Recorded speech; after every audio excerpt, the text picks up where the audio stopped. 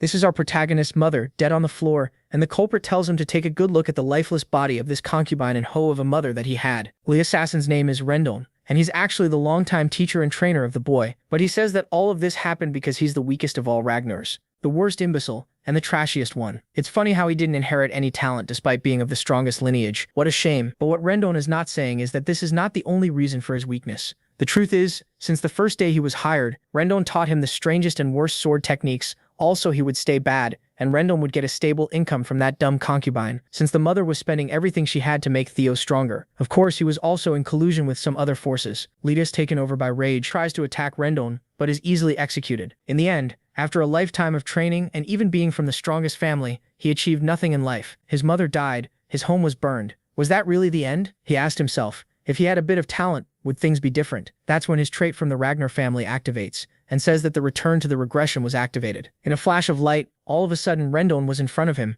much younger, saying that he looked tired. So maybe the lesson should end there for today. Well, that was something Theo would never have expected. This is the guy who has been training him through all those years. Rendon tells him to focus, but Theo has no idea what's happening. He wonders if this is some kind of flashback, and of all faces to see again, it had to be Rendon's. Then a system window pops up and tells him to complete a punch quest. He is even more confused now. Still, one thing stands out. Rendon can't see the window. So he drops the training sword, clenches his fist with all his strength and punches Rendon right in the face. Rendon barely reacts, like he can't even tell what this idiot is trying to do. Theo smirks because everything feels way too real. Then Rendon gets angry and strikes back, sending the protagonist flying.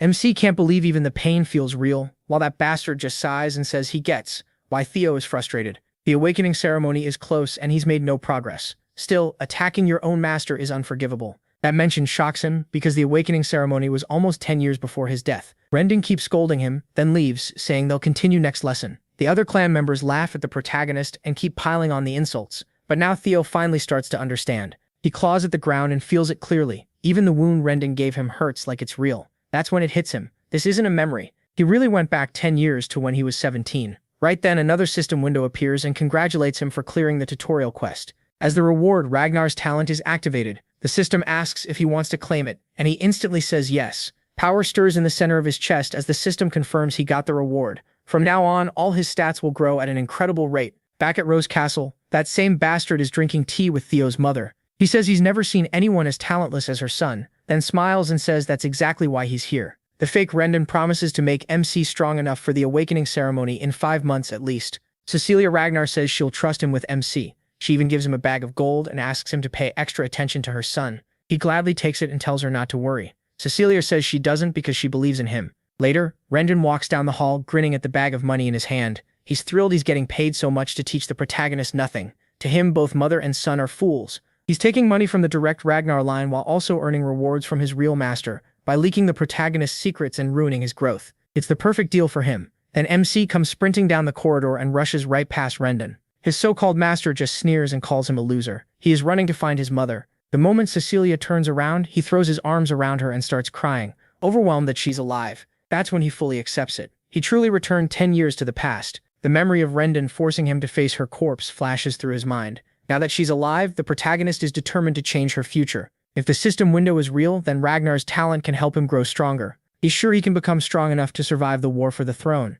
and most of all, strong enough to take revenge on Rendon. The next tutorial quest tells Theo to push his body to the limit. Before sunrise, he's already training, driven by revenge. He knows he has to get stronger fast. In his past life, he worked in an intelligence group called Black Word, stuck handling information because he lacked fighting skill. He never thought he'd use that knowledge like this. One thing he remembers is a body-enhancing potion called the Bloody Sword Emperor Elixir. Its real value won't be known until secret manuals reveal it later. He also remembers the brutal training he once gave up on because he had no talent. But now that Ragnar's talent is active, Theo knows hard work can finally make him stronger. He even notices himself running faster. The system tracks his progress, and other clan members start staring at him in confusion. They can't believe the so-called weakling has this much stamina. When he swings his sword, it's clearly faster than before. A few days later, he's still training late into the night. That's when we meet the training ground manager, Evelyn Naravel, who looks exhausted just watching him. He's trained for days without sleep, and now even she starts wondering if he's really as hopeless as people say. Theo, on the other hand, is so tired he feels ready to collapse.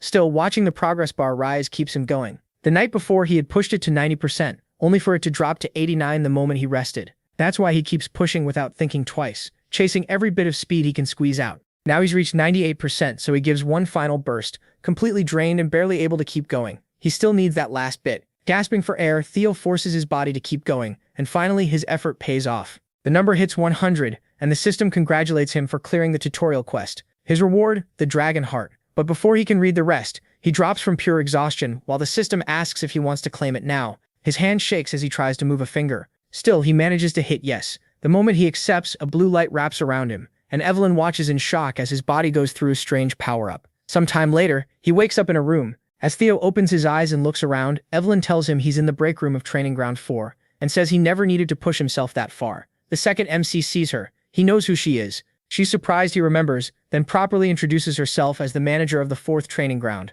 She explains that he passed out while training alone before dawn, so she brought him here to recover. Theo thanks her, and she hands him water before reminding him that in the Ragnar clan, opening a mana hall before the awakening ceremony is strictly banned. He doesn't get why she's saying this, but answers that he knows the rule. Then she asks why he broke it. Still confused, he asks why she's pressing him like this. She reminds him that right before he collapsed, she felt a mana wave exactly like someone opening a mana hall. With a hard stare, she asks if he did it. Theo has no clue what she's talking about. Then remembers what happened before he blacked out. He had received the dragon heart as a reward, and because he cleared the quest early, he also got magic power equal to 10 years from his past life. Once that clicks, he's completely stunned, because a dragon heart is no small thing. A dragon heart is special because it can hold a mana hall. That makes it work far better. Humans normally put their mana halls in the lower abdomen, since a human heart can't handle that kind of force. That's why warriors, especially in the Ragnar clan, dream of a dragon heart. It offers huge power without using the abdomen. But no human has ever beaten the heart's natural limits. So now that Theo has one as a quest reward, he's in a dangerous spot.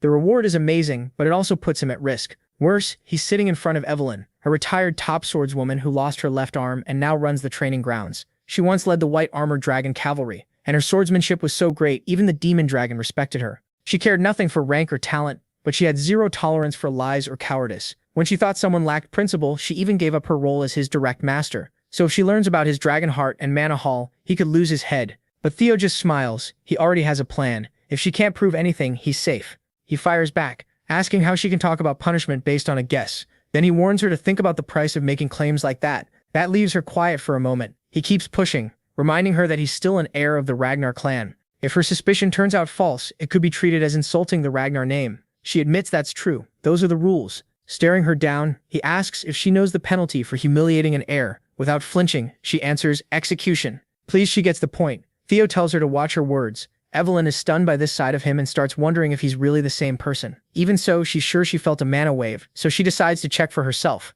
Bloodline or not, rules are rules, and she plans to hold him to them. But soon she finds that he doesn't have a mana hall. Her face drops when she realizes she may have been wrong. Theo, feeling smug, asks if she's satisfied now. By the rules, she kneels at his feet and calmly tells him to execute her, saying she'll pay for her mistake with her life. As she lowers her head, the protagonist reveals why she couldn't find anything. A dragon heart isn't like a normal mana hall. It's basically a mana hall the user can control freely. That means he can hide his mana whenever he wants. And no one even knows humans can have a dragon heart yet. That truth won't come out for a few more years. So Theo is sure nobody can accuse him of having one. Instead of punishing her, he puts a hand on her back and tells her there's no need for that. Walking away, he says she was only doing her duty, and not many people would risk their lives to demand the truth from an heir. He respects that. Still, the real reason he spares her is simple. She's one of the strongest. Keeping her alive will help him later. He adds that the ban on opening mana halls before the ceremony exists to stop overflow, and says he's glad she worried about someone like him, a bastard of Ragnar. Then he leaves her there in silence.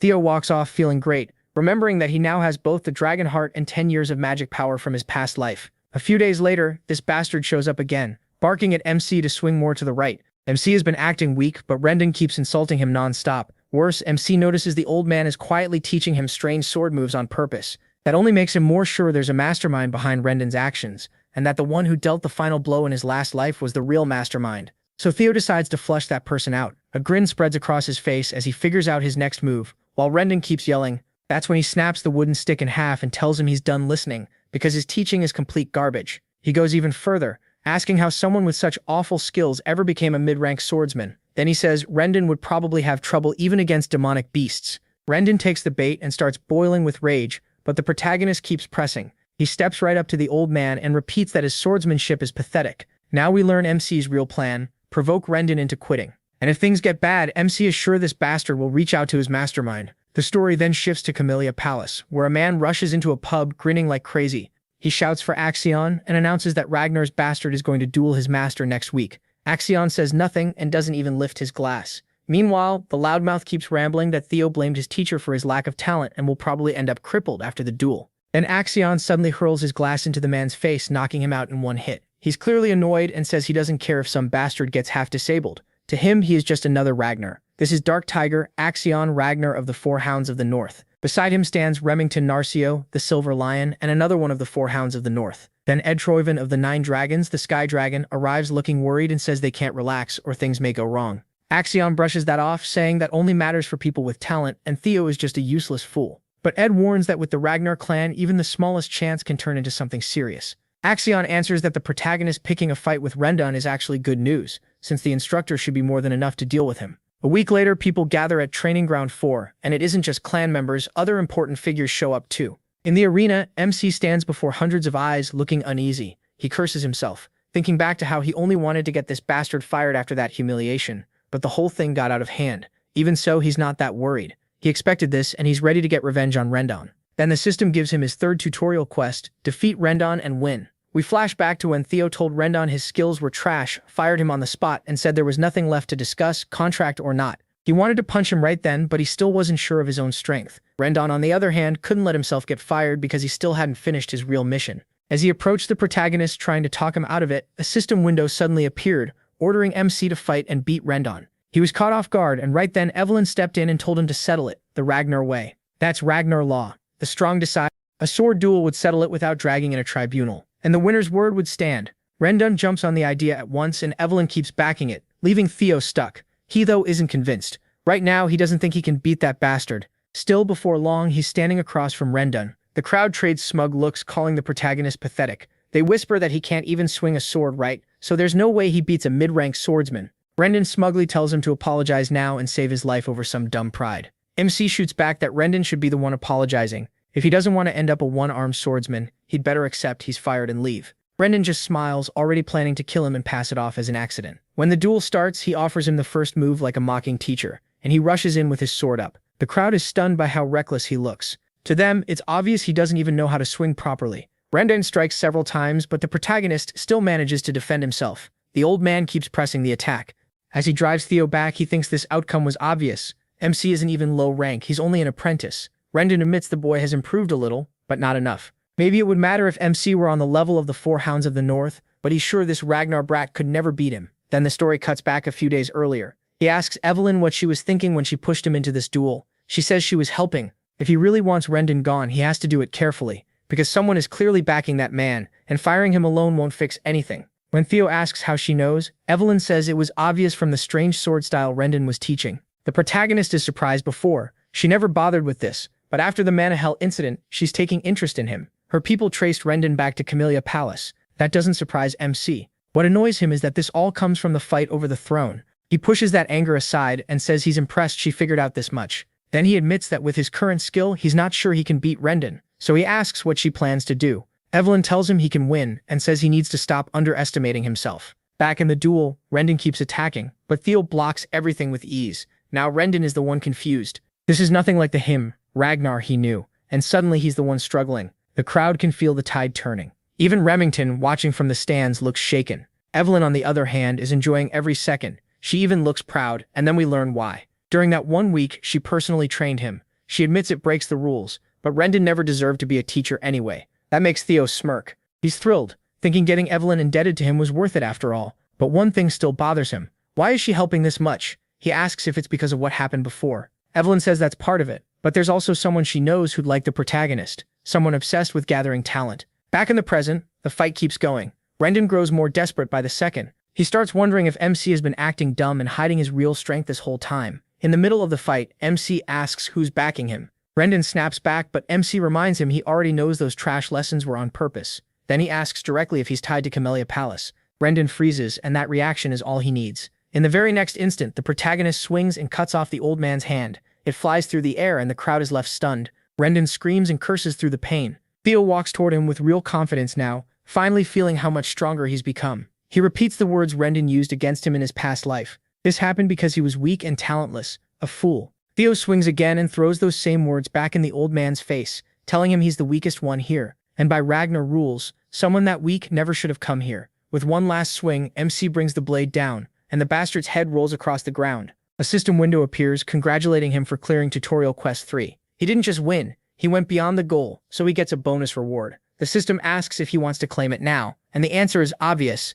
The whole crowd is frozen in shock. An apprentice swordsman just killed a mid-rank swordsman. Meanwhile, Theo can't help thinking Rendon was way weaker than he expected. It's almost embarrassing that someone like that crushed him in his past life. But things are different now. Then the system reveals his reward. The skill Observation has activated, and he also gains 1 year of magic power. Right then, a man crashes down like a meteor. Before he can react, the man shouts his name with a huge grin. It's Julius Ragnar, the demon dragon and commander of the white armored dragon cavalry. Theo is stunned and wonders how long Julius has been watching. The crowd goes wild. Why is the commander of the white armored dragon cavalry here at all? This must be the man Evelyn meant, the one who collects talent. Evelyn meanwhile looks crushed that his landing wrecked the floor. Julius himself feels like a monster, and the protagonist has no idea how to respond. But Julius just laughs and flashes a wide grin. He gives MC a few heavy pats and says he's surprised to find someone with this much talent. Julius adds that killing his teacher was a bit rude, but Rendon deserved it. Then he laughs again, pats Theo's shoulder and invites him to join the white armored dragon cavalry. Evelyn expected this, but the crowd is stunned that Julius would scout someone so inexperienced for the elite white armored knights. We also spot Remington again, asking the person beside him if they've ever heard of an apprentice swordsman getting scouted before even completing the awakening ceremony. The other person can only say no. Remington already knows that, because it's never happened in all their history. He thinks the same thing. When someone's mana hall is still closed, you can't truly judge their future. Great sword skill alone means nothing if their magic power is lacking, so even Julius can't know for sure what his real potential is. Still, the protagonist wonders if the demon dragon really can see something in him. Even so, he turns Julius down right away, without the slightest hesitation. Julius looks completely thrown off. The crowd is just as shocked, unable to believe Theo rejected someone that important, so coldly. Fair enough. For a moment, the whole hall goes silent. As the day goes on, word spreads through the clan. Everyone is talking about MC, the so-called idiot who killed his teacher, then turned down the demon dragon's offer to join the white armored dragon cavalry. Some call it humble, others call it arrogance. Then the scene shifts to Camellia Palace, where a furious woman learns Rendon is dead and the whole plan has fallen apart. She's Amel Ragnar, lady of Camellia Palace. A man steps in and tells her not to worry. Rendon was weak anyway, and only got the role because Theo's skills were so poor. Amel brushes that aside and says his death isn't the real issue. The man talking to her is her brother Ed Trabian, the sky dragon we saw earlier, the pub. She says the real problem is that Julius personally reached out to him, and now people think Evelyn set it up. Because of that, they can't step in and give him another master. If he keeps rising, taking over the Rose Palace will get much harder. Just then, Axion walks in and asks why they're so tense. He says the clan head won't care about this, so their plan can keep moving forward. Amel asks if he gets the whole point. If they want the Rose Palace without upsetting the clan leader, Theo has to stay weak.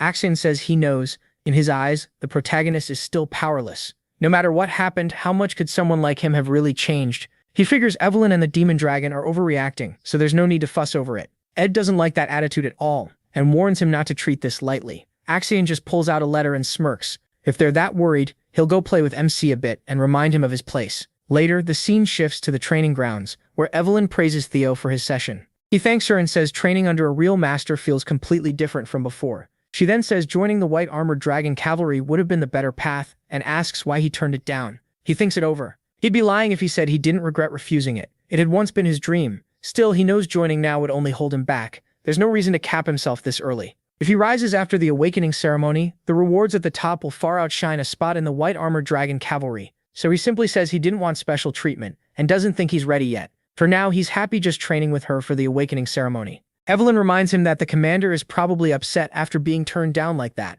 At that point, Theo uses his observation skill for the first time. He reads Evelyn's stats and confirms she's a high-ranked swordswoman. He also learns she respects his humility, feels alive teaching him for the first time in ages, and still misses the white armored dragon cavalry. The protagonist is amazed by how useful the observation skill really is. Then his eyes narrow at that last part. Evelyn missing the white armored dragon cavalry catches him off guard. Just then, a man steps in, introducing himself as Sybil Drea. He says he came from the Southern Inspection Post because he has something to discuss with Theo. MC finds him a little intimidating and has no idea where this is going, so he uses observation again and learns Sybil badly wants to spar with him. That makes him break into a nervous sweat. Fighting a guy with a face that scary is not comforting. Right then, a system message appears with the 4th tutorial quest. His goal is to throw away the title of Ragnar's imbecile, and he's already nearly 28% done. Sybil doesn't beat around the bush. He says he wants to follow young Master Theo. He even admits he used to be one of the many people who ignored the protagonist. Back then, he thought calling him Ragnar's imbecile fit perfectly.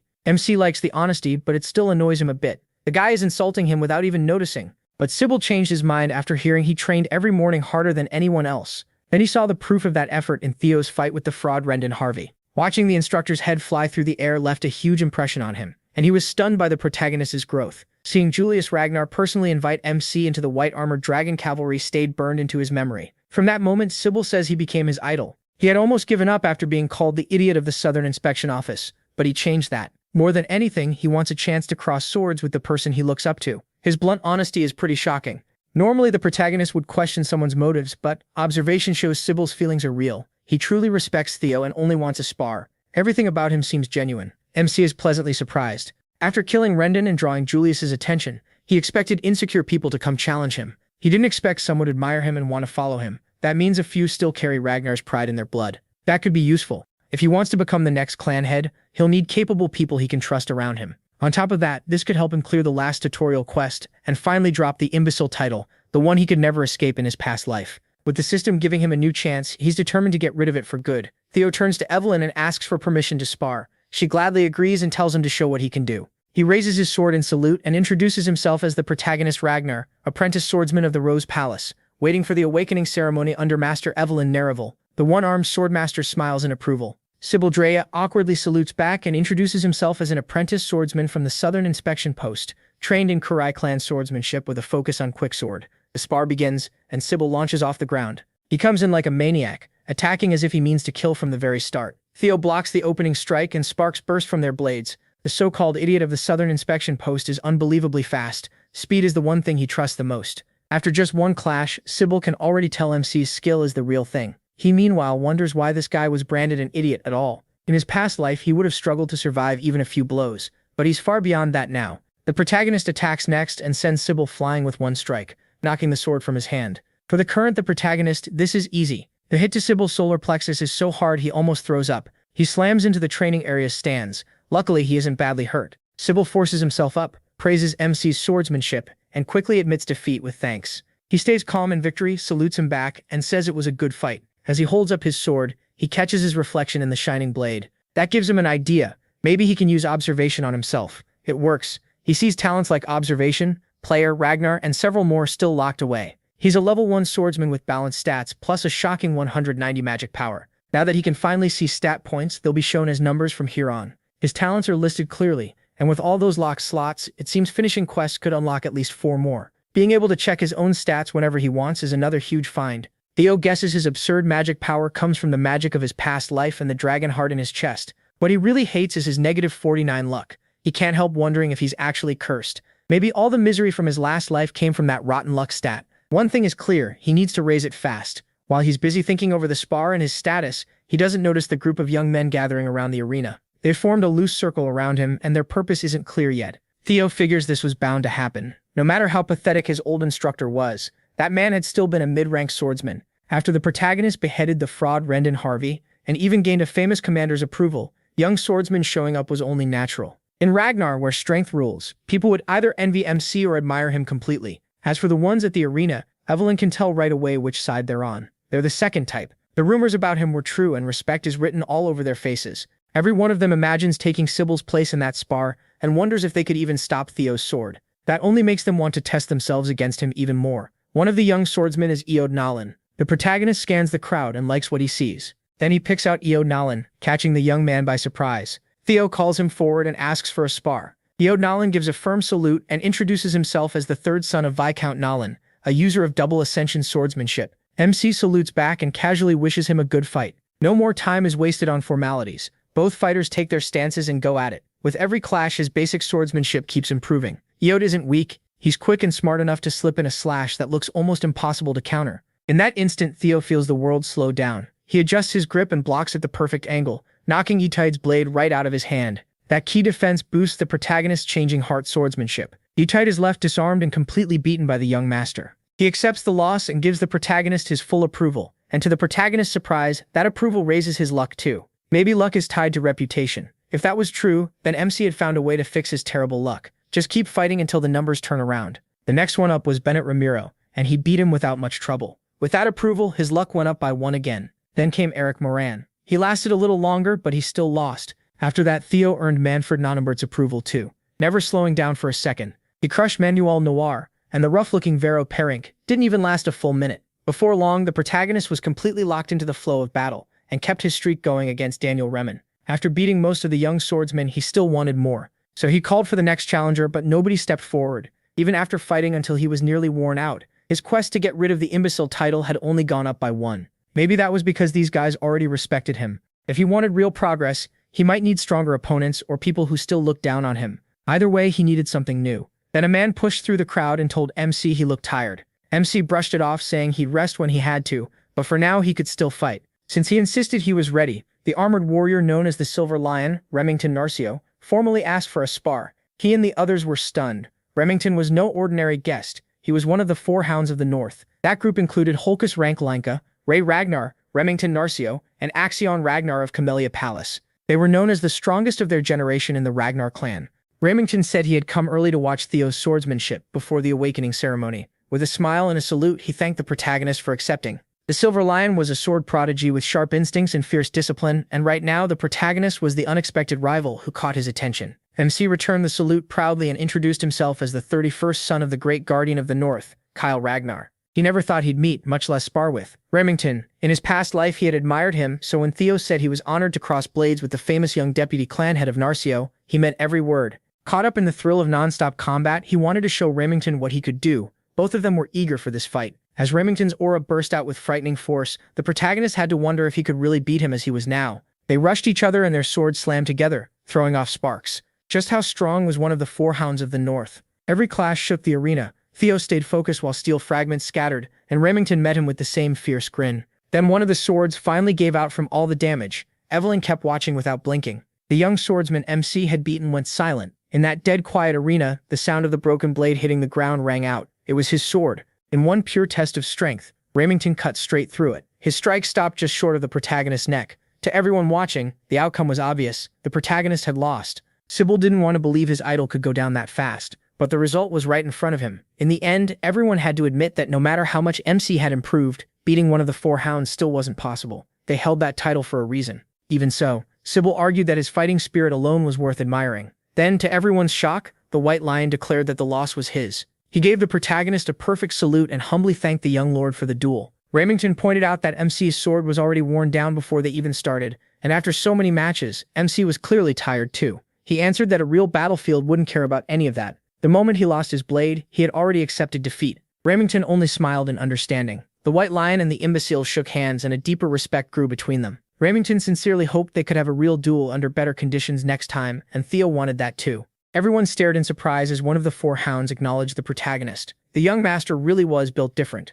After the duel with Remington, his quest progress jumped to 35, a huge leap. From the side, Evelyn let out a relieved sigh. This could not have gone better. Now MC finally had a real sense of how strong the Hounds were, thanks to Remington's display of power. Quests had given Theo talent and secret manuals, making him far stronger than before. But the moment he crossed blades with the White Lion, he was reminded how much he still lacked. It was frustrating that the duel ended early because of his condition, but he still gained a lot from it. His luck rose by 10 and his reputation shot up. As for the quest, he was still far from finishing it all at once. That meant he needed other ways to earn approval. Then Remington admitted he hadn't come just for a duel. He had actually brought Theo an important letter. It was a formal invitation to the Scaled Dragon Society. Just hearing that name made every young swordsman tense with excitement. It was an elite group with a brutal selection process. And on top of that, the invitation came from Remington himself. For any rising star, being invited to the Scaled Dragon Society was a huge honor. Theo asked modestly if it was really okay for him to join the club. The White Lion quickly told him he was more than qualified and added that the group wasn't as serious as it sounded in the first place. Most of its top members treated it like a social circle for peers, waiting for the awakening ceremony. He couldn't tell whether Remington had some hidden reason for the invite. Still, he knew the Scaled Dragon Society currently revolved around his half-brother Axion. It was full of snakes who looked down on him and mocked him, which made it the perfect place to push his quest forward. It would also let him gather info on Axion and Camellia Palace. Seeing no reason to refuse, Theo accepted the invitation, thanked Remington, and promised to step into the den of his enemies. Pleased, Remington shook his hand and told the protagonist he could ask him anything. The meeting was in 2 weeks, so that was all the time the protagonist had to prepare. Off to the side, Evelyn took a drag from her cigarette, clearly worried about her new student. Not long after, word of MC's invitation reached Rose Palace. His mother Cecilia rushed in with a huge smile. He had been about to tell her himself, but there was no need. She had already brought the palace grooming team to his room. Since this was the first important event Theo had ever been invited to, Cecilia was thrilled. The club included Axion, Emil Ragnar's son, and gifted people like Remington. Even the council paid attention to those youths. Cecilia knew the protagonist's clothes and manners would be judged closely, so she pulled out a tape measure and started taking his sizes. She trusted his etiquette, but appearance and bearing were a different matter. Luckily, that was one part of high society Cecilia could handle herself. She was happy just to help her son. MC knew she had always carried the burden of being a commoner concubine with an illegitimate child. Cecilia felt guilty for the shame tied to that label, even though none of it was her fault. In the cold Ragnar clan where only strength mattered, Theo could only imagine how hard it had been for her when he was weak in his past life. Cecilia acted bright and excited, but deep down she was just a mother worried about her son. She hugged him tight and told him she'd always believe in him, that he could do anything. Her warmth melted the coldness in Theo's heart, and he hugged his mother back with real love. This time, he was determined to work hard enough that she would never have to worry like that again. She was excited about him joining the Scaled Dragon Society, but the protagonist was thinking about crushing that whole nest of snakes. 2 weeks later, the night of the banquet arrived. Remington came to Rose Palace himself to pick MC up in a grand carriage.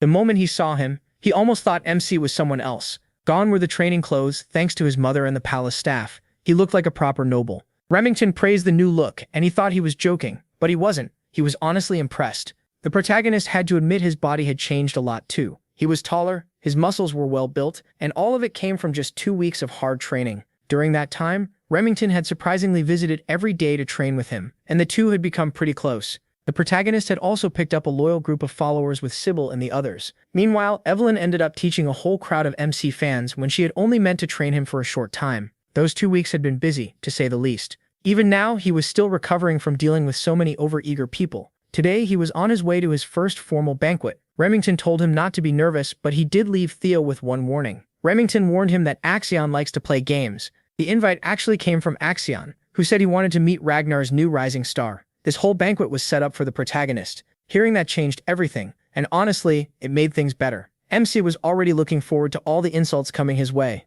Inside the hall, Axion was already drinking and getting excited to turn Ragnar's idiot into his new toy. When the carriage arrived, he and Remington stepped out. Theo quickly looked around. He was about to enter Camellia Palace, the base of the trash who pushed Rendon to block his growth. In his past life, they destroyed him, his mother, and everyone in Rose Palace without mercy. Remington cut through his thoughts and urged him inside. He had heard Axion plan to greet them himself, and should be waiting by the entrance. The protagonist knew exactly why Axion invited him. That bastard probably thought it was his job to crush the protagonist's rise, but Theo hadn't walked into this snake pit unprepared. He planned to show Axion exactly who he was messing with. As they neared the palace, MC suddenly stopped after catching something from the corner of his eye. A strange blue quest light was glowing from an upper floor of Camellia Palace. For a moment, the possible quest pulled his attention away. That distraction kept him from noticing something dropping fast toward him. Remington rushed to save him, but it burst first, blowing up into a cloud of white powder. Panicked, Remington called out to Theo. Luckily, he was fine. It was only a sack of flour tossed down at him from above.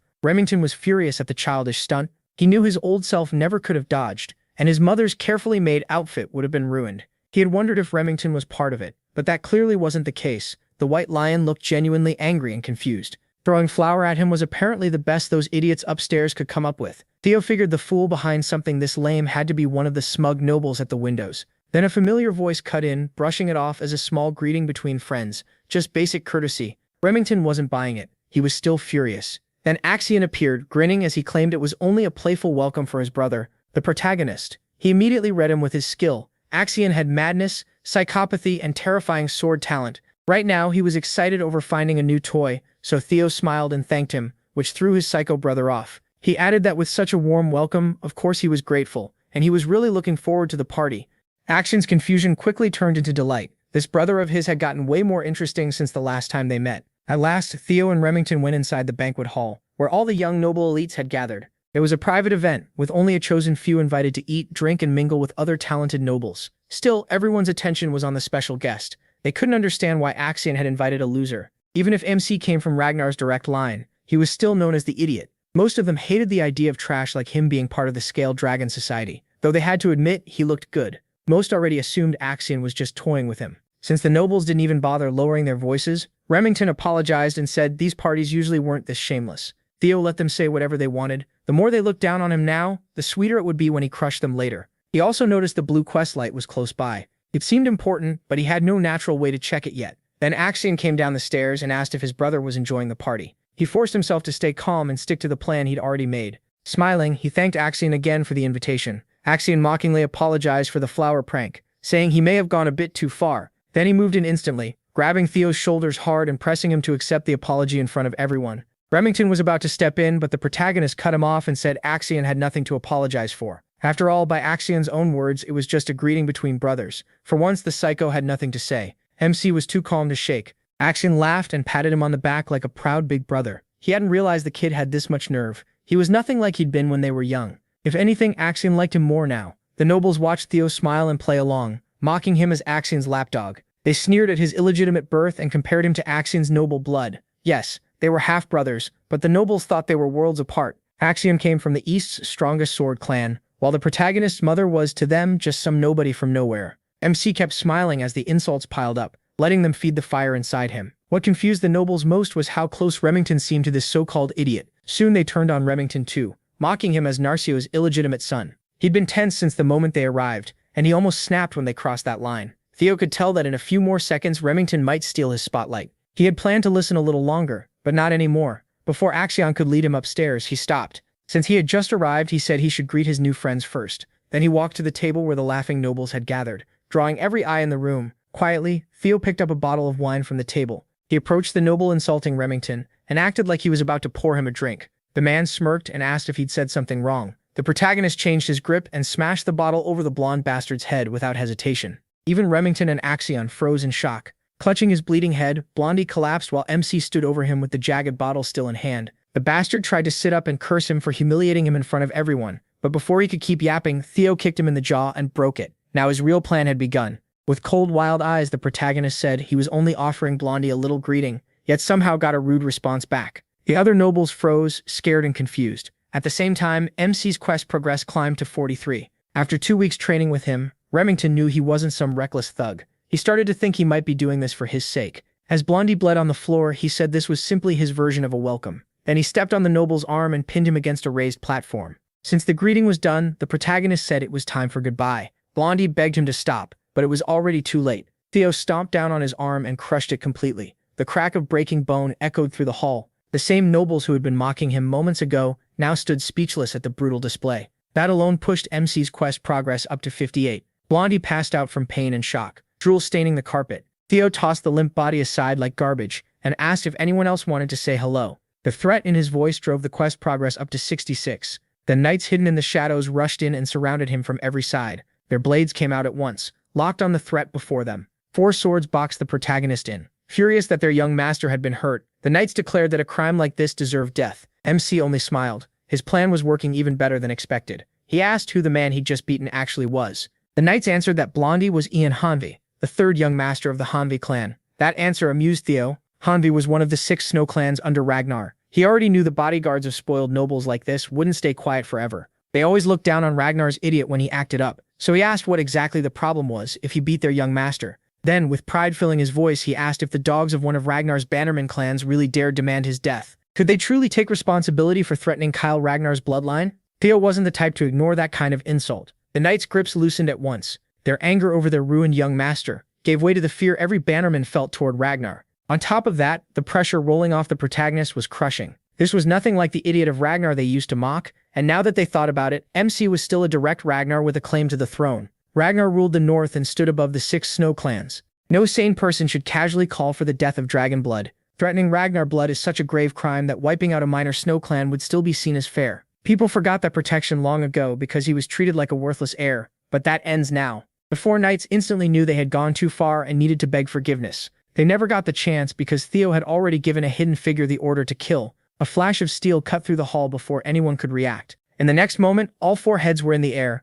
their blood splashing across the floor. The protagonist stood completely still while blood spun around him. Then the person he called in landed lightly beside him, his master Evelyn. That was when the proud nobles finally understood this wasn't a game. Theo's quest to shake off the imbecile of Ragnar name hit 70%. Axion could only watch as his banquet turned into MC's display of power. Evelyn glanced at her student and asked when he figured out she was following him. For him, it was obvious, though he couldn't say exactly why she came. He didn't know what brought her all the way to Camellia Palace, but with her here, crushing these fools got much easier. While the hall stayed frozen, the protagonist's next move was already taking shape. The night before the banquet, Commander Julius had secretly visited Evelyn to complain that she refused new students yet trained the protagonist every day. She barely reacted. By now, Evelyn was used to that brute barging into her room, mostly just to annoy her. Lately, Julius seemed to enjoy nothing more than bothering his old comrade and stealing her expensive wine while doing it. Tonight, he wanted to know what made Theo so special. Since getting the bottle back was hopeless, Evelyn simply answered that MC was far beyond what she expected.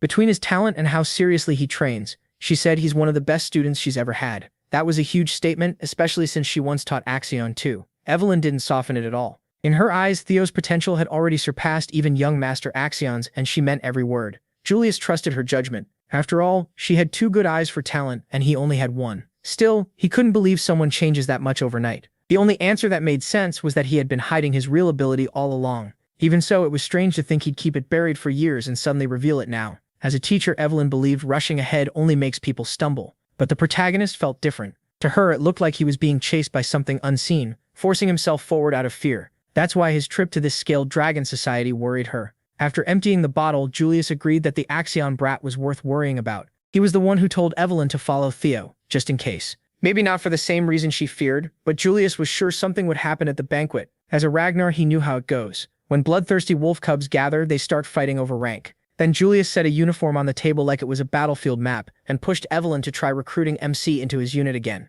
It wasn't just him he wanted. Julius also wanted Evelyn back with the white armored dragon cavalry, and he still hadn't given up. He refused to let her retire just because she could no longer ride a dragon. In his mind, she had to return and finish what she started. Julius left her room thanking her for the wine he'd stolen. She lost a costly bottle, but maybe found her purpose again. Back in the present, inside Camellia Palace, Evelyn started connecting the dots. She realized Theo must have known she was following him and set this all up on purpose. Maybe joining the Scaled Dragon Society was part of the plan from the start. It made her earlier worry feel pointless. Now she was only left wondering when exactly he noticed her on the way to the palace. In truth, the protagonist sensed her the moment he entered the carriage. Thanks to his dragon heart, he could read the energy around him like a sixth sense. More importantly, the board was finally set for his revenge. Theo then turned to Evelyn and said the nobles here had openly insulted a candidate to succeed the Ragnar clan. He asked what punishment such a crime deserved. The guilty nobles nearly collapsed because they already knew the answer. Strict as ever, Evelyn replied that by clan law, the offenders could be executed on the spot. Theo smiled. He had led her right where he wanted. Then he played the generous one, saying they were only children who hadn't even gone through their awakening yet. One arm from each of them would be enough to forgive the offense. Evelyn moved at once. She became a blur of blades, cutting through the panicked nobles of the Scaled Dragon Society. The Byron clan's second son tried to dodge and lost his right arm. The first son of the Red and White Mercenary Corps screamed as blood burst from the stump. The fourth daughter of the Ceres Merchant Guild wasn't spared either. The third son of the Clark clan tried to run, but no one outruns Evelyn. When the first daughter of the Howard clan lost her arm too, MC's quest rose to 79%. One pathetic noble crawled to Axion, axe to his close circle begging for help. Axion just repeated his line. This was only another greeting. A blade flashed by, and the noble's arm came off, nearly splashing Axion's clothes. As the first son of the pairing family writhed in pain, Axion looked at Evelyn. She met his eyes without a care and gave a small nod. He never expected to face his old teacher in the middle of a bloodbath like this. Evelyn even saluted him with her blade. Looking over the hall, Axion realized she had only targeted the ones who openly mocked Theo's bloodline. The protagonist had arranged everything so perfectly that even Axion, another successor candidate, had no right to stop it. In just a few minutes, Evelyn cut off the right arms of 14 people on MC's command. As for their condition, a priest could still reattach the limbs if they moved fast. But their future as swordsmen was another story. Everything had gone exactly as planned. What interested Axion more was how he got both Remington and Evelyn on his side. The Theo Ragnar from Rose Palace had turned into something terrifying, and the monster inside Axion loved it. More than anything, he wanted to crush this brother himself. With his goal complete, the protagonist called for Evelyn and Remington and headed out. The remaining nobles could only stare in fear as he left. The brothers locked eyes, saying nothing, but right before departing, MC grabbed Axion's arm hard enough to wrinkle his suit. A second later, he let go, waved and told him he had a great time at this bloody banquet. At last, the final tutorial quest to escape the Imbecile of Ragnar title was done. Axion burned with rage. He wanted to act right there, but knew better. Instead, he stormed out of his own palace and screamed his name. With every tutorial quest cleared, no one would dare call him the family idiot again. The tutorial was over. His real revenge was just beginning. For changing how the public saw him, the protagonist earned an experience elixir, a tonic that instantly gives 5 levels to anyone under level 30. Word of the massacre spread fast to the other palaces. Anyone would be stunned to hear that Axion's famous scaled dragon society had been torn apart in every sense. As for Theo, he was in the mood to celebrate after humiliating those nobles. His people took him to a pub to mark his brutal high society debut. All of his followers were there. Even Evelyn dropped by for drinks. MC couldn't help wondering how the scaled dragon society felt after being crushed by the man they mocked as an imbecile. Back in Camellia Palace, Emil Ragnar could hardly believe it. Not only had they handed Theo a perfect excuse, they let him cut off everyone's arms right in front of Axion. He confirmed it, and that only made her more frustrated. She had warned him not to take him lightly, yet they had gone beyond pressure and basically given him full permission to run wild. Action tried to explain that once the protagonist gained recognition, taking Rose Palace would become harder, so she shouldn't panic. But Emil shut him down and told him to think about what he'd done instead of making excuses. She pointed out that his mistakes had nearly ruined their whole plan. Action chose to stay quiet and left. After he was gone, Emil wondered who made him so unbearable. Ed answered that Axion was a lot like her when she was young. She wasn't in the mood for jokes, so Ed apologized and said this incident might not be as bad as it looked. He explained that Rose Palace had long been part of the clan head's harem, which made taking ownership of it very difficult.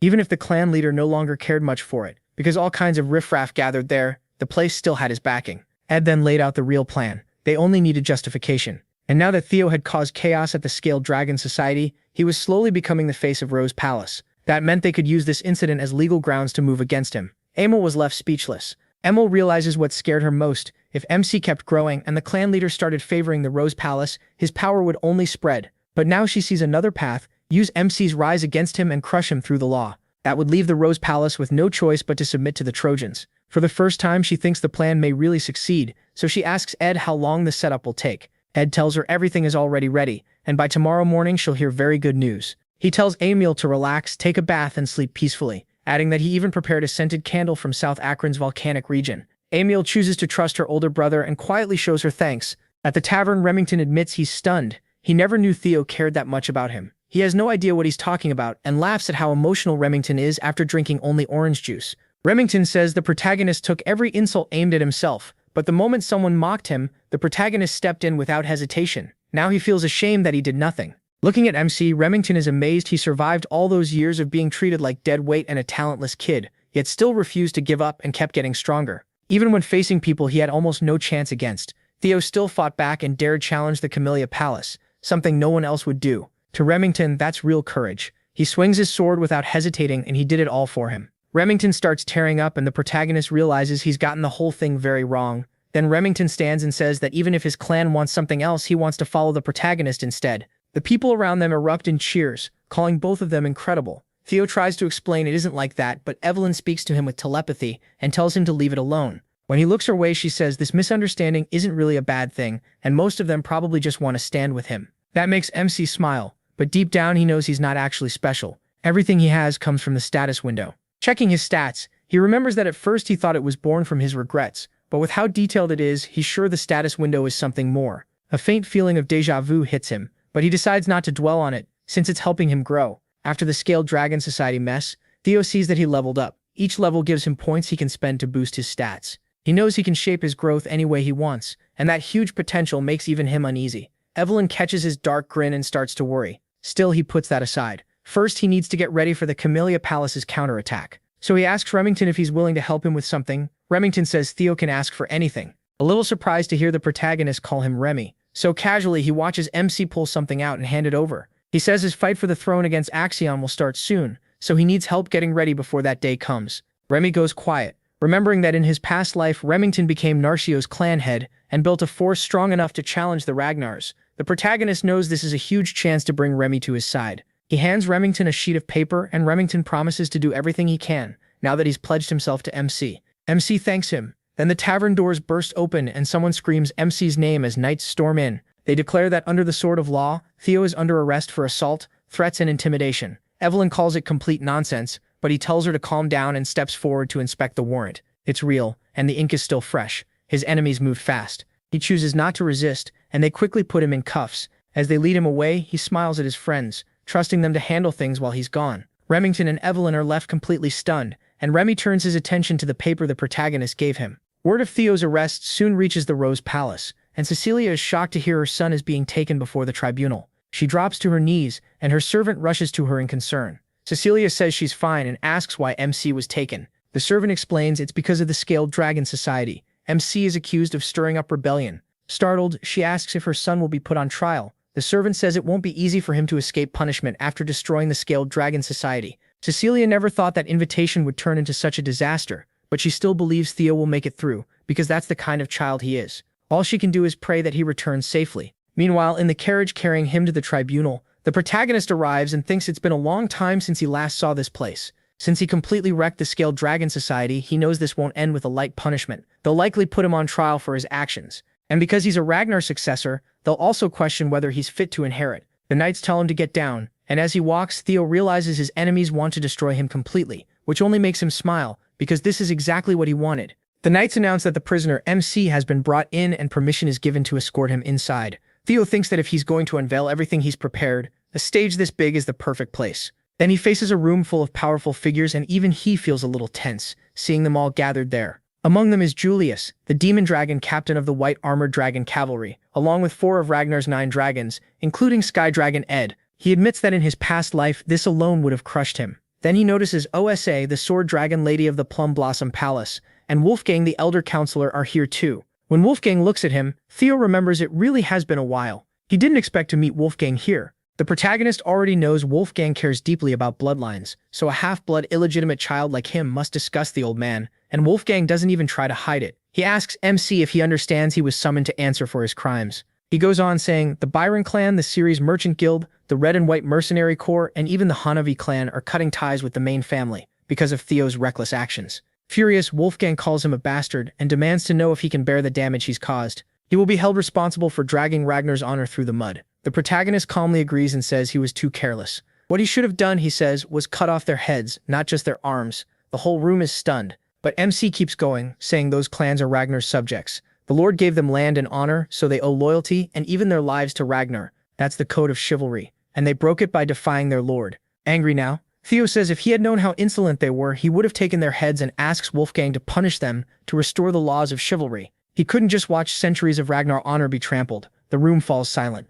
Julius calls him impressive and figures that, with that reasoning, he will only get a normal punishment. Wolfgang thinks the protagonist is just twisting words, but Osa says she understands his point and admits the protagonist is right. Wolfgang is shocked that she sides with him. Osa explains that Ragnar may be strong but not truly great. They still have to hear their vassals and knights or the clan will eventually fall. Power alone can't rule the world. Theo takes her words seriously and decides to remember them. He also notices that the clan head's first wife, the strongest swordsman in the north, is luckily not against him. Her support surprises him and he can't figure out why she's doing it. Osa then says he should understand that the punishment he'll receive is fair. MC asks what the punishment is and Wolfgang says he'll be put on 3 months of probation. Theo then says he wants to join the ceremony. That irritates Wolfgang, who sees it as backtalk, but Osa considers the request and allows him to take part in next year's awakening ceremony. Ed knows it had already been decided that the children the protagonist hurt would join next year. Still, thanks to Julius stepping in, MC got off lighter than expected. Ed is pleased. The delay in the awakening ceremony will stain the Ragnar name,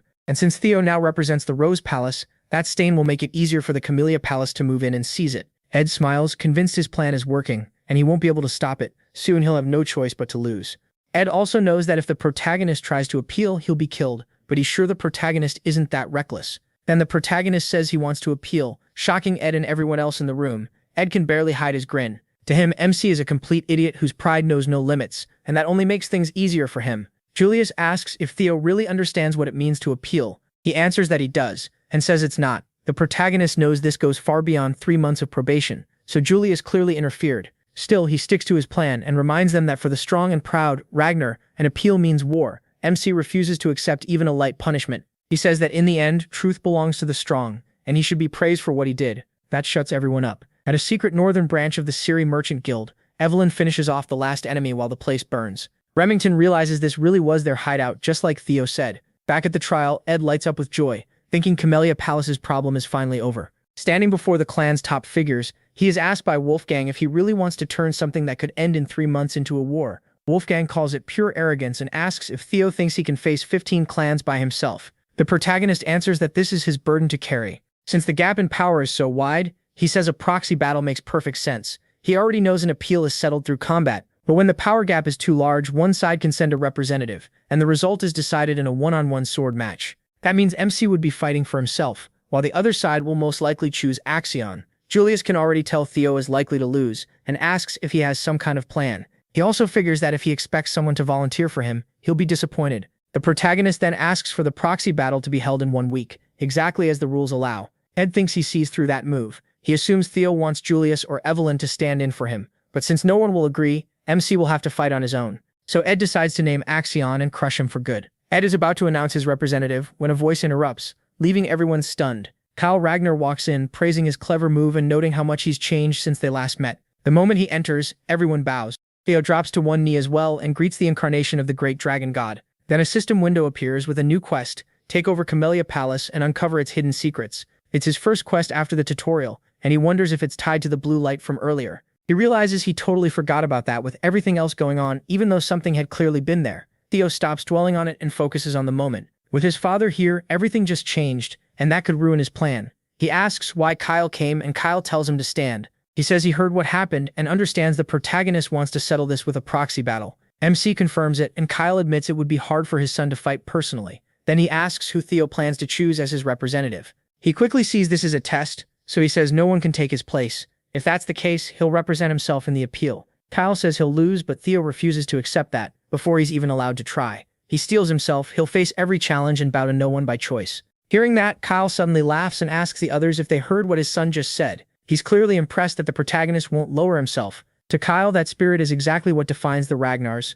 He praises MC's attitude and MC smiles, because this is going just as planned. The proxy battle was only bait, and since he may not even have to fight, it's easy to talk big now. He thinks back to the job he gave Remington and Evelyn and knows they'll soon bring proof of Camellia Palace's treason. Once that happens, his win is guaranteed without a battle. But Kyle decides to offer his son a different chance. As Ragnar's master, he wants to test Theo with a single strike. He is stunned when Kyle tells him to forget the trial. If the protagonist can endure one blow, every charge will be cleared with no punishment. Kyle calls MC forward, but Ed immediately starts yelling in protest. He knows a test like this means the clan head approves of Theo, and if he survives, he'll earn Kyle's personal recognition. Ed is sure he can't do it, but just in case, he still tries to block it. He doesn't want the protagonist gaining favor, so he starts arguing about vassals, bloodlines, and proxy battle rules. Kyle cuts him off and bluntly tells him to shut up. He makes it clear that if a vassal dares speak against the Ragnar line, he can be dealt with. Ed has no choice but to back down. Kyle then asks Julius if he has anything to say since he's been laughing this whole time. Julius says he's just surprised to see the king take interest after so long.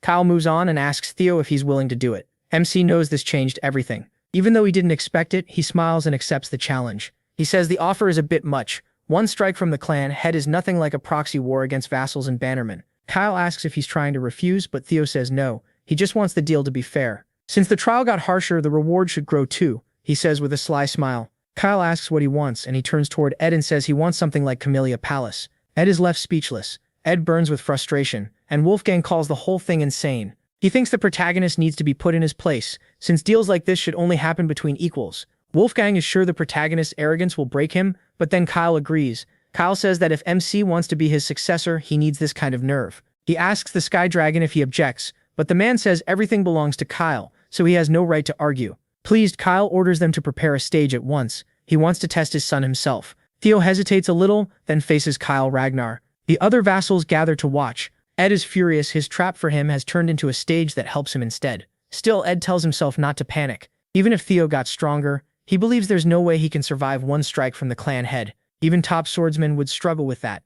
Ed is convinced the protagonist will die here, but the protagonist already sees through him and trusts the tutorial reward that kept him safe. Kyle notices his son has changed and wonders if he secretly took an elixir. Even so, he decides it doesn't matter how MC became this strong. He realizes Kyle saw through him right away, even though the 9 dragons never noticed the elixir. Kyle asks if he's warmed up. Theo says he has. Kyle says he normally uses a greatsword, but since the protagonist can't even use mana yet, he'll go easy and use a rusty steel sword instead. When Kyle asks if he objects, the protagonist says no. Then Kyle gets serious and starts the fight. A crushing aura spreads as the clan head steps forward, and MC feels the pressure instantly. Just his father's fighting spirit is overwhelming. Kyle is impressed. MC is still standing, but he stays calm because his strength nearly tripled after clearing the tutorial. The experience elixir gave him 5 levels, and he put every point into strength. With that boost, he feels like he's finally escaped weakness and stepped into a whole new league. The protagonist is sure he can survive at least one blow from his father, and when Kyle launches his attack, everyone freezes.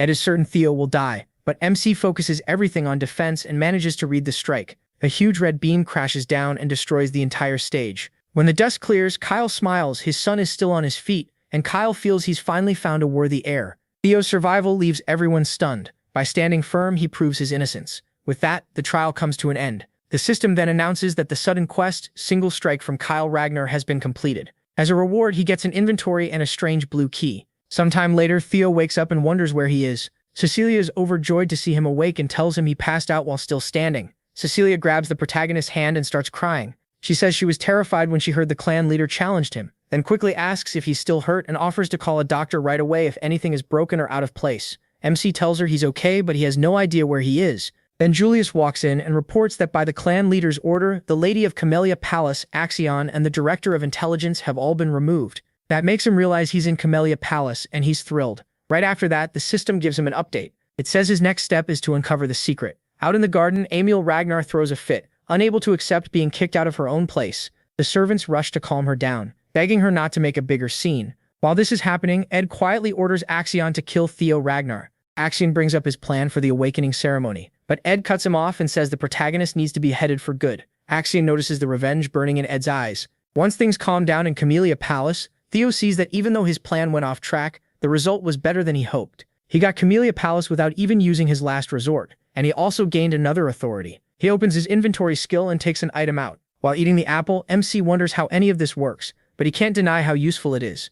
Next, he pulls out the blue key he got earlier. He's sure it connects to something important. When he looks toward a door, the keyhole suddenly starts glowing. Theo decides to unlock it, and when the door opens, he finds a deep tunnel beyond it. The system announces that he's discovered a dungeon for the first time, and as a reward, all experience earned inside will be doubled. Finding a cave hidden in Camellia Palace, Theo guesses this is tied to another quest, and decides to clear it so he doesn't lose out on free experience. Before going in, he remembers charging into a dungeon unprepared is a bad idea, so he leaves to get ready. A little later, he returns with his inventory packed with weapons. Then he heads inside. As he moves deeper, he spots a giant wolf watching him. One look tells him it's big enough to count as a demonic beast. The wolf leaps at him, but Theo blocks it with a shield. It's stronger than he expected, yet he forces it back, refusing to lose in raw power. The beast roars and charges again. He slashes at it with his sword, but the blow barely works. Its hide is too tough, and it's too fast for lazy attacks to do anything. He realizes this thing isn't just some normal wolf. It may really be at demonic beast level. Beating it won't be easy, and the monster comes at him again with its claws. At that moment, Theo wishes he could copy the light slash he saw from his father's Single Strike. Calling that move incredible, he tries to recreate that white arc against the wolf, but he can't copy his father's technique. So he accepts that it won't happen that simply. A Single Strike isn't just a name, it's a blow meant to kill in one hit. The protagonist finally grasps the core of it, pouring all his power into one sword swing. He puts the shield away and starts thinking about sharpening his swordsmanship, along with the speed-based secret arts Evelyn taught him. Then he rushes in and drives his blade into the wolf's eye. The beast howls and stumbles back. Realizing the plan is working, Theo attacks again, convinced he can win. 2 months later at the training ground, Eode notices more and more people gathering. Sybil agrees and says they may need a bigger place. A rumor has been going around that the clan leader taught MC Ragnar a single strike. Because of that, tons of people now want to spar with him. As Sybil talks about Theo, someone walks up behind him and mocks him as a lackey. It's Henry Morris from Plum Blossom Palace. He asks when their amazing young master is finally showing up, since it's already been 2 months. Morris says he thought he never skipped training. Then he calls the protagonist a coward, saying he probably hid once that fake rumor spread too far. Sybil gets mad, but Henry keeps going. Since no one saw it happen, he says the whole story could be a lie and that MC probably made it sound bigger than it was. Henry even claims the story about the scared dragon society being wiped out must be fake too. That's enough for Sybil. He punches Henry full force and wrecks his face. Another guy from Plum Palace snaps back and calls Sybil a dropout, but everyone at the training ground glares at him. Sybil curses him out and says none of them are fit to stand beside their young master. Eode can't believe his friend is mocking someone's looks with a face like that. Sybil says he was already sick of the Plum Palace fools coming here to stir up trouble, and he won't let anyone insult Theo. Sybil and the others draw their swords and declare war on Plum Palace. The other side answers in kind, ready to kill the so-called dropout losers. But right as the clash is about to start, someone steps in and freezes every weapon on the spot. Everyone is stunned. Sybil quickly realizes it's Ray Ragnar of the Four Hounds. Then another man joins in laughing. It's Hulkus Ranky, also from the Four Hounds. Sybil can't believe 2 of them showed up at once, and Hulkus immediately notices someone's missing. He asks one of the Plum Palace men where the Luster Tiger is, leaving the guy confused. Hulkus gets fired up and asks if they're all deaf, because he wants the master of the training ground. Then he declares he came to challenge him. Meanwhile, inside the dungeon, he reaches his limit, and even his sword breaks. The system tells him he leveled up. Then several windows pop up at once. his stats rise and it shows he's killed 170 demonic beasts. The protagonist sits on the pile of monsters he's beaten, and the system says only one enemy is left. He drinks a healing potion to recover his strength. Thinking back, he knows he would have died many times already if those potions hadn't saved him. Early on, it was hard for him to beat the monsters, but leveling up made the fights easier. He's shocked by how quickly time passed. He's already spent 2 months in the dungeon. The system reminds him there's only one demonic beast left. Spotting a staircase, he figures it has to be the boss. Theo walks ahead and enters the 5th floor. He checks his broken sword, and knows it's useless now, so he opens his inventory and takes out another blade. There's only one sword left, and he realizes it's the one his mother gave him for his birthday. That brings back memories of his past life. Before the awakening ceremony, he was always clashing with his mother, so he threw the sword aside in his room and left it there. Looking at it now, he realizes it's actually a fine ceremonial weapon made from white snow steel. Theo falls quiet, thinking about his old life. His mother had burst into his room at midnight to wish him happy birthday, and told him she stayed up just to give him presents. Back then, he got angry and said he didn't have time for birthday gifts with the ceremony so close. He expected more from her and said no weapon could change his bloodline. He remembers telling her to leave, but this time he swears he won't repeat the mistakes of his previous life. Reaching the boss room, MC gets a warning from the system that a powerful demonic beast is about to appear. Inside, he finds a dragon asleep and feels relieved when he sees it's only a lesser drake. Still, Theo wonders why the final boss is draconic. The Ragnars are supposed to be descendants of dragons. Maybe it's just chance, but he puts that aside. He has to beat the boss if he wants to leave the dungeon. The system shows the quest details and the monster count. It even asks if he can really win against a creature related to dragons. He focuses and decides to use a single flash. He's practiced it over and over against the wolves, and even if it's nowhere near his father's dragon flash, he still charges at the drake, believing that if he pushes his dragon heart to the limit, he can land a real blow. He drives the sword into the monster's eye and successfully hurts it, making the beast scream in pain. A second later, it lashes out with its tail, but the protagonist dodges. He's frustrated that the strike wasn't strong enough to reach its brain. The drake roars and prepares to kill him, but the protagonist sees an opening and rushes in. Sure, he still has a chance. He lands several hits and switches to normal attacks to distract it, while searching for a weak point. Then the lesser drake screams again and fear spreads through the whole area. Msib's body locks up in terror. Even though he sees the next attack coming, he can't move out of the way and barely blocks with his sword. The force sends him flying into the rock wall, and he finally understands how strong the boss really is. He knows he can't keep this up much longer, but still gets back up to face the monster charging at him, hoping for a fast win if he can strike the right spot. Theo remembers that a dragon's weak point is its reverse scales, so he jumps onto the lesser drake while dodging its attacks. He drives his sword into the reverse scales, and blood bursts out. Then he keeps stabbing the same spot while the monster screams in pain. He thinks his plan worked, but the lesser drake still doesn't go down, catching him off guard. At the training grounds, Holkis gets mad at Ray and says he wants to face the young master first. She just calls him a loser and tells him to back off. Holkis argues back, saying he lost 3 years ago and has trained every day since then. In his eyes, that was more than enough time to catch up. Ray ignores all of it and calls him a loser again, making him even madder. So Holkis challenges her to a duel, saying the winner gets to fight Theo Ragnar. He swings his huge weapon at her, but Ray stops it easily without even flinching. Sybil and Henry have no idea what's going on, but seeing the 4 hounds start fighting scares them. Just as they move in, Remington steps between them and orders them to leave, saying this ground belongs to young master, the protagonist. He won't let anyone make trouble here. Holkis lights up at the sight of him and says he wants to fight him too, but Remington tells him to listen. Then a crushing pressure fills the area. Remington asks where that terrifying killing intent is coming from, and everyone turns toward the entrance as Theo walks in. Even Remington is stunned by the pressure and wonders what happened during MC's training. Ray and Holkis, though, are thrilled to see him. MC has taken over the whole field with Lesser Drake's fear. Earlier, back in the dungeon, after he pierced the reverse scale, the Lesser Drake finally died, and the system congratulated him for the kill. The moment he struck that reverse scale, the monster went wild. The protagonist really thought he was about to die, but after a few minutes, it burned itself out. That proved the scale really was its weak point. The system then told him he got the Lesser Drake's tooth and claw. The tooth could be used to strengthen weapons, while the claw could raise a weapon's sharpness. He chose to use both rewards on his sword because he didn't want to lose the gift his mother gave him. Theo also got a new skill, Lesser Drake's Fear, which caught him off guard. After checking it, he learned it can frighten anyone weaker than him. That shocked him, since he thought only a few special people could use something like that. Still, he was glad he'd get to test it soon, and as he put everything back into his inventory, he wondered if the skill would really help him in Ragnar, where strong people are everywhere. The Camellia Palace dungeon was finally cleared, and Theo made it out after finishing the quest to uncover the palace's secrets. For clearing Scenario Quest 1, he received a Nest Compass. He had no idea what it was and wondered if it would matter in the next quest. MC stored it away and decided to head to his room and rest, completely worn out. But before he could, a maid rushed over and said there was an urgent problem. She noticed his injuries, but he brushed them aside and asked what happened. The maid told him a fight had broken out at Training Ground 4. After hearing that, Theo headed straight there. The moment he stepped into the training ground, he unleashed Lesser Drake's fear and coldly told everyone to get out because he needed sleep. The pressure was so strong some people dropped unconscious. Hulkus, though, got excited by that brutal killing intent and rushed at him right away, wanting to see which of them was stronger. Hulkus came in with his sword, but Theo crushed the attack with a single swing, leaving everyone stunned.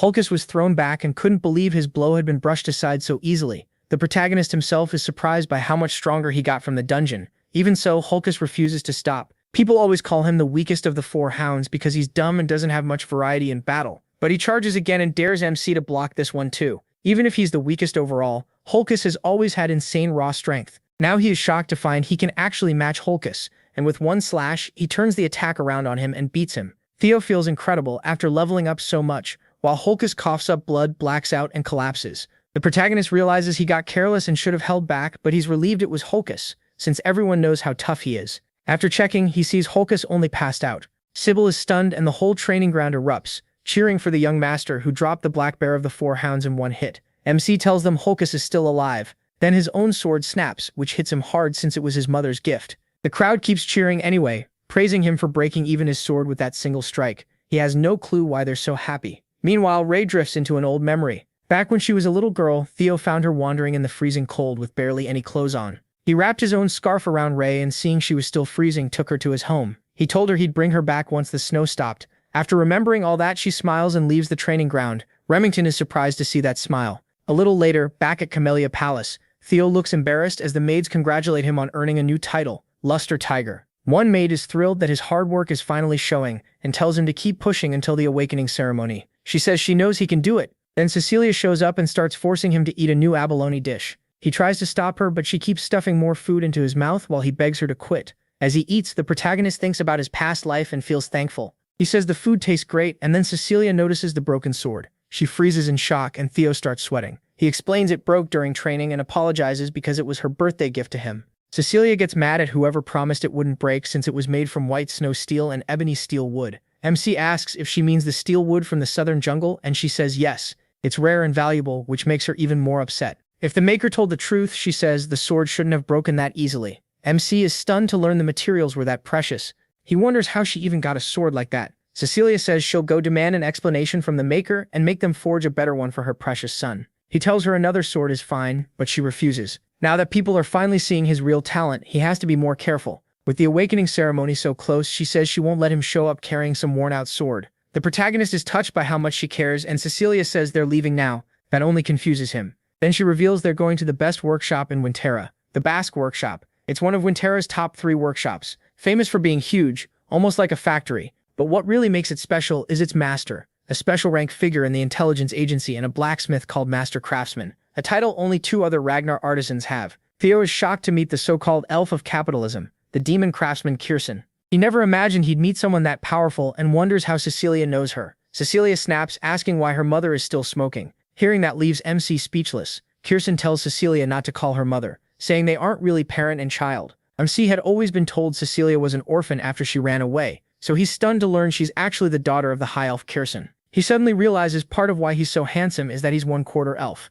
Kirsten asks why Cecilia came without warning, and Theo's mother tosses her the sword, calling it a defective product. Kirsten gets offended at once, furious that Cecilia would call a sword she forged herself defective. Then she draws it out and sees that it's really broken. Cecilia asks if that doesn't prove it's defective, and Kirsten goes quiet. The high elf asks who used it, and Cecilia says he was the wielder of the sword. Kirsten asks if it's the boy behind her, and Cecilia tells her to watch her mouth. The protagonist is a genius who'll rule Ragnar someday. MC politely introduces himself and says he's honored to meet the famous master of the Basque Workshop. Kirsten recognizes him and praises Cecilia for raising him well. She asks if he's the only one who used the sword, and Theo says yes. Cecilia still insists the blade was defective, but Kirsten looks surprised and realizes this will take a while to explain. So she invites them inside. As they head in, he asks if Cecilia is really related to the demon craftsman. She says he guessed right. That makes him ask if Kirsten is her real mother. Cecilia says he wouldn't know because she rarely talked about it, but for a short time Kirsten raised her as a foster mother. Cecilia explains that Kirsten loves anything she sees as beautiful. Music, jewels, theater, even people. That's why she took Cecilia in as a foster child. Kirsten cuts them off and says talking about the past is pointless. Cecilia thinks she's bluffing, and Theo asks how she ended up leaving this place. Kirsten says Cecilia left because she wanted to marry the head of the Ragnar clan. She never thought her daughter would choose such a miserable place and is amazed she survived there this long. Cecilia says she fell for the clan leader because he was handsome, manly, and truly loved her. Kirsten clicks her tongue, saying Cecilia ran off, then came back last year begging for a sword for the protagonist. To her, that's just shameless. Cecilia gets mad hearing that in front of her son, and the two start bickering right away. MC just smiles. He's never seen his mother act like this before, and it reminds him how little he cared to know about her in his past life. Back then, he really was an ungrateful son. He wonders if he was so focused on the clan that he missed everything else. Kirsten clearly cares a lot about Cecilia too, which makes him question why she never stepped in during his previous life. Before long, they arrive. Kirsten says this is where she stays, and Cecilia asks why she dragged them all the way here. Cecilia then demands the best sword for him to make up for everything, but Kirsten cuts her off, tells her to wait outside and grabs him. She shuts the door fast, leaving Cecilia outside. In her room, Kirsten ignores Cecilia calling from outside and gets right to it. She asks Theo if he has a relic of the primordial dragon. That catches him off guard, so he asks if she means the ancestor of the guardian dragon protecting the clan. He says he's heard the story that its treasures were scattered across Winterra for Ragnar descendants. Kirsten bluntly says it's no story, and asks again if he really doesn't have one. Then her eyes well up in frustration. She can't understand how he broke her sword when she put everything into making it. As far as she's concerned, only a relic should be able to damage something that precious. Theo tries to apologize and recalls that the blade cracked during his fight with a lesser drake. He doesn't know anything about relics, so Kirsten decides it'll be quicker to show him. She brings out a casket wrapped tight in chains and asks if he notices anything. The protagonist spots a blue glow and wonders if it's a quest. It looks just like the light he saw at the palace dungeon door. Kirsten says she can't see anything, but from his reaction she knows he can. As she drags the casket over, she explains that she's tried many times to break the seal and claim what's inside, but always failed. Setting it down, Kirsten explains that this is tied to a relic of the primordial dragon. She tells him about a blade forged from one of the dragon's own fangs, the monster sword, White Moonlight Blade. If Theo can break the seal, she'll give him that sword. He looks confused, so Kirsten adds one more thing. If he fails, he could die. Then she asks if he still wants to try. MC just grins, thrilled by the risk, and says the sword is already his. A new system scenario appears, saying the next step will be decided by the primordial dragon's relic, the White Moonlight Blade. This weapon belongs to the leader of Black Snow, one of the 9 dragons, the Black Dragon. Almost no one knows about it because anyone who saw it or even spoke of it either vanished or died. He remembers the mysterious man who noticed him and seemed shocked that he could see him. By pure chance, he witnessed the sword's true form back then, and he still doesn't know why the Black Dragon spared him. Now he's stunned to learn that sword is here, and that it's a real relic of the primordial dragon. He remembers meeting the Black Dragon 4 years ago, and realizes Kirsten had this sword even then. Kirsten asks if he wants to open it, and the protagonist smiles, fully set on claiming it, no matter what. He tells her again it's his now. As he studies the casket, he notices it's a lot like the Camellia Palace, so he tries using the blue key to open the casket. Kirsten stares in confusion as he unlocks the seal, and a strange light starts to pour out. Then her face changes. Black fog suddenly wraps around Theo and starts pulling him in. He struggles to break free, but it's no use, and the fog drags him into a strange place. When he opens his eyes, he has no idea where he is. Then he recognizes the Rose Palace. It's all burning, and he can't understand why he's seeing this again. Watching those old memories, Theo realizes he'd forgotten how weak he once was. That's why he needs more power, enough to beat Rendon Harvey and destroy the Camellia Palace. Just then, a griffon invades his mind and lunges to devour him whole. But MC snaps awake and grabs its beak, catching it by surprise. He quickly realizes the creature is using his hunger for power to take over his mind. That's when it hits him. This is why it's called a monster sword. The strange griffon calls him insolent and struggles to get loose, but he coolly says he already beat the despair it's trying to show him long ago. He asks if the monster really thought cheap power would tempt him after everything he's seen through so many quests. The griffon looks confused, and Theo notices it's not like the one in his memory. That monster was at least 10 meters tall, but this one is about his size. Even as it fights to get free, he keeps his grip. He wonders if it shrank after being sealed so long, then decides it doesn't matter. What matters is that the Moonlight Sword is his now, and he pulls back a fist with a vicious glare. The monster hurriedly tries to reason with him. Back in Kirsten's room, Cecilia panics when she sees Theo collapsed. She shakes him, but he won't wake up. Tears start pouring as she demands to know why her son is like this. Kirsten has no answer while Cecilia sobs that she never asked for any of this. She only wanted a sword for her son. Looking closer, Kirsten senses monster energy tied into the protagonist's bloodstream, something she's never seen or even heard of. She says she hoped he'd be fine because he already carried a relic. Cecilia warns her mother that if anything happens to her son, she'll never forgive her. All at once, Theo grabs the Moonlight Sword and a strange light forms around his chest. Cecilia leans over him in fear, trying again to wake him. Then MC finally opens his eyes. She hugs him tight and breaks down crying. Cecilia says she was terrified, but Theo tells her he's fine and not to worry. The system then congratulates him for hunting a griffon and clearing the quest. His reward is ownership of the white moonlight sword. He realizes he survived mostly because he got lucky. The griffin was easy to beat only because it had just been unsealed, and its mental attacks didn't work on him. The system adds that after observing the sword's monster energy, his magic power has risen sharply. It passes 200, and his body starts to glow. He learns his magic has begun to gain divinity, and has reached the level of a high-ranking swordsman. Still, he's frustrated that he can't use it freely yet. He has to keep it hidden until the awakening ceremony.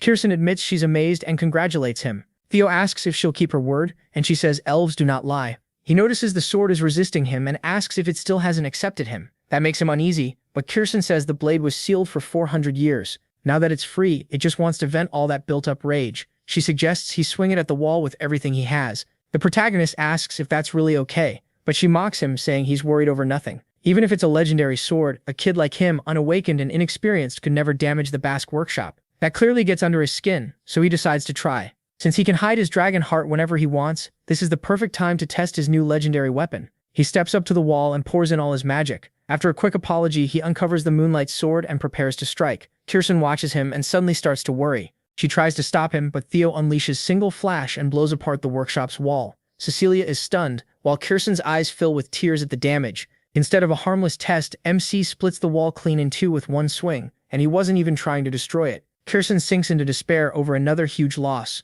Right after he already broke one sword, even Theo thinks that was way too much, and the attack drains him dry. At once, Kirsten starts feeding him mana and rushes over so fast he barely notices her move. She's shocked by how little control he has over his magic, but after seeing what he did to that thick wall, she becomes certain he's a true genius. Then a new kind of pride shows up, along with a very greedy spark in her eyes. She's already thinking about how to profit from a grandson like this. Putting a hand on him, Kirsten says she'll become his patron from now on. All he has to do is spread his wings and show the world his talent. Theo sees right through that look in her eyes and flatly says he can already tell what she's thinking. Late that night, he and his mother get ready to leave Basque's workshop. They say their goodbyes, and the fangs he handed over are basically payment for the wall he destroyed. Kirsten is thrilled to get Drake fangs and figures the protagonist picked them up while finding the relic. She also feels proud of her daughter for raising such an amazing son. Then someone shows up and greets her as the demon craftsman. Kirsten freezes when she recognizes the voice. Turning around, she asks why he's here, but Robert Ragnar's crow just stares at her with glowing red eyes and says nothing, leaving the moment hanging. 5 days later, the awakening ceremony finally begins. Like always, Theo and Evelyn are sparring. After trading blows, she can tell his sword skills are sharper and faster now, and MC grins, happy to hear praise from someone like her. The others watching can only sweat because Theo has changed so much in just half a year. Even Evelyn is surprised he's strong enough to push her back. If he awakens magic today, he'll be a monster. After the match, Evelyn praises his work and says he might even take first place at the ceremony. She's rooting for him too. He smiles and thanks her, then jokes that if he wins, he'll say her name in his speech in front of everyone. Evelyn just gives him a tired look, like that really isn't needed. Then the others rush over, asking him to mention them too. Theo enjoys the attention a little too much, while Evelyn looks creeped out by how full of himself he's getting. Soon after, he heads to the central headquarters. There, the protagonist introduces himself to the guards as the protagonist Ragnar of Camellia Palace. Once he enters, he sees the place packed with people. The awakening ceremony is Ragnar's biggest event of the year. For these young swordsmen, it's their first real shot at earning recognition. With the whole clan watching, including the head, Kyle Ragnar, the pressure is huge. Big names are there too, like the Nine Dragons and Hilda Ragnar, the former clan head from 2 generations back. The more Theo looks at Hilda, the less she seems like someone who's 150 years old. Still, he's glad she came. Then the conductor beats the drum to get everyone's attention. This judge is Vana Ragnar, a Dragon Gate swordsman. He calls everyone to focus and explains the first test. Pick up a sword and leave a mark on the steel wall on the platform. The wall is mixed with white snow steel, so a normal blade can't even scratch it. But if they pour mana into their strike, they can damage it. To help, he hands out Soma to everyone. One pill gives the power of 10 years worth of magic and helps open the mana hall. He tells them to take it and focus on opening the mana hall in the Dantian. Only then can they cut the wall, and the depth of the cut will decide their score. Vanna shouts that when their names are called, they are to step forward, take a Soma pill, and climb onto the platform. The first name called is Theo Ragnar. He steps up at once. As he takes the pill, he remembers that in his past life, Axion was the valedictorian. Grabbing a sword, MC faces the wall, determined to change that this time. Right then, a system window appears. Scenario Quest 3, become the valedictorian of the awakening ceremony. Then Hilda asks Kyle if this is the boy he told her about, and Kyle says yes, asking if he's caught her eye too. Hilda says he definitely has. She's heard plenty about him already. Now she wants to see how capable this descendant really is. Theo rolls his shoulders, trying to calm his nerves, when Vana reminds him to swallow the Soma. He puts the pill in his mouth and remembers what happened in his past life. he took Soma, lost control of the mana, and badly injured his Dantian. This time he won't let that happen. The moment he swallows it, a huge surge of power hits, and mana starts spreading everywhere. Vanna is stunned by how big the mana wave is, and worries Theo can't control it. Soma has to be handled carefully. To settle the mana haul in the Dantian, talented Ragnars with lots of mana need even more control. If they fail, they can end up crippled, and Vanna thinks he is finished. But to everyone's shock, the protagonist quickly stabilizes it. He feels a burst of joy when he realizes he now has both a dragon heart and a mana haul. It's almost frustrating how easy it feels compared to his last life. Now he can finally use mana for real, without holding back the power in his dragon heart. He braces himself, jumps, and releases it all. A dragon forms from his mana and races toward the wall. In one flash, it slams into it and leaves a huge crack. Vanna is completely stunned, but he quickly declares that Theo Ragnar has passed. The crowd is just as shocked by that kind of power. Then a system window appears before MC, telling him the bad luck curse has ended, and his fame is starting to spread through the world. A real smile spreads across his face. He's finally reached the same starting line as everyone else. The system also says many people are now interested in him. Ose Ragnar Planus wants to take him as a disciple, while Julius Ragnar is unhappy with how much attention Theo is getting. At the same time, Robert Ragnar stays wary of him, and Hilda Ragnar is interested too. He is thrilled. The Black Dragon and Sword Dragon noticed him, and Hilda's attention makes him even happier, since she carries Garuda's heart. If he could get that, it would be incredible. After that, the other contestants take their turns at the wall. One barely manages a hair-thin scratch, and cries out that he's still nowhere near Master Theo. Then Ray Ragnar steps up for his turn, followed by Hulkus Rankalanka and Remington Necreo. They all perform well, but none of them get close to the giant mark the protagonist left behind. People are crushed to see that even these 4 Hounds of the North put up monstrous results, yet not one surpassed young Master MC's mark. Then it's finally Axion Ragnar's turn. As he steps forward, people start whispering. Some say the contest is now between the Luster Tiger and the Dark Tiger, while others wonder if even Axion can match Theo. Hearing him praised like that only makes Axion angrier. He walks up with sword in hand, swallows the Soma, and flares with power.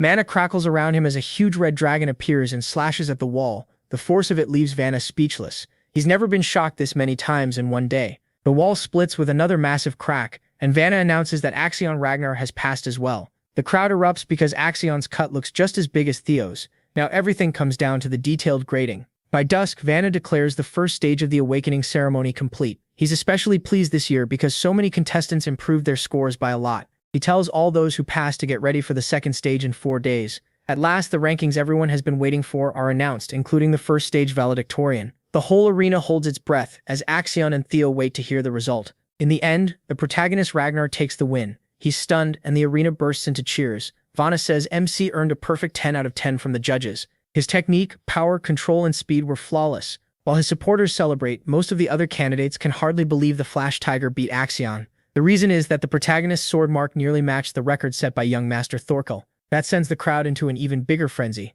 Thorkel Ragnar is a mystery, and one of Ragnar's 5 top candidates, with many thinking he's closest to inheriting the clan. Axion Ragnar takes Salutorian, and he's clearly not happy, even though he also scored a perfect 10. He drops to second because his sword mark was slightly shorter than Theo's, and that only makes him angrier. Remington Narcio gets third, Ray Ragnar takes fourth, and Hulkus Rankalanka lands fifth. The Hounds of the North dominate the top ranks. Meanwhile, the fool from the Southern Inspection Post and MC's first follower, Sybil Drea, barely grabs the final spot in 87th place. The second stage begins in 4 days at the dangerous Winter Mountains, and all 87 who passed are told to prepare as best they can. Everyone was dismissed, and the first day ended with a surprise. That night, Theo's group headed straight to a tavern to celebrate, with loud cheers for the first and second place winners. The whole crew felt proud. Training ground number 4 had finally shown everyone what it could do, and people kept cheering for him and Remington. As drinks kept coming, the protagonist thanked them for standing by him. Still, he knew this wasn't over. His real goal was for all of them to clear the second stage together. Pulling Remington close, MC boldly told everyone they were going for the final valedictorian and salutarian spots. Evelyn was celebrating too, and she truly believed the two of them could make it happen. Remington personally praised him for the incredible power he showed earlier. Seeing Theo's hard work pay off made everyone proud, but Remington also felt ashamed that he'd fallen so far behind his friend. The protagonist just smiled and told Remy he only got a bit lucky. Besides, ranking shouldn't matter between friends. That was enough to ease Remington's worries. They clinked their orange juice glasses and promised to give everything they had in the second stage. Later on, Theo wandered into the snowy mountains nearby. Away from the noise, he finally thought about what taking first place in the awakening ceremony really meant. In his past life, he never would have dared dream of this. It may not have been a real battle, but he still beat Axion fair and square. Even MC could hardly believe how far he'd come so fast. He clenched his fists and told himself this was only the start. Killing the traitor Rendon Harvey wasn't nearly enough. That man was just a pawn. His real targets were Axion and the Sky Dragon behind him, and when the time came, he'd use everything he had to get his revenge. For now, though, he had something else important to deal with. The Nest Compass he received as a reward. The strange item was pointing straight toward the Winter Mountains, where the next trial would be held. During the second stage, he might finally learn what it was leading him to. Then, while thinking it over, he sensed something off nearby. His body reacted at once, ready for whoever was hiding. Someone had been following him, and the protagonist hated being watched. The hooded spy was startled when the protagonist suddenly vanished. A moment later, a cold blade was pressed to his neck from behind. MC demanded his name, and the man quickly tried to prove he wasn't some shady creep. He introduced himself as Gatsby Yotan from the Gale Sword Platoon, and said his captain sent him after seeing his amazing showing in the first test. Theo stared at him without giving anything away, so the scouting offers were coming earlier than expected. Gatsby explained that their captain was offering the protagonist a chance to take an admittance qualification test. That only annoyed MC. Instead of inviting him outright, the Gale Sword Platoon wanted him to take a test, and Gatsby kept bragging that even getting that chance was rare. Before he could keep talking, a sharp voice cut in and called the Gale Platoon idiots. A woman with a great sword on her back addressed him as young master and offered him a much better deal. She was Ayan Sosoli, the fire goblin and vice commander of the Black Iron Cavalry, and she came in person to give the protagonist a direct invitation. Gatsby instantly stumbled over his words when he saw her. Anyone who knew the fire goblin knew not to mess with her. But before Ayan could reach Theo, more scouts rushed out from hiding, afraid she'd recruit him first. They all started yelling offers. The Black Sword Platoon promised to make him squad leader within 3 years, and both the Swords of Law and the Security Bureau jumped in too. Fed up with the mess, Ayan snapped. They were supposed to win MC over with promises for his future, not stand there arguing like fools. He watched the whole thing from the side, then figured it'd be best to slip away before they bothered him anymore. But he didn't get the chance. Pink plum petals began drifting through the air, and one alluring voice shut everyone up at once. The newcomer admitted people would call her greedy, but she didn't care if it meant getting someone this talented on her side. It was Osa Ragnar Planus, the lady of the Plum Blossom Palace, the sword dragon herself, and her arrival stunned everyone into silence. Only Ayan dared ask why the clan head's first wife was here. Osa calmly said she wanted the same thing as the others. She had come all the way out here just to meet Theo Ragnar in person. While the protagonist dealt with that chaos, the Salutarian was blowing off steam by chopping people down. Calling Axion a sore loser didn't even begin to cover it. To keep himself from exploding, Axion was slaughtering his own men. He moved through young swordsmen like they were training dummies, cutting them down one after another. Axion wanted blood, and he was getting it. With every strike, he remembered MC's face from the Scaled Dragon Society banquet, when MC left him bleeding and one-armed.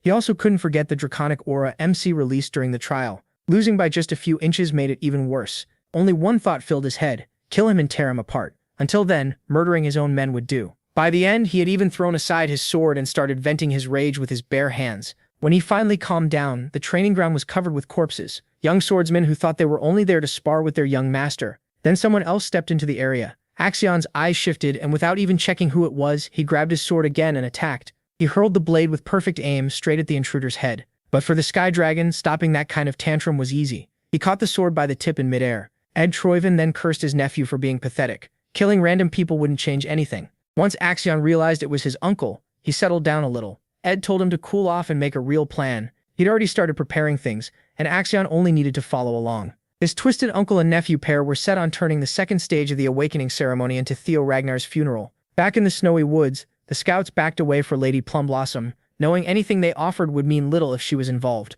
Just as they were about to complain, the space around the protagonist and Osa was cut off from the outside world, sealing them inside her personal domain. The scouts figured that could only mean one thing. She might be planning to teach the young Ragnar herself inside that swirling mass of energy. Inside, the isolated space was far larger than it looked from outside, stretching farther than the eye could see. Theo recognized it right away as one of Osa's trademark techniques, a perfect space cut off from the world outside. He'd heard stories about it before, and now he was seeing it for himself. His rising fame was clearly catching up to him. Osa laughed at his reaction. She knew the demon dragon would be furious when he learned what she was doing, but that wouldn't stop her from giving MC a gift, and he knew exactly what kind of gift she meant. Osa slowly drew her sword and began speaking about the clan head's swordsmanship. She described it as dragon fire falling from the sky, destroying and burning everything in its path. Her own style, she said, was completely different. She embraced endless changes in her sword. Theo looked around and saw the snowy trail was gone, replaced by a field of plum trees. Each step she took sent soft ripples across the water beneath her feet. This was the form of dragon she pursued, one built on endless change. As Osa moved forward, her sword danced, plum blossoms opening, while petals drifted down. Her movements flowed in a way that almost looked impossible. She cut, stabbed, and chopped in a strange rhythm.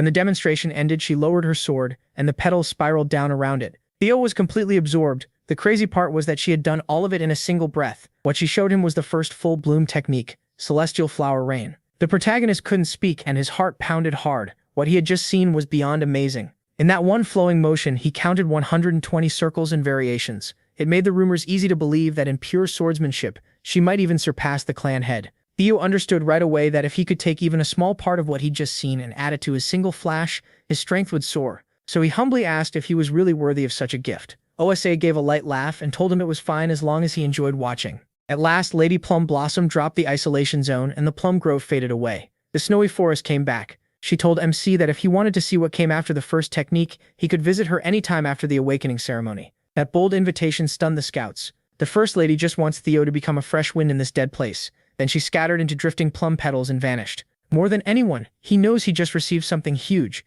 Even he couldn't shamelessly walk away without feeling grateful to the First Lady. That left him in a tough spot. Becoming Lady Plum Blossom's disciple while also joining the white-armored dragon cavalry felt way too greedy. 3 days later, the second phase of the trial finally began. All 87 qualified candidates gathered in the Winter Mountains near the northern Great Wall. It was the perfect place for a brutal test. These mountains run an enormous distance from winter all the way to the Demon Sea. For over 1,000 years, the Ragnars have defended humanity here. Beyond the Great Wall lies the Demon Sea, a cursed land full of fiends. Jackie Ragnar, a high-ranking swordsman and overseer of the second exam, warned them that this duty would fall to their generation someday. That made Winter Mountain the right testing ground. Still, as apprentice swordsmen, they were forbidden from crossing into the Demon Sea, so the exam stayed on the inner side of the wall. The rules were simple. They had 15 days to kill demonic monsters in the Winter Mountains and take the bells tied around their necks. There were 7 bell colors: red, orange, yellow, green, blue, indigo, and violet. Their points rose in that order, and so did the danger. Jackie especially warned them about violet bell fiends. Those monsters were far beyond what any apprentice swordsman could handle, but they were worth a massive number of points. How the examinees hunted was up to them. In the end, all that mattered was bringing back bells before time ran out. Everyone understood what that meant. If any method was allowed, then stealing someone else's killer bells was fair game, maybe even expected. The clan was clearly pushing them into conflict. That was just the Ragnar way, survival of the strongest. Before starting, Jackie also explained the totems spread across the mountains. They kept fiends away, and supplies were buried near those safe zones for anyone smart enough to use them. With that, Jackie officially started the second trial. The moment he dismissed them, many candidates rushed off. Most thought like Sybil. With 15 days ahead, supplies came first. Then they could move on to their own plans. The test had barely begun, and Holkus already loved it. This was his kind of battlefield. Axion, driven by revenge, had entered the exam with a cruel goal. His uncle, the Sky Dragon, had drilled one thing into him: follow the plan and Theo would fall. Axion raced ahead without looking back, never noticing someone was following him. It was Ray Ragnar. Once the others started moving, the protagonist headed for the woods to begin too. But before he got far, a familiar voice stopped him. Remington ran over and asked if Theo remembered when he said they were friends.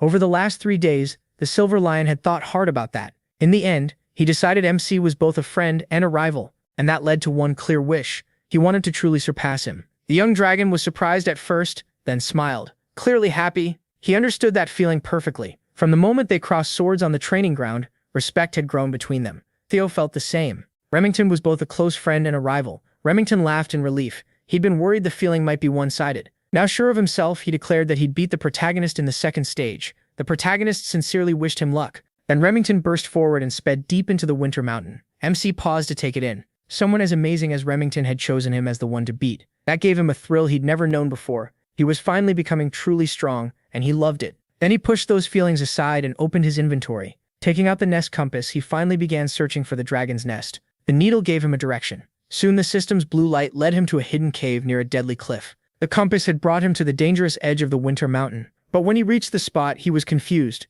Nothing there looked special. The needle pointed straight at the ground, so that had to mean something. Maybe he was supposed to dig. If so, he really should have brought a shovel. Using White Moonlight Blade to dig through snow and dirt would be a terrible waste. While he was thinking it over, Theo's instincts suddenly flared. He calmly drew his sword, spun around, and attacked the hidden presence at once. His sweeping slash tore through everything in its path. Trees fell in a line, and the ground was carved up. Letting some killing intent leak out, the protagonist coldly told them to show themselves. 3 shady figures stepped from the woods, shocked that he had sensed them. The second Theo saw their faces, he froze. In his past life, he knew them as the 3 scoundrels of Vuk Mountain: Hyde, Cow, and Rune. They were human trash, infamous for slaughtering civilians during missions and calling it accidents. They were one of the ugliest results of Ragnar's rule of the strong, MC could never forget the massacre at Vuk village. Back when he worked in Black Snow, he had been sent to clean up their mess. No one knew better than him how much horror these three would bring. Official records said 761 people died in that one incident, with 220 more missing. The worst part was that none of the bodies could be identified,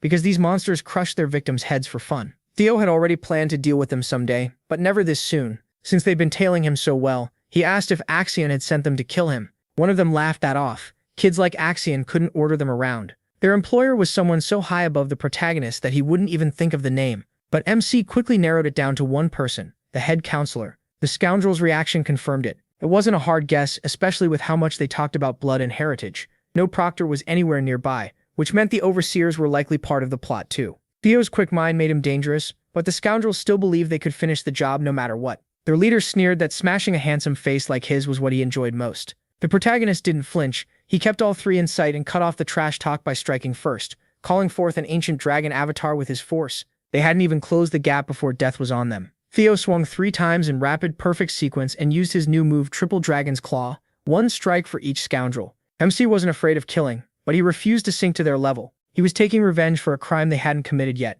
and unlike them, he left only their heads behind. Dragon's Claw was so destructive it crushed the body to pulp while sparing the head. The criminals got exactly what they deserved. Even he was surprised by how quickly they died, maybe because they were still younger at this point in time. He owed that new skill to the brief lesson from Lady Plum Blossom. Over the past 3 days, he'd studied and rebuilt what she showed him, creating a way to fire off 3 single flashes in a row. Using circles and arcs to make curved slashes was difficult, but it opened the door to all kinds of new uses. Of course, repeating those changes 120 times in one breath, like the First Lady, was still far beyond him. Theo grabbed the severed heads, their shocked and pained faces still frozen in place, and tossed them off the cliff for beasts to eat. Then he went back to figuring out how to get underground, until he heard a dull thud only a few meters below. Looking closer, he realized there was an invisible staircase winding down the cliff, now marked with the scoundrel's blood. The hidden quest to find the unseen stairs and explore the blue cave had begun. The protagonist jumped down the cliff, eager to claim the treasure below, not knowing a strange bird was watching from far away. Back at the palace, the first update from the exam came in.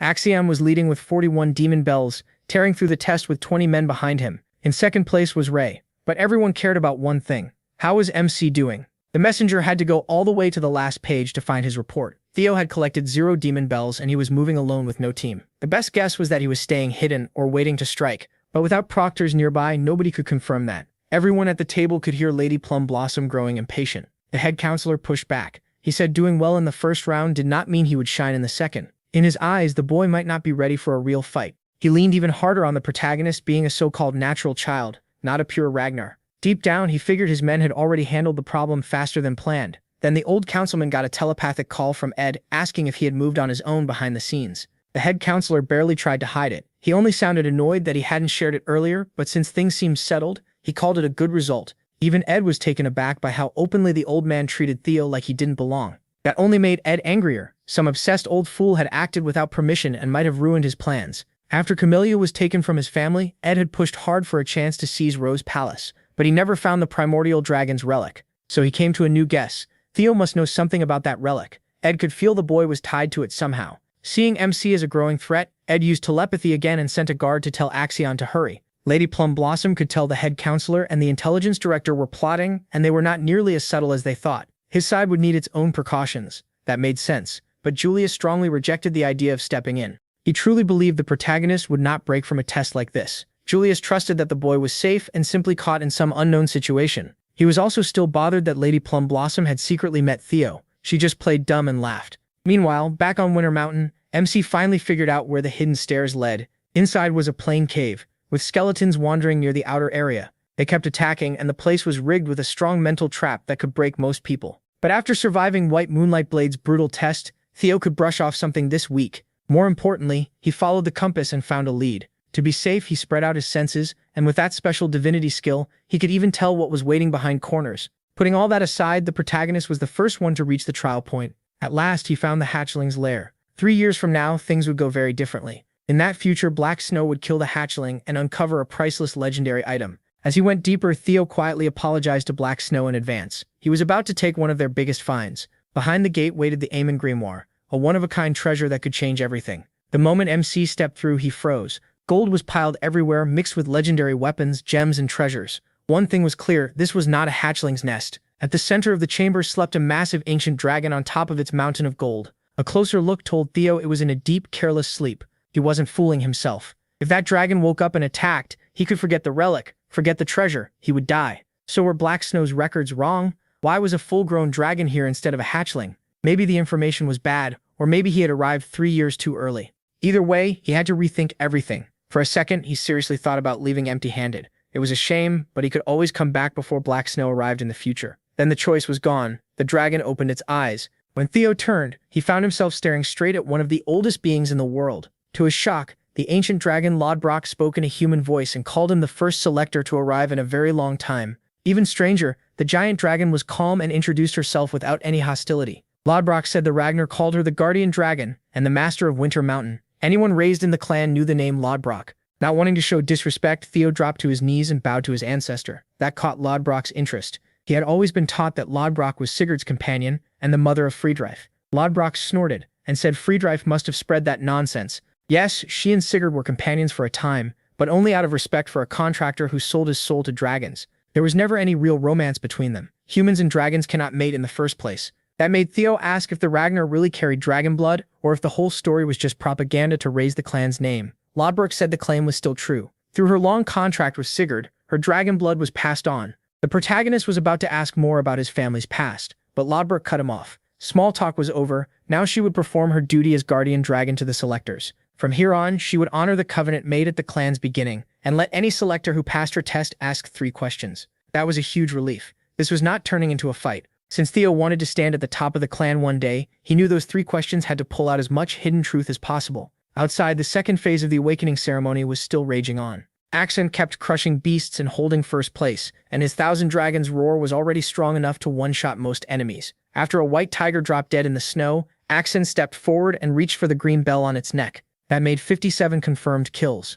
His score was climbing fast. Still, hunting monsters was only his side job. What Axon really wanted was MC, but every scout kept giving the same answer. MC was nowhere to be found. One follower, Orion, smirked and said he was probably scared now that real monsters and real danger were involved. Orion was desperate to stay close to Axion's group, no matter what. He feared the man, but he also believed in his power. Still, he pushed too far when he admitted the protagonist had grown stronger, but had spent too long living like an idiot. In the next second, Orion was choking and clawing for air, as Axion crushed his throat with one hand. Axion figured the fool only spoke like that because he had never truly been strong. To Axion, real power meant never needing to fear anything. Orion was close to breaking, and Axion looked as cruel and unstable as ever. He tried to force out an apology between gasps, but the scene only stopped when another messenger arrived with word from Ed. The message was simple: hurry up and finish the plan.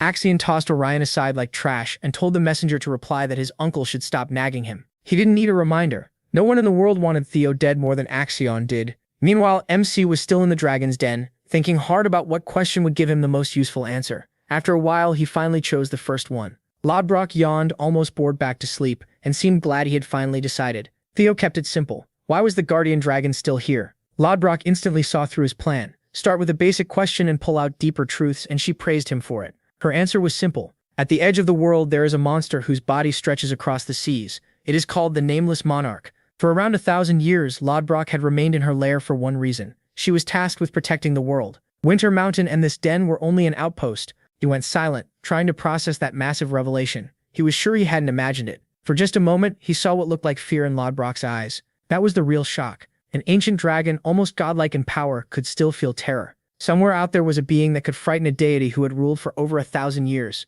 The Nameless Monarch had to be something truly terrible. Theo wants to keep digging for answers, but there are bigger things he needs to know first. For his second question, he asks what these ancient dragon relics really are. Lodbrok says there are about 3 relics she knows of. She doesn't know every detail, but she can tell the protagonist has been very lucky. The 3 she knows are the Dungeon Camellia Palace and the White Moonlight Blade. The last one, though, is more complicated. She calls it Ancient Dragon Papnir's Relic. It came from a great dragon whose soul split into 31 pieces. Those pieces were given to humans to help protect mankind and fight the Nameless Monarch. These relics don't all look the same. Some are objects, some are experiences, and a few become strange invisible phenomena. That last part makes Theo's mind race. He finally understands that the last relic may have been inside him all along. His whole life after going back in time flashes through his head. Living 20 years, then returning to the moment before death, is about as strange as it gets for anyone. His regression has to be another kind of ancient dragon relic. That means the relic is inside MC himself. He carries a piece of Papnir's soul. But one thing still doesn't fit. Every relic is supposed to have a dragon guarding it, yet his regression had no dragon at all. That thought leads him to his third and final question. He meets Lodbrok's sharp gaze and asks why he was chosen. Why would the hand of fate pick someone as untalented as Ragnar's fool to fight a monster like the nameless monarch? Lodbrok glares back, then answers his question with one of her own. Why does he think he's the only chosen one out there? That simple answer makes Theo realize he's been thinking too small. He may not be the only person chosen by these relics. Ed Kierson and even the Black Dragon know relics exist. They've all been searching for them on purpose. So there's a good chance they were chosen by pieces of Papnir's soul too. If that's true, are they seeing the same messages he sees? Did they also go back in time? Those questions bring Theo closer to the truth, but they also make everything messier. In short, a nameless monarch waits at the edge of the world, and even an ancient dragon fears it, and the protagonist might not be the only regressor. With all three questions answered, the quest is done and MC can claim his reward. He was so caught up in what he learned that he almost forgot he came here for Amon's grimoire, but now he's changed his mind. He wants something far greater, something no treasure here can match.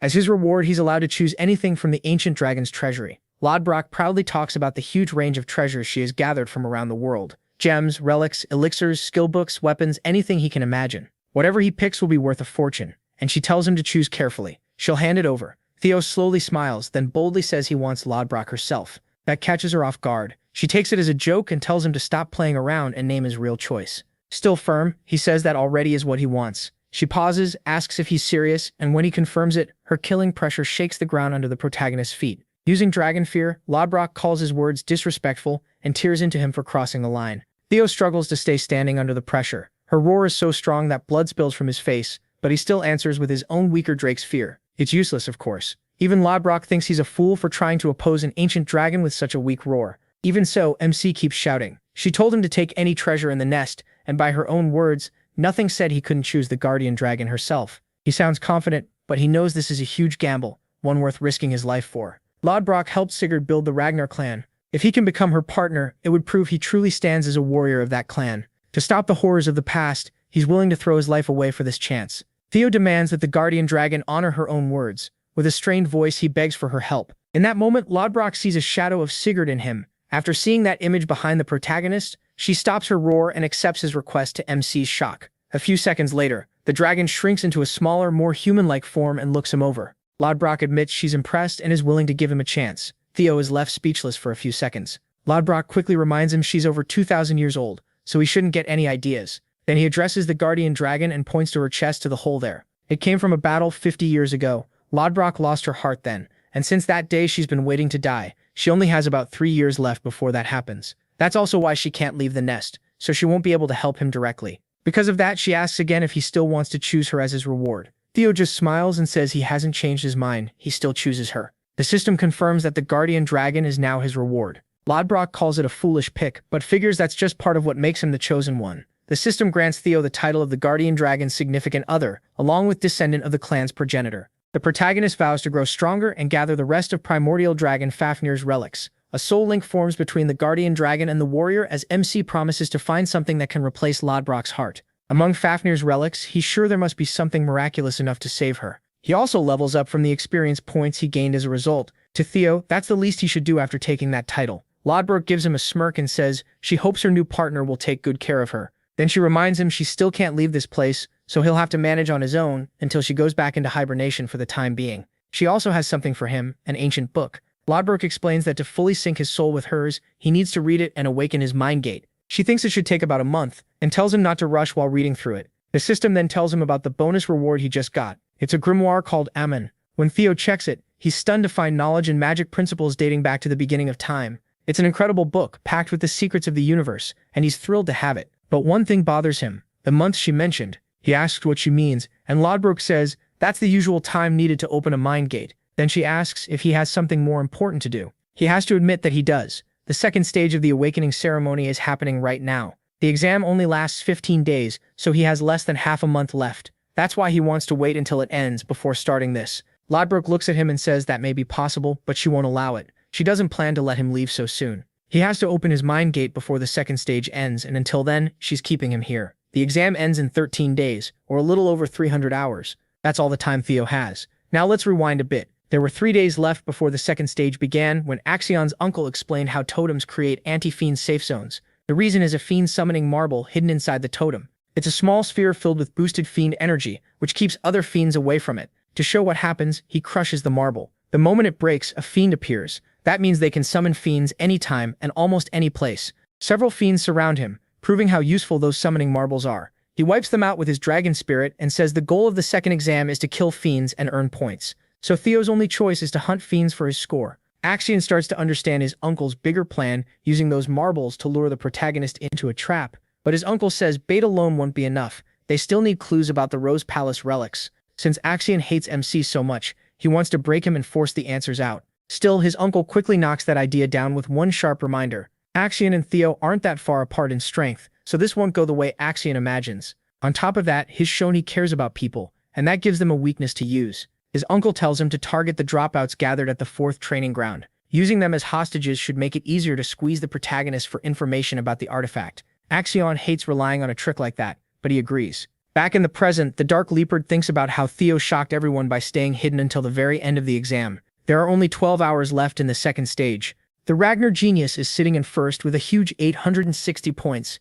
Even so, the Dark Leopard is annoyed. Their plan failed. One of his men guesses the council got to MC first, since that's the only thing that explains why he vanished. Felix Ragnar, now in 7th place, says he noticed the same thing. Axion snaps back, calling that comment almost stupid. Then he twists the knife, asking why Lady Plumblossom took interest in Theo instead of him. Felix gets angry. He was only trying to help track him down, and Axion answered with an insult. But Axion couldn't care less how he feels. He stands with a dark smile and says that if the protagonist won't show himself, he'll drag him out. He has both the Scaled Dragon Society and Plumblossom Palace under his command. Now he plans to lead them himself and slaughter the failures from the 4th training ground until Theo is forced to appear. Listening in from hiding is Ray Ragnar, who's in 3rd place. Then the focus shifts to a frost lizard fiend being killed, and the fighters cheer like beating a yellow bell fiend is some huge victory. But these guys barely have any points, and only 12 hours remain. They're worried about MC, especially after gathering all those supplies. One of them guesses he must be handling something more important. Surviving is all that really matters in the exam, since rankings supposedly don't matter.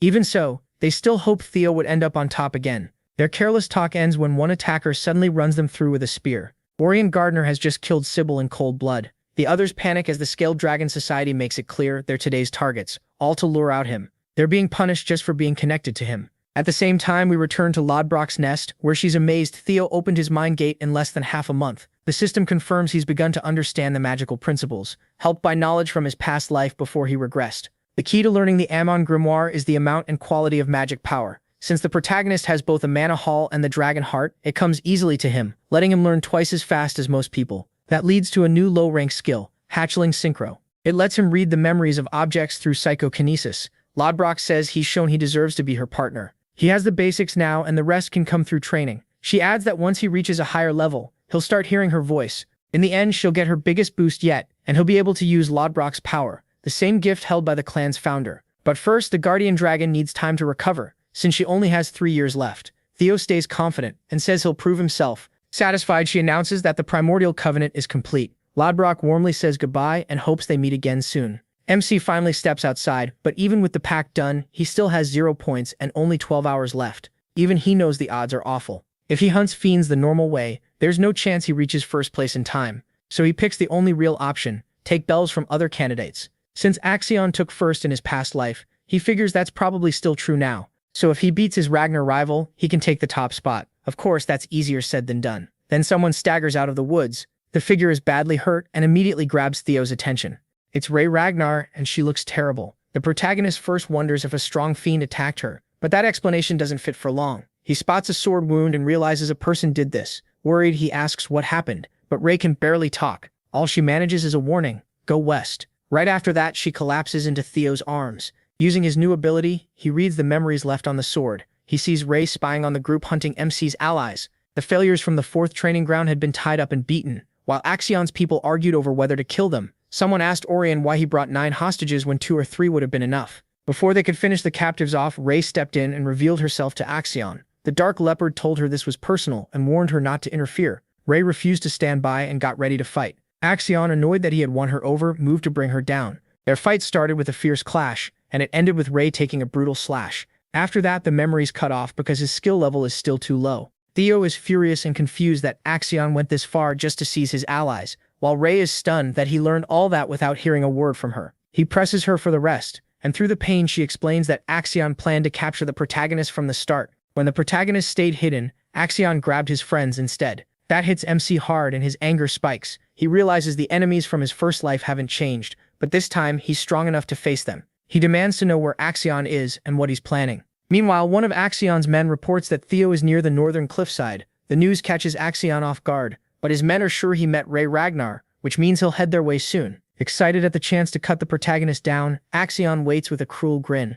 Still, he's reminded there's no reason to fight MC one-on-one. His real goal is getting clues about the relics. His men can handle Theo instead, and they want him to set off the summoning marbles to stir up chaos nearby. Axion likes the idea and says he'll go through with it. Back with Ray, she begs him not to go. Even the Central Intelligence proctors are involved in the plot against him. It's more than he can handle right now. She warns that the exam has turned into a killing ground, a trap built just for him. Going alone would be suicide, so she urges him to get help from the proctors. But Theo says there's no time, and while he's thankful for what she did, he can't ignore what might be happening to his friends. So he's ready to move the second she gives him Axion's location. Ray can only stare, convinced he's lost his mind. The risk is too high, and if he goes, he'll die. She begs him to be careful for once. Theo fires back that he refuses to lose the people he cares about a second time. They promised they'd survive the second stage together after all. Ray quietly says sacrifices are part of being a Ragnar, but the protagonist throws her own choice back at her. She stepped in because even she couldn't watch Axion's cruelty continue. That moment drags up memories of his first life, when everything around him was destroyed.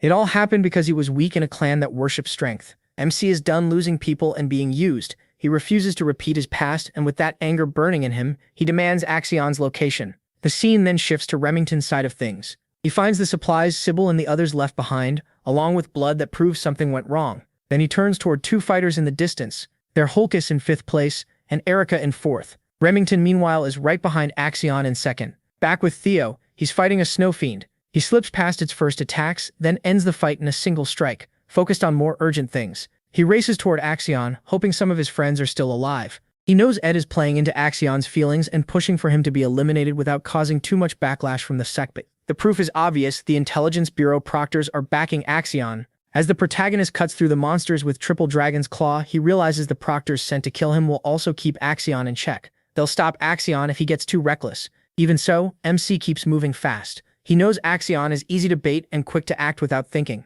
He leaps in for an attack from above. While striking the fiend, Theo figures he can turn Axion's temper against him. His blade drives through the monster's head, spilling blood. Meanwhile, Ray steadies herself and thinks about how he hasn't changed since he was little. Even hurt, she still wants to help him. At the same time, Axion's hostages are being beaten badly, and he's ready to kill them for making even a sound. The proctors warn him again not to make trouble on his own, so Axion lowers his blade and waits. He knows 4 top swordsmen from the proctors are on their way to quietly kill Theo. His uncle thinks Axion isn't strong enough to beat the protagonist himself, and that stings, especially since Axion sees the protagonist as nothing more than a bug. Then, just as no one expected, MC shows up. Axion sees him covered in blood, like a man who fought his way through everything. His eyes are locked in with pure resolve. He takes in his injured friends, looks at the scum behind it, then faces Axion, who has been waiting for him. Then his gaze falls on his dead friends. His grip tightens around his weapon. Axion draws his sword, ready to fight, but once again he's told not to move. So Axion lets the weapon drop and goes back to the negotiation.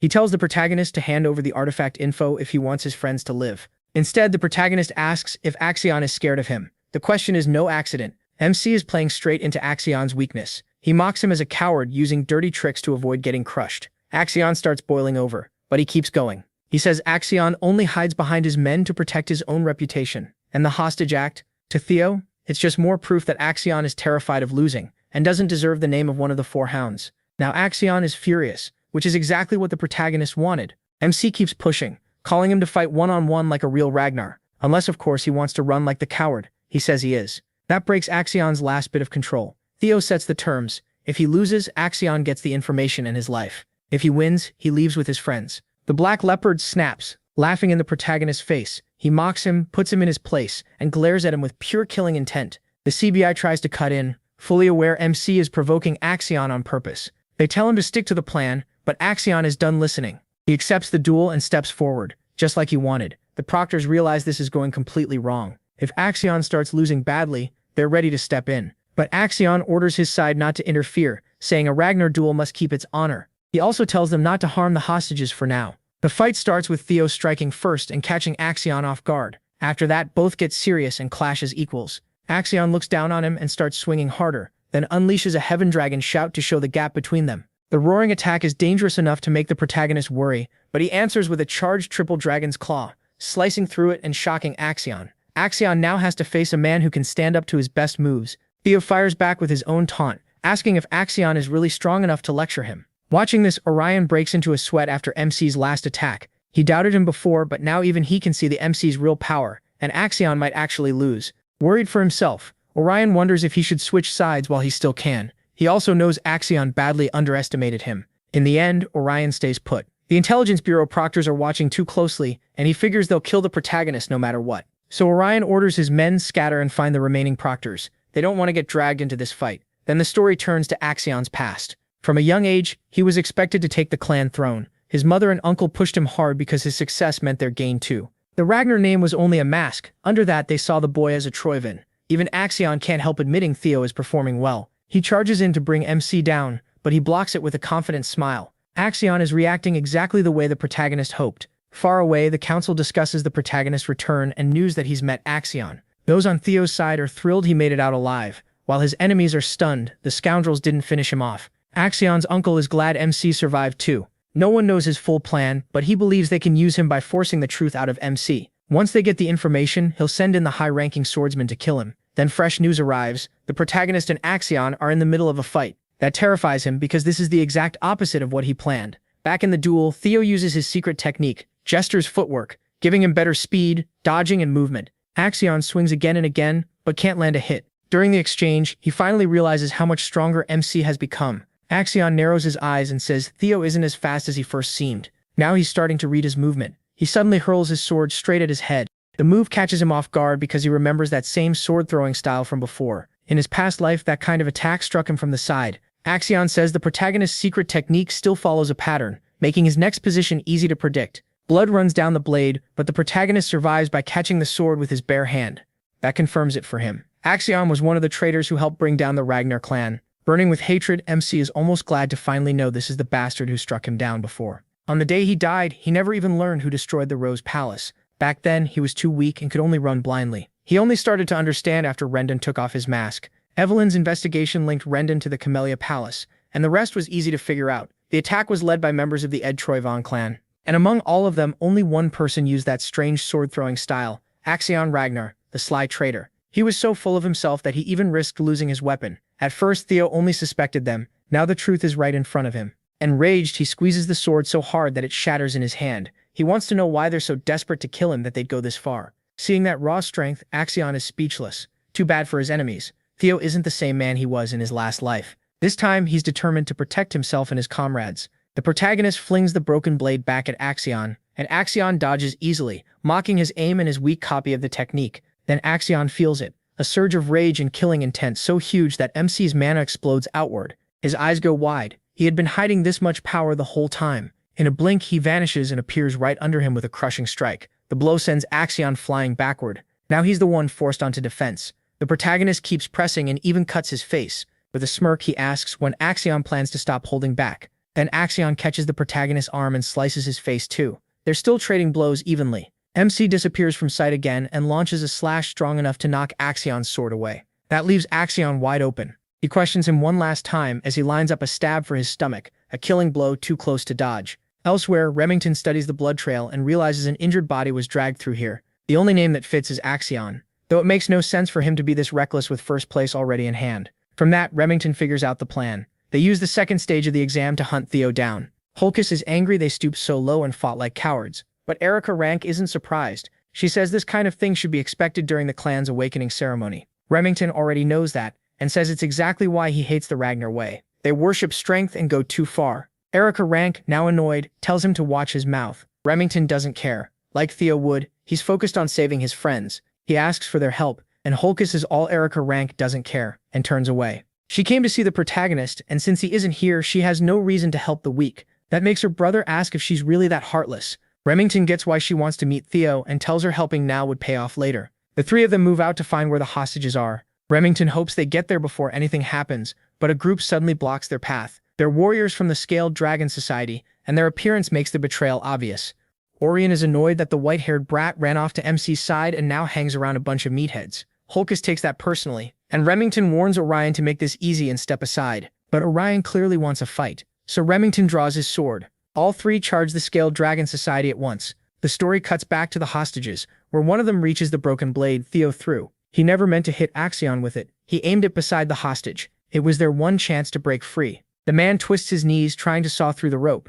Back at the battle, Axion survives only because a senior swordsman steps in at the last second. The proctors finally act after seeing how serious things are. The man is Liam Trivaw, and he's ready to take the punishment for interfering. He breaks them apart and tells his men to pull Axion back. Then Liam goes straight at Theo, while the other proctors praise the young master's performance. They even hand Axion his sword back. He doesn't look enraged, just let down that Liam stepped in. Even so, the protagonist keeps up with Liam surprisingly well. Liam thrusts forward, and MC blocks it cleanly. From that brief clash, the senior swordsman can tell his defense is impressive, especially after fighting both Axion and now him. Still, he clearly can't match Liam's skill with the sword. With no proctors nearby to watch, Liam sees this as the perfect chance to kill the protagonist. So for the sake of the Trovian, he leaps in for a finishing strike. But the one who gets pierced is Liam. The one who stabs him is Axion. Axion reminds his men of the warning he gave at the start. No one was to interfere. Just like that, he turns on his own side. The other swordsmen call him out for attacking so recklessly. Axion snaps back, furious they thought he would lose.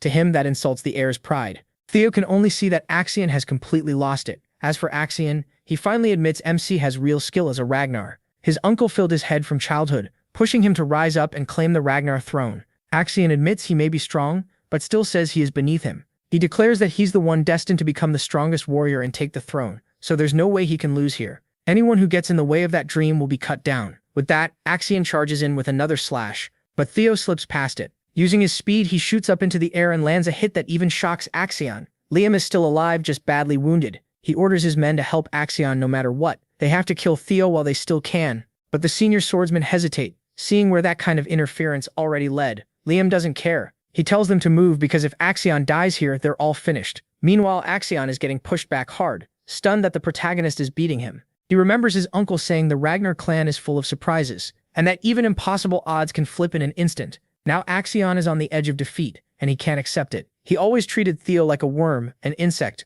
a fool who didn't know his place. But his uncle was right. The gap between them is real. Even so, Axion still clings to his fantasy of being stronger.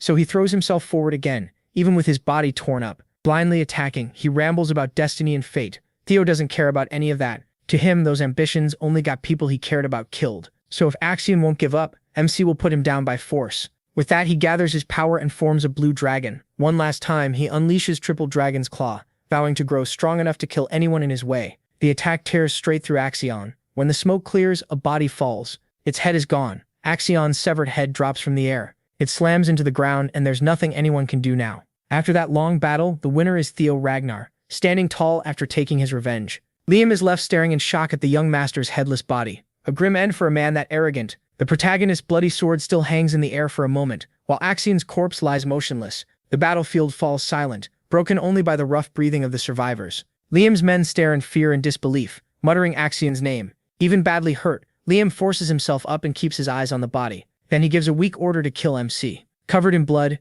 MC stands still with his lowered sword dripping from the fight. Even wounded and exhausted, he quickly realizes he's still in danger. From here on, it's a gamble. Even at full strength, fighting 4 senior proctors would be hard. Right now, it's impossible. His stamina is shot, and that last attack nearly emptied his mana. Theo tightens his grip and steadies himself. He thinks the person he's waiting for should appear any second now. But before that happens, 2 cloaked figures rush in with swords drawn. More cloaked fighters move in fast. Then someone cries out, followed by a body hitting the ground. Before the others can react, more people join the fight. Remington, Holkis, and Erica Ranke, cutting into the attackers with total focus. The protagonist didn't expect them at all, and he calls out in surprise and relief, asking why they came. Remington gives a faint smile and says it should be obvious they weren't about to leave a comrade behind, especially young Master Theo. For a moment, MC can only stare at them. Erica Ranke grins, clearly impressed, and says he looks even better in person. It's her first time meeting someone this strong, and she already likes him. Holkis laughs and agrees. He is amazing. Sybil, bruised but still determined, steps in too. He says they're here to help the protagonist,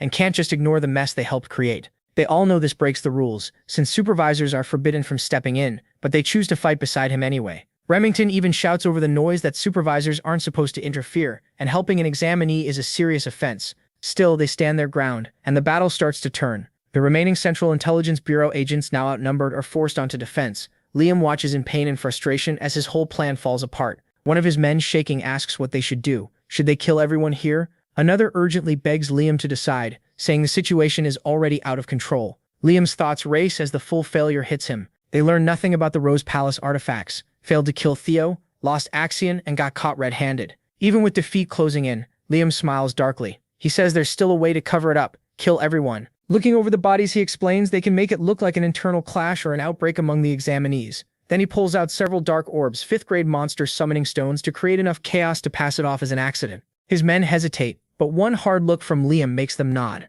As he gets ready to release the monsters, his plan starts taking shape. Then a voice suddenly cuts through the tension and stops him cold. A sharp blow hits Liam, and 3 supervisors arrive. They represent the White Dragon Clan and Plum Blossom Palace, and one look at the scene tells them something is very wrong. Selfrid Gardner and Sally Gardner step forward at once, demanding answers. Natasha from Plum Blossom Palace studies the wreckage with a grim face. The remaining Central Intelligence Bureau members are immediately confronted. One supervisor orders the 3 to stop and says if they want to live, they'd better follow. Otherwise, they'll end up like Liam. For a moment, no one moves. Theo stays silent and watches it all. He survived impossible odds, but the weight of that victory is still heavy. MC quietly said it was a good thing the supervisors showed up when they did. The supervisor looked both worried and annoyed, then scolded him for taking such a huge risk and turned to the others. Remington, Rendon, Wolfgang, Hilda, Ragnar, and Ed with the same sharp look. While that was happening back at Central Intelligence Bureau headquarters, Ed heard a report from one of his men. The moment he learned what had happened, his face lost all color. Axion was dead. Ed could only whisper his name in shock.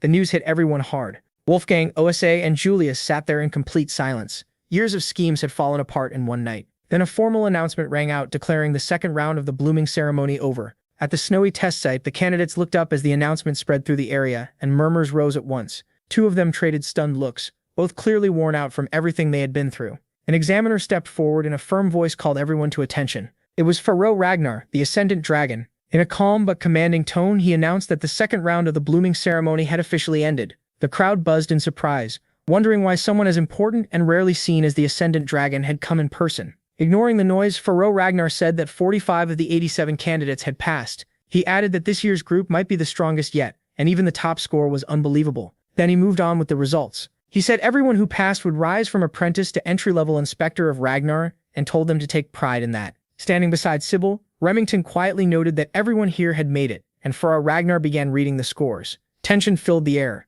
Then Pharaoh announced that Theo Ragnar had taken first place with 1,121 points, and the crowd instantly erupted. People could hardly believe the protagonist had broken 1,000, especially since he had nothing until the very end. Someone blurted out that it was because of Axion, but the rest was drowned out by the noise. Pharaoh Ragnar went on. Second was Remington Narcio with 926 points, third Erica Ranke with 843, fourth Ray Ragnar with 789, and fifth was Holkis. He added that Ayla Laman had barely claimed the last passing spot, 45th place with 28 points. After letting that sink in, Pharaoh Ragnar praised their effort, but reminded them the blooming ceremony was not over yet. A third round still remained.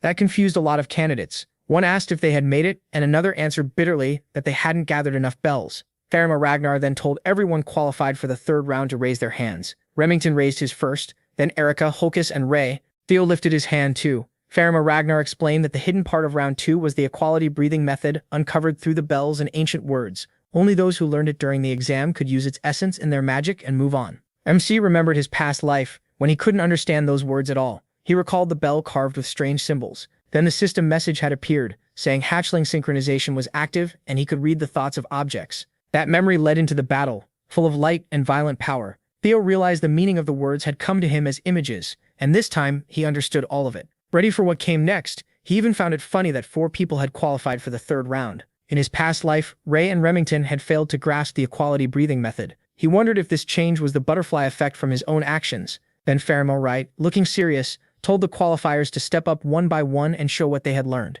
He called him Ragnar first. As the protagonist stepped out, he told himself the future had to be better now that Axion was gone. A faint blue aura wrapped around his foot as he announced what he had gained. A system window appeared with the next steps: grant, express, control, expand, and solidify. Keeping calm, Theo gave his mana the thunder attribute and prepared to express it. The ground shook and lightning burst out around him. The crowd cried out in shock. They couldn't believe Nisi had already reached expression. Even Sybil praised him, saying that was exactly what you'd expect from young Master MC. His power left everyone stunned. Wanting to go further, he focused even more energy inside himself. Then he released a massive surge of lightning that ripped through the ground and sent bolts crashing down. Erika Rank quietly admitted she liked him, while Hulkus yelled about how incredible the protagonist was. Faramir Ragnar broke the silence with a faint smile, saying he was impressed and hadn't expected such fine control from MC. MC stayed silent as the energy kept moving around him. With another burst of lightning, he stunned the whole crowd again. His red eyes flashed as he launched a spell called Thunder Dragon. Some onlookers panicked, thinking Theo was attacking the supervisor,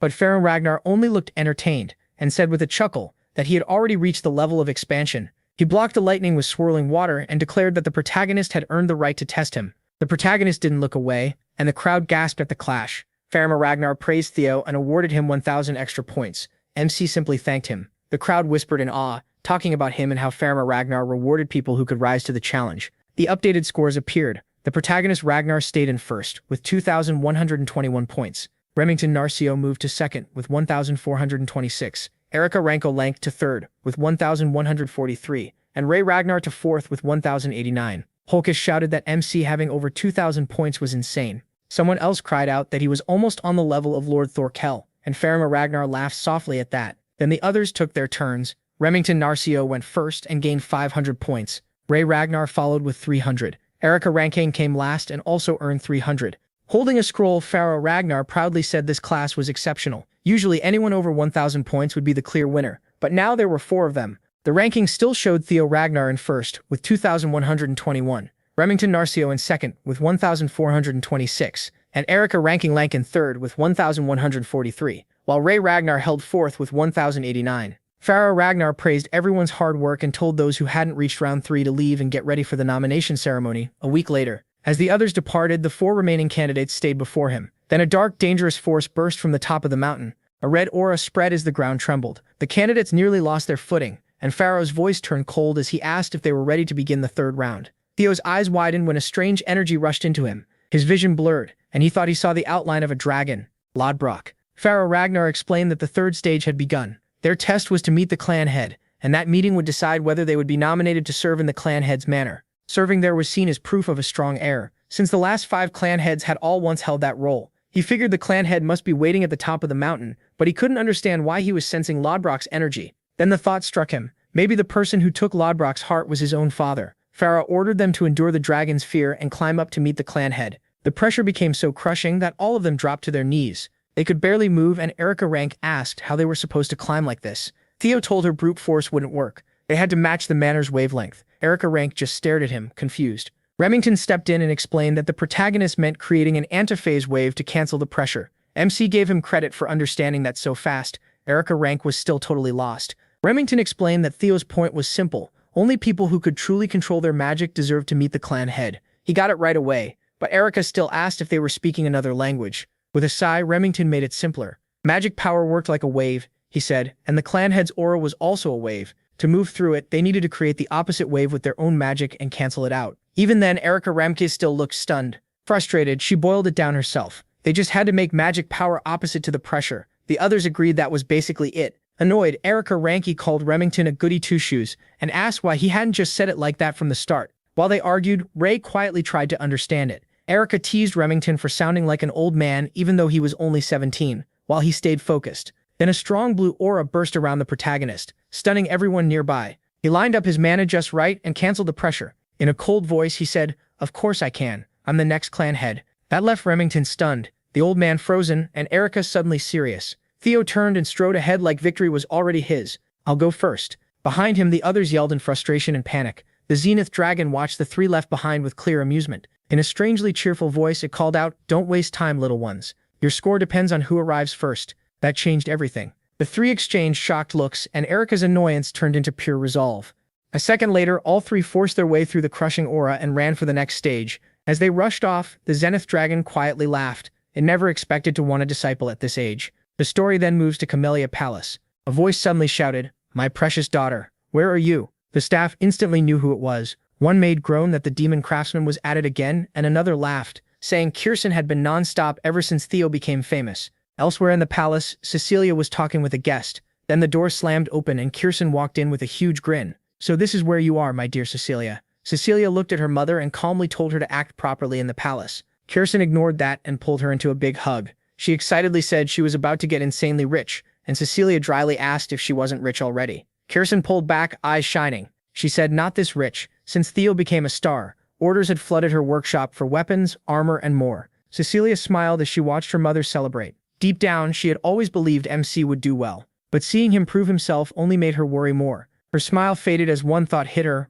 What if he got hurt? What if the pressure broke him and she could do nothing but wait here helplessly? While Cecilia was lost in thought, Kirsten kept going at full speed. She said she was done making only weapons and wanted to move into bracelets, necklaces, maybe even a whole jewelry line. That gave Cecilia an idea. Her expression sharpened as she asked, "Mother, have you ever made a prosthetic arm?" The scene shifts to a quiet field filled with swords, where Kyle sat laughing to himself. A crow rested on his shoulder, giving him news about Theo's progress. As he listened, Kyle smiled wider and said he knew what it was worried about. But a parent, he said, has no right to block a child's dream. Then he reached for his old but solid sword. Looking around, Kyle reflected that no one can put out the fire of youth. He said they had once been the same, and this graveyard of swords proved it. Each blade marked a dream, a challenge, a legacy. The crow gave a sharp, doubtful cry like it didn't buy that. Kyle just chuckled and said not to worry. He only cared about the Ragnar clan's future, and he would deal with anything that threatened it. When the crow still seemed unsure, his smile vanished. With a hard look, Kyle added that this was true even if his own son was a regressor.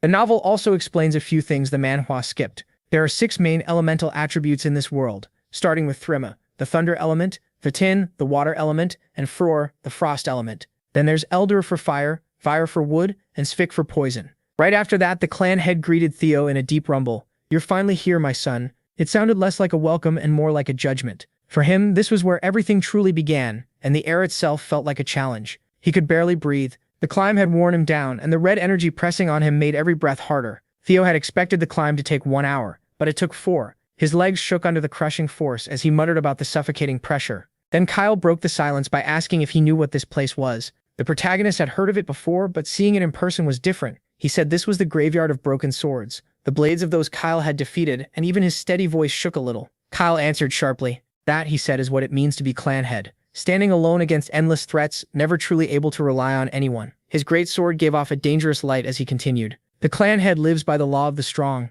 Kyle asked if MC really had the right to claim that seat. Theo answered with a quiet but firm yes, and Kyle clearly didn't like it. "Don't answer so lightly." Kyle snapped that he had killed thousands to stand there. Then he asked if he could do the same, if he could carry all that hatred. Before the protagonist could reply, ghostly blue figures appeared and screamed curses at Kyle, raging over his crimes. These were the spirits of the people he had killed, and their hatred felt real. They swore to destroy him, but MC didn't waver. Even in that storm of rage, he stood firm and said his resolve hadn't changed. Kyle demanded to know why. Theo said he would avenge his past life, become clan head, and end the cursed fight for the throne. His hands tightened around his sword. No matter what stood in his way, he would see it through. Still, part of him knew that wasn't the answer Kyle wanted, so he raised his sword and said he'd give his answer with the blade. Kyle's mouth curled into a cruel smile, and excitement flashed in his eyes. "Fine." From that point on, he said the protagonist was no longer his son, but a challenger. He wanted to see what the protagonist had learned from her teachings. That last word caught Theo off guard, but he had no time to think it through. Did Kyle just say her? MC drew his blade as the thought hit him, but there was barely time to react. The next instant, everything exploded into chaos. He gasped, his vision blurring as he wondered if he had died. He couldn't even feel like his body was his anymore. Then Kyle's attack hit with terrifying force. Kyle's amused look disappeared, replaced by plain indifference. A crow appeared beside him, and Kyle asked if it was worried their little prodigy might die. The crow chirped twice, staring at Theo. Kyle nodded, his own expression turning serious. He said only someone with absolute will could break free from the heart sword. Then he admitted this was a brutal test for someone so inexperienced, especially during the awakening ceremony. But if the protagonist's resolve wasn't enough, Kyle said it was better for him to die there as a drifting soul. He didn't need a regressor who would ruin the clan. Darkness swallowed Theo's world. As his mind slipped away, he thought he was dead. That seemed only natural after being struck down by his own father. Strangely calm, MC told himself he had no regrets. A strange calm settled over him. He started replaying his life in broken pieces. He remembered things he had done before, like taking Camellia Palace and killing Rendon and Axion. The weight of those sins pressed on him. In the end, he felt like everything had only worked out because of luck. Then another thought hit him. This life had actually been happier than the last. A soft smile formed, as he quietly accepted that his time was over. His thoughts blurred and faded while a distant hollow voice echoed somewhere in the dark. Then a rough, guttural voice suddenly tore through the silence. A rough voice suddenly rang out, loud and clear. It wasn't talking to Theo. Something was coming from the dark. Then a huge beast stepped out, made of both light and shadow. It barked at him to stand up. If he was just going to give up, he should have let it eat him. A tiny spark appeared, weak at first but full of force, and quickly started growing. Fire spread along the edge of the void, and Theo realized the voice was right. He silently thanked it as fresh strength rushed back into him. Life returned to his body, pushing death away. His will flared back up, and he swore this wasn't where he'd end. As his mind woke up, he remembered the promise he made. He raised his head, his eyes burning with resolve. His thoughts cleared. When he drew his sword, power surged through him. Even if his body broke under the strain, he refused to give in. With a roar, he challenged the darkness. His body moved on its own, fast and exact. His blade flashed like light and tore through the darkness with one crushing strike, breaking it into countless pieces. When it was over, Theo stood there in a daze as his sight returned and the shattered space fixed itself. He had made it through. Kyle looked down at him, his face impossible to read. Then he announced that the protagonist had passed. It was nothing like the cold cruelty from before, though his voice still carried a hint of pride. MC had been driven to the edge and still won. A week later, clan headquarters was packed. It was finally the day of the nomination ceremony, and everyone could feel the tension. Holkus stood next to Erica, clearly uncomfortable. There were way too many people, he muttered, and it was making him nervous. Erica rolled her eyes and teased him. How could someone that big be so scared? Holkus snapped back that he wasn't scared, she was just way too bold. With a smug grin, Erica pointed out all the big names there. Every unit commander, the 9 dragons, the former clan head, and the current one. Each name made Holkus more uneasy as he glanced around the hall. That was exactly why he was worried. There were too many important people. Erica called him a baby and mocked him, saying nobody would care about someone who still couldn't use elemental breathing. Holkus stared at her, shocked and annoyed. Then he demanded to know what she got from the clan head in the 3rd stage. Erica coolly said it was a secret. Outraged, he shouted that she was too stingy. His Theo would have shared it already. Raising a brow, Erica asked about this him again. Holkus looked away and said Alank's duty was to become the Sword of Ragnar, ready to risk everything for one Ragnar. So if he had to choose, he wanted someone strong, cool, and driven. To him that was Theo, and he'd already decided to devote himself to him. He said it with total conviction. Erica quickly asked if the protagonist had actually agreed to that. Holkus froze, then frowned. Did MC need to agree? All he'd really planned was to join the same unit. His expression darkened as he admitted the clan head wasn't taking him into the manor. Still, he clenched his fists and decided he'd follow him anyway. Then footsteps echoed through the hall, followed by the sharp strike of a staff against stone. The noise instantly silenced the crowd.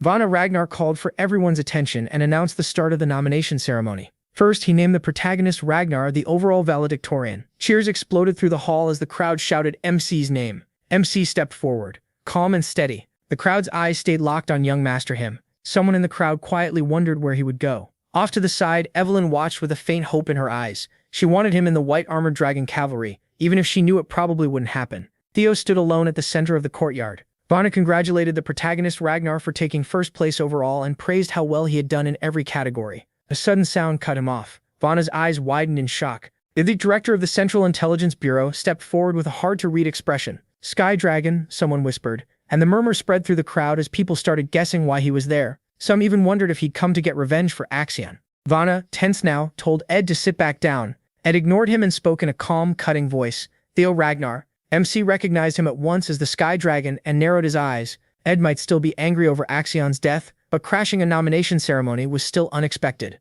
With a smooth smile, Ed held out his hand and offered him the post of deputy director. The protagonist's face stayed cold. He didn't trust Ed at all. Becoming valedictorian was a huge moment. It proved how far Theo had climbed as a Ragnar, even though he started with nothing. He had begun like a broken dark egg in a nest of twigs, and now he was like a dragon rising into the sky. The crowd buzzed in shock. One person whispered that they knew MC had grown stronger, but never expected him to beat Axion. Another added that he had nearly killed a proctor too. His rise from a joke to a legend lit a fire in young swordsmen everywhere. People no longer looked down on him. The Fool of Ragnar had become someone they truly respected. Right then, a message appeared before Theo. He had become the overall valedictorian of the Awakening Ceremony. Another notice followed, saying he had cleared Scenario Quest 3, Victor of the Awakening Ceremony, and earned an Aether Core. The item went into his inventory. The protagonist frowned at the name Aether Core. Since the quest had been so hard, the reward had to matter. His gaze shifted to Ed of the Central Intelligence Bureau. Still smiling, Ed once again reached out and offered him the deputy director position. MC said nothing.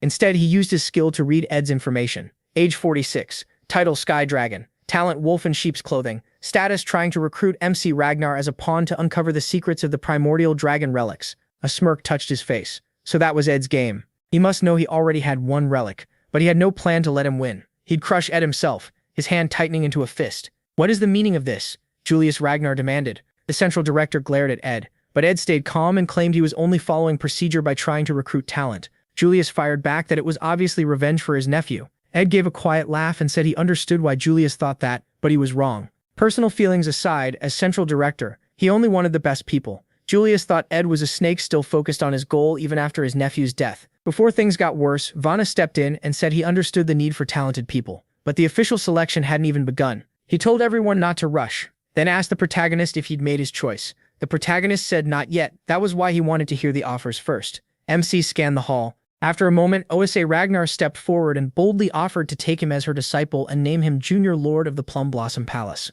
The crowd broke into whispers. Had she really said Junior Lord? Others sounded stunned. Lady Plum Blossom didn't have any children. That meant she was almost accepting him as an adopted son. Theo watched Osa calmly, fully aware of how huge the offer was. People stared at him in awe, pointing out that 2 of the 9 dragons had already tried to claim him. Remington excitedly said he was incredible. Hulkus blurted out that even most commanders and directors couldn't top offers like these, and Erica agreed. Then another figure appeared through the clouds with a bird nearby. A powerful voice announced one more offer, and a crushing force slammed down hard enough to shake the hall. A man landed in dark energy and stepped forward, finally revealing himself. He had long white hair and a dark mask over part of his face. The hall gasped. Black Dragon Robert Ragnar had shown up, and now his eyes were fixed on the protagonist. Robert said he had watched MC through the whole awakening ceremony. The MC met his stare without flinching and realized Robert really had been observing him all along. Then Robert told him to come to Black Snow, and promised him the rank of Null Snow. Null Snow was the top rank in the Black Snow Intelligence Agency,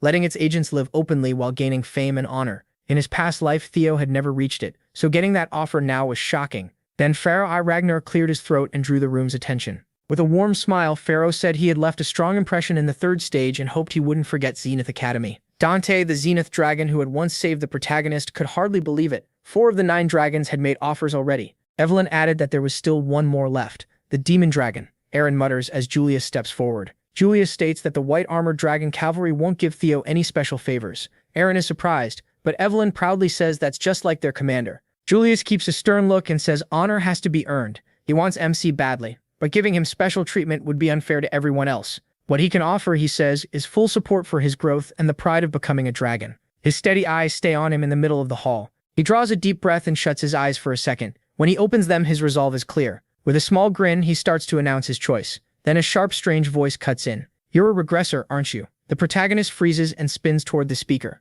He finds Hilda, the clan's former leader, seated like a queen on her throne. MC swallows hard but keeps his voice even. He says he has no idea what she means. Hilda just smiles, like she already knows. She says she doesn't know what kind of life he lived before, but his act is perfect, truly impressive. Theo's thoughts spiral. Before what? Is there some limit to regression? Vanna asks if he's alright since he looks pale. Tense, he asks for a little time to think. Vanna nods and says that's fine, but not to take too long. This choice matters.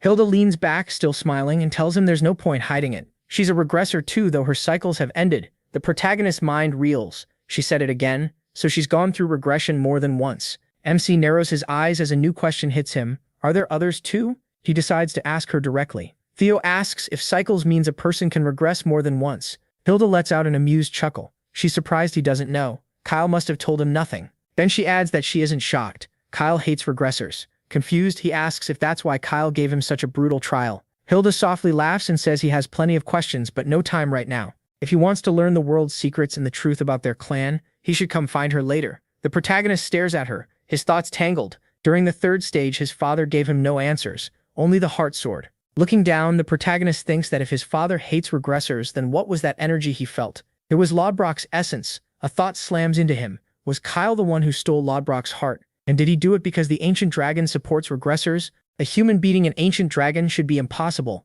but maybe not for his father, the man called a demigod. Theo looks toward Kyle, who sits in silence on his throne, watching it all. If MC wants the truth about regression in the clan, there's only one path left. Then Vanna's voice cuts through his thoughts. He asks if he has made his choice. He takes a breath, steadies himself, and answers yes. Remington picks Zenith Academy. He also becomes the Zenith Dragon's disciple. Theo figures that makes sense. In his past life, both of them used the water current breathing technique, and Remington returned to the Narcio clan to get stronger. Later, Remington led a rebellion against the Ragnar clan. This time, though, he stayed. The protagonist sees that as another chance created by his own actions. The two shake hands and the protagonist tells him to give it his all until they meet again, stronger than before. Remington smiles and says he's looking forward to that day. After they part, MC sees that just as expected, Ray returns to Daffodil Palace, where the ice dragon, her mother, lives. For Ray, that's the best place to grow stronger. A few of Theo's followers wanted to join him, but their scores weren't high enough. He hates being split up from his friends like this. Once the ceremony ends, he looks up and hopes they all push forward and reach their goals.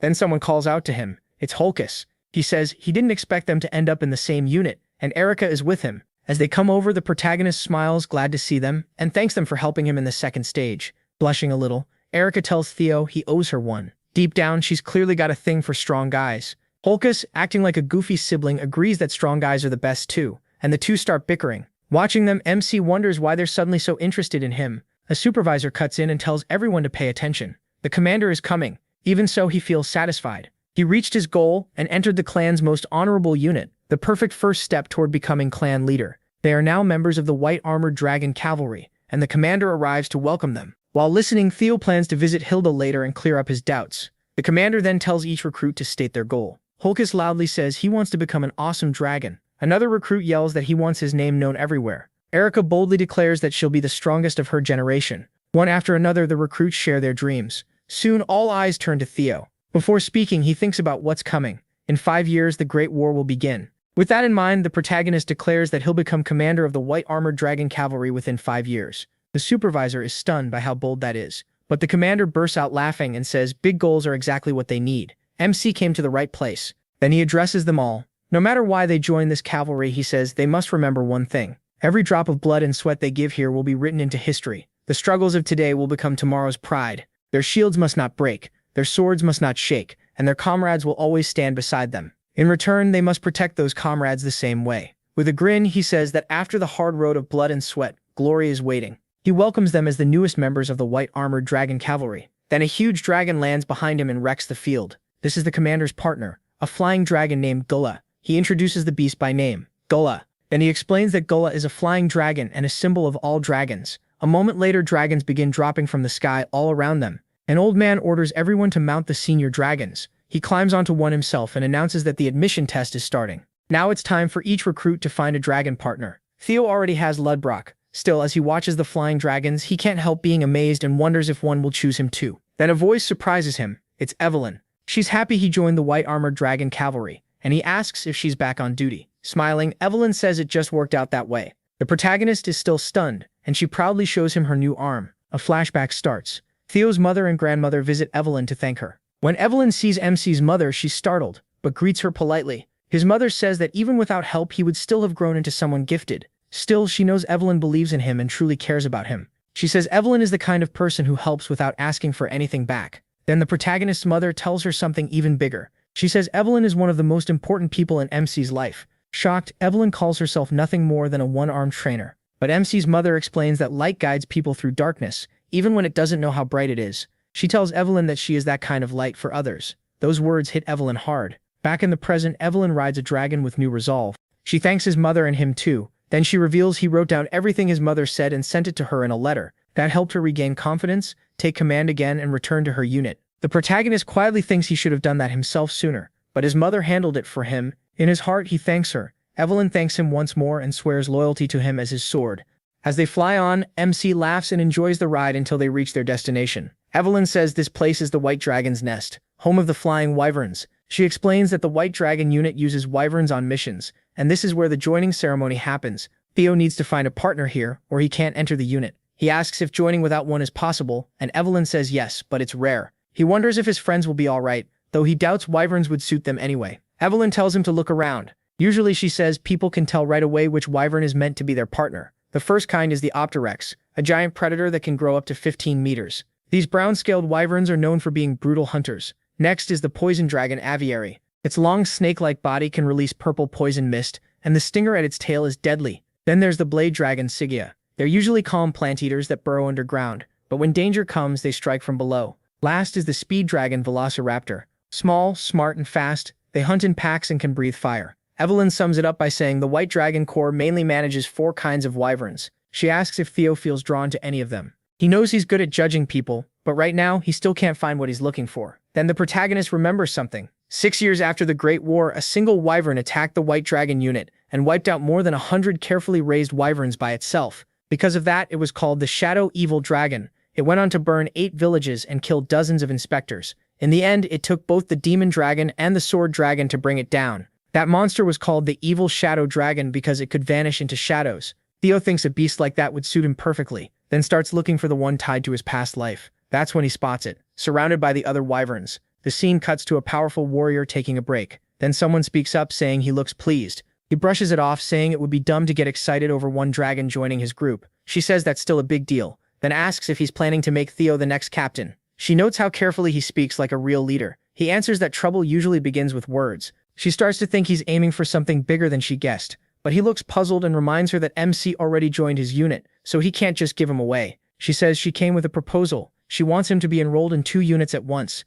That leaves him completely stunned. Back with Theo, he nervously asks Evelyn about the blue and white wyvern. Evelyn says it's been bullied for a long time and nothing they've tried has fixed it. She thinks the others reject it because it may not really be a wyvern. The protagonist asks what she means, and Evelyn explains it was born from a male wyvern, making it a viper. That only confuses the protagonist more, since vipers are powerful monsters from deep in the forest. Evelyn says that's exactly why it's so strange. It shouldn't have been possible. Vipers are first-class monsters, basically walking disasters that can even break through the Great Wall. Among them, the viper is one of the strongest and lives in the deepest forest. Theo wonders if that's where its strength comes from. While he grins at the idea, Evelyn explains that its birth caused major trouble in the unit. She watched the nest at first, then realized the other wyverns never accepted it. That worried her, because keeping it alone forever wasn't a real answer. To MC, that just gives him one more reason to choose it. The creature reminds him of himself. He tells Evelyn this one will be his partner, then jumps off before she can answer. He's fully set on making it his. All of a sudden, thunder explodes across the area. Theo rockets into the air at amazing speed, catching Evelyn completely off guard. She cries out as he shoots through the sky, looking thrilled and determined. A blue system window appears in front of him, showing he's using his new telekinetic power. With a thought, he calls several swords to his side. They shine with blue light, just like his eyes. Young vipers can also use telekinesis on nearby objects. Theo lands lightly with the swords floating around him like a shield. Then, using short bursts of energy, he launches himself up again with sharp, careful control. Watching in disbelief, Evelyn whispers, when did he learn telekinesis, and how is he already this good with it? She's shocked by how fast he's growing. The wyverns in the nest grow uneasy at his power, crying out in fear. One of them, Umbra, roars, his eyes glowing white. Theo doesn't flinch. He keeps rising, staring straight at Umbra and remembering how people treated him before. People used to mock him, question his blood, and call him useless, even as a bastard. Anger tightens the protagonist's gaze as blue sparks crackle around him. He unleashes his thunder dragon breathing technique. The air starts buzzing with electricity, and a glowing dragon mark appears on his skin, wrapped in blue lightning. Feeling his overwhelming power, the wyverns recoil in terror. Their cries get louder, and some try to run the second they sense how strong he is. Bullies are just cowards in disguise, Theo says as the others flee. Then he notices Umbra still looks uneasy and calls out, asking if he's okay. Umbra growls low, torn between fear and defiance, then starts to fly off. Sensing that hesitation, MC shouts after him that he'll wait. Evelyn warns him not to push it. Umbra is nervous, and getting close now won't be easy. She tells him to wait and try again later, but he refuses. That's exactly why he has to be there now. Looking after Umbra, he asks why the creature still stays near the nest after being rejected. Then he sighs and says heart wounds are harder to heal than body wounds. Turning to Evelyn, he adds with concern that Umbra is hurt and couldn't have gone far, so he asks her to help find him. Out in the mountains, they finally spot Umbra, worn out and on edge. Theo walks toward a glowing rock as it suddenly shines even brighter. A lot of people had tried to tame Umbra before, but every one of them failed. The commander speaks in a serious tone and says Umbra is extremely wary of humans. In his current state, it will be even harder. He then asks Evelyn to bring something Umbra can eat. The protagonist says he'll try to understand him.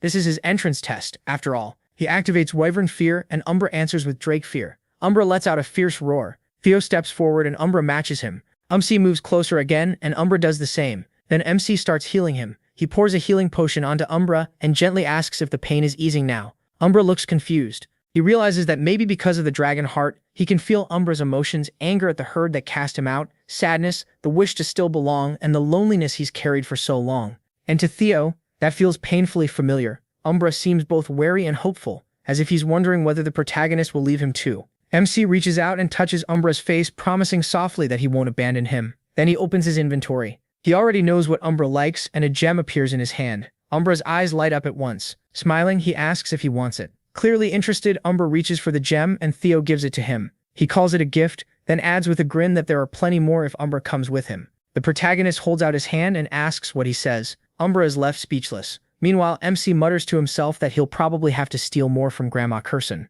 Far away, Curson suddenly shivers. For no reason she can name, it feels like she's about to lose a huge amount of money. Back with Theo and Umbra, the wyvern roars and nods hard. He's made his choice. A blue system message appears before him. New skill acquired, Wyvern Taming. Rank C, Mastery 1. Higher mastery boosts a dragon's trust while mounted, and gives both rider and mount 10% more power. Right after that, the protagonist takes to the sky on Umbra's back. Evelyn stares in shock, still holding the food she brought. She asks how he did it, since Umbra never let anyone ride him before. Theo just smirks while Umbra looks pleased as they return. Evelyn watches Umbra eat the food and says it's nice seeing him eat so well. MC thanks her for the meal, but Evelyn is still curious and presses him again. So he casually explains that he healed the wound in Umbra's heart. Once Umbra's feelings started to shift, the gift finished the job. Evelyn is speechless. The protagonist laughs and teases her for thinking the food was what won him over. Still stunned, she thinks that young master the protagonist really is something. He doesn't just win people over, but even a wyvern. Then amazed, she congratulates him. She explains that a wyvern showing its neck and back is a sign of trust. But her face suddenly changes in panic when she sees what MC is about to do. She shouts as he gets ready to ride Umbra again. He stays calm and says it's fine. He can handle it. Evelyn tries to stop him, warning that trust isn't the same as training. He's never learned to fly, and riding a dragon without reins or a saddle is far too dangerous. Growing frantic, she yells that taking off like this is a disaster waiting to happen. Theo only grins and says he has plenty of tricks up his sleeve. Then another system message appears. Wyvern Taming is activating to make up for his lack of riding skill. With that, the protagonist and Umbra take off, and Evelyn can only stand there, frozen with shock as they fly smoothly away. Smiling to himself, MC says he gets it. Umbra wants to show him something, so they'll go together. As they glide through the air, Theo starts thinking, something isn't right. How did a pure-hearted dragon like Umbra become a feared monster known as the evil shadow dragon? Then the scene shifts to a waterfall where black liquid leaks into the water below. Riding Umbra, he flies on and leaves Evelyn's worried cries behind. He guides Umbra down toward a hidden grotto, moving with smooth, careful control. The protagonist thought he knew the winter mountains well from his time with the black snow, but then he notices something he never knew existed, a crystal-like cave hidden behind a waterfall. After landing, he realizes he's never seen this secret place before. MC turns to Umbra, amused that he really does love shiny things, but then he pauses. Something feels strange. He notices footprints and moves closer to a patch of odd purple flowers. Then it hits him. Umbra became the evil shadow dragon because he's been eating these flowers. He kneels and studies them closely. He can't believe there are so many ghost spirit flowers here. A blue system window appears with more info. These flowers usually grow only in the deepest parts of the demon sea, feeding on pure demonic energy and moonlight. They're extremely valuable to demonic fiends, demonic dragons, and demons, but they also have the opposite effect on others. The protagonist thinks about how he absorbed that energy before, and a sudden surge of power runs through him. Either way, these flowers are too dangerous, so he decides he'll burn them all later. Umbra hisses beside him, and the protagonist assures him he won't touch the crystals. Then he senses something is wrong. MC glanced into a dark corner and spotted a skeleton chained to the wall. A painful groan came from it, and he carefully stepped closer. This can't be a fresh body. It's been dead for at least 10 years. Still, something felt wrong. It hadn't rotted much. Maybe the cold preserved it. But there was more to it. Whoever this was had immense magic. Theo studied the remains, puzzled that someone so strong died here in chains. He decided to look into it later. First, the ghost spirit flowers had to go. Then the corpse suddenly jerked to life and lunged at the protagonist. Its bony hand grabbed for him as it let out a harsh, twisted scream. MC jumped back, stunned. Did it just say Kyle? Umbra roared and rushed in. Theo instantly got ready to fight the walking corpse. Umbra, he shouted as the corpse glared with glowing red eyes. Kyle. His heart started pounding. Seeing Umbra in danger, the protagonist moved without thinking. He threw himself between Umbra and the corpse. One thought hit him fast. Robert would never forgive this if Kyle got hurt. Both MC and the corpse reacted at once. MC stared in shock. He wasn't hearing things. The monster really was saying his father's name, and the black dragons. So who was this corpse? Right then, Evelyn arrived. She used a technique from the white armored dragon cavalry. Blade barrage. A storm of strikes slammed into the corpse and knocked it down. But Evelyn dropped to the floor right after. Clutching his chest, Theo groaned that the pain was unbearable. He quickly realized the poison on the corpse was packed with demonic energy. Evelyn felt his strength fading. If they didn't get an antidote soon, he'd die. She tried to carry him back to headquarters and told him to endure the pain. Then Umbra suddenly roared. Evelyn flinched. She insisted she was trying to save the protagonist, but Umbra kept nudging her like he wanted her to listen. Even then, she warned she couldn't just trust him. MC weakly stopped her. Umbra had a way to save him. Umbra gave a small whimper and he managed a faint smile. Okay, I'll trust Umbra. Evelyn still protested. If they didn't leave now, Theo would be in real danger. The poison in him wasn't normal. It was corpse toxin mixed with demonic energy. Even with treatment, the chance of surviving was under 30%. Even so, the protagonist chose to believe Umbra. Umbra had evolved into a Class 2 demon fiend by eating ghost spirit flowers. That meant he might know this kind of corpse. If he did, he might also know how to counter demonic poison and corpse toxins. Theo, barely holding on, begged Evelyn to trust Umbra and follow his lead. Umbra answered with a loud roar. Then he ripped up the ghost spirit flowers and dropped the pieces in front of MC, clearly wanting him to eat them. Evelyn hesitated, realizing Umbra wanted her to mash them up and feed him. Umbra nodded. She looked to him for one last answer. His eyes were wet from pain, but he agreed. At last, Evelyn gave in. She quickly prepared the flowers and fed the mix to the protagonist. Before long, MC started waking up. Umbra stayed close, watching as MC's breathing steadied, and his dragon heart began to glow. Evelyn and Umbra could hardly believe how fast he recovered. Then he suddenly let out a dragon-like roar that shook the cave. Evelyn gasped. His magic had turned black, something she'd never seen before. She stared, both curious and alarmed. What was happening to him? A blue system message appeared, commencing body cleansing purification. Then another followed, obtaining the trait of the evil shadow dragon. Elsewhere, Julius sat in his office, his expression heavy with worry. He demanded to know if Black Snow had confirmed the report. The answer came back at once. They had checked everything and were 89% sure it was true. Julius clenched his fists. Damn it, he had expected trouble during the celebration, but not this. Shaken, he admitted it was worse than he imagined. Then the report revealed the disaster. Trainer Isvin Edtroven, captain of Platoon 5 of the White Armored Dragon Cavalry, and 15 of his men had all been killed in battle.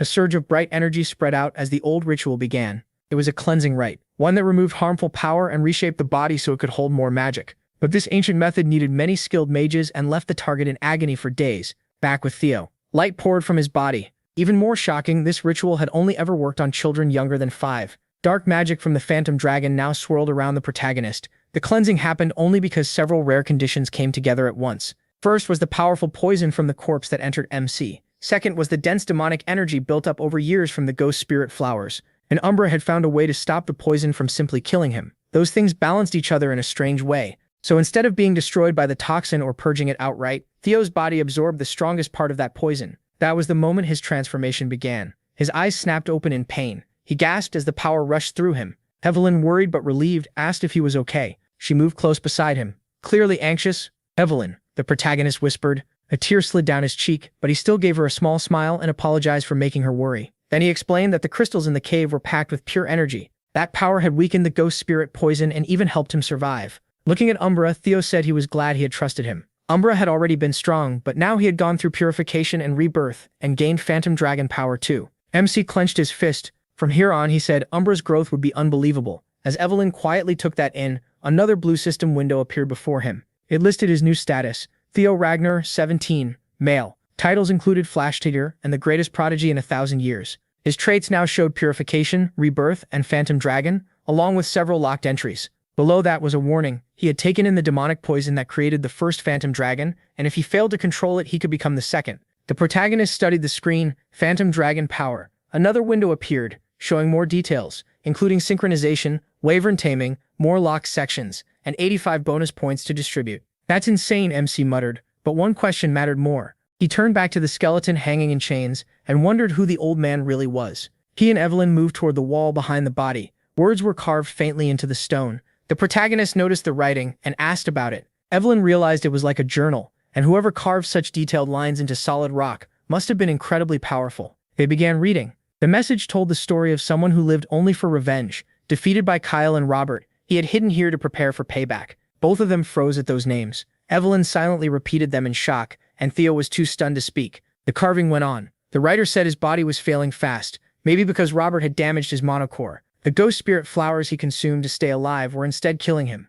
As the demonic power took over, and his mind kept fading, he gave up hope. In the end, he chose to melt his treasured jade serpent blade and use it to bind himself. He begged whoever found this place to carry on his revenge and inherit his legacy. MC and Evelyn looked at each other, stunned. Then Evelyn noticed the next section and blurted out that it described the Phantom Sword Art and Storm Thunder God. That could mean only one thing. The man before them had to be the legendary hero from 40 years ago, the one who fought the current ruler for the throne to the very end. Theo finally understood. Wind Lord Hector Ragnar, I thought he died. He was here the whole time. Evelyn's face fell. In shock, she dropped to her knees. He asked what she was doing, worried by her reaction. Evelyn, voice shaking, said that even if the family had defeated and cast him out, Windlord was still part of the Ragnar bloodline. And if someone serving the Ragnar family harmed a true member of that line, it was a grave crime punishable by death on the spot. Theo immediately shut that down and told her to stop talking nonsense. The man you killed wasn't a Ragnar, he was a madman. I did it to stay alive. What else was I supposed to do? Evelyn still tried to protest about the rules. The protagonist cut her off. What happened here stays between us. That left Evelyn staring at him in confusion. He held out a hand and told her that if this still weighed on her, she should inherit Windlord's techniques. Evelyn was stunned. Those arts were said to rival even the Nine Dragons' skills, so why give them to her? MC told her to become Windlord's successor, grow stronger, and carry on his name. Still frozen in shock, she listened as he added that this way, Windlord could finally rest. Now that you're his disciple, no one can call this a crime. Evelyn was still trying to make sense of it, then brought up his earlier promise to be her protector. That was when she understood. Kneeling formally, Evelyn Narval pledged herself to Lord Him Ragnar as his servant, and asked him to accept her loyalty. He smiled, amused by how seriously she followed tradition. He offered his hand and answered in kind. He, the protagonist Ragnar, accepted Evelyn Narval's oath, and would keep it in both heart and soul. For the road ahead, he promised to make her his finest sword. MC smiled at Evelyn and Umbra. A strong gust of wind roared through the air. The story then moved to the White Armored Dragon Corps' main training ground, where everyone drilled under harsh rules.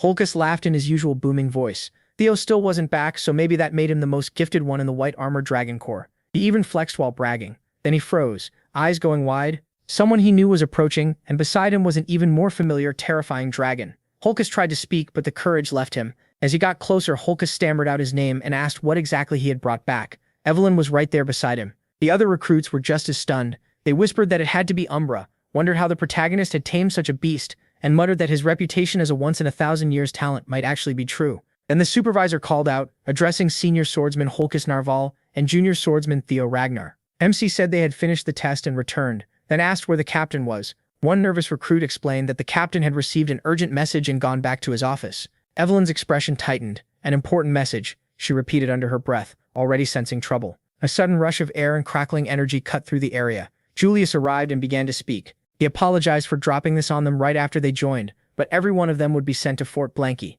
The news left Theo, Evelyn, and the others stunned. Real battle? He muttered, tense as he realized it was finally beginning. The matter tied to the Sarah's Merchant Guild captives. His mind jumped to Balmung, the dragon-slaying sword. Someone had tried to steal it to spark conflict with the government, a scheme led by Ed. Julius continued in a hard voice. Everyone present would be deployed to Fort Blanky. Uneasy murmurs spread through the recruits. One of them finally asked what kind of mission was so serious that even trainees who hadn't finished basic training were being sent out. Julius clenched his fist, barely keeping his emotions in check. Platoon 5's captain, trainer Isvin, and the 14 soldiers under him were missing. Theo's eyes widened as dread hit him. Isvin was the oldest knight in the White Armored Dragon Cavalry. Even Julius asked him for advice, so there was no way he would fall easily. The protagonist couldn't help wondering if this was another change caused by his actions in the past. Sweat ran down his face as Julius grimly reported that the Black Snow Group believed there was an 89% chance the missing unit was dead. Even if any survived, they likely couldn't continue the mission. He looked over the recruits. The soldiers here would form a temporary new Platoon 5 and take over the mission.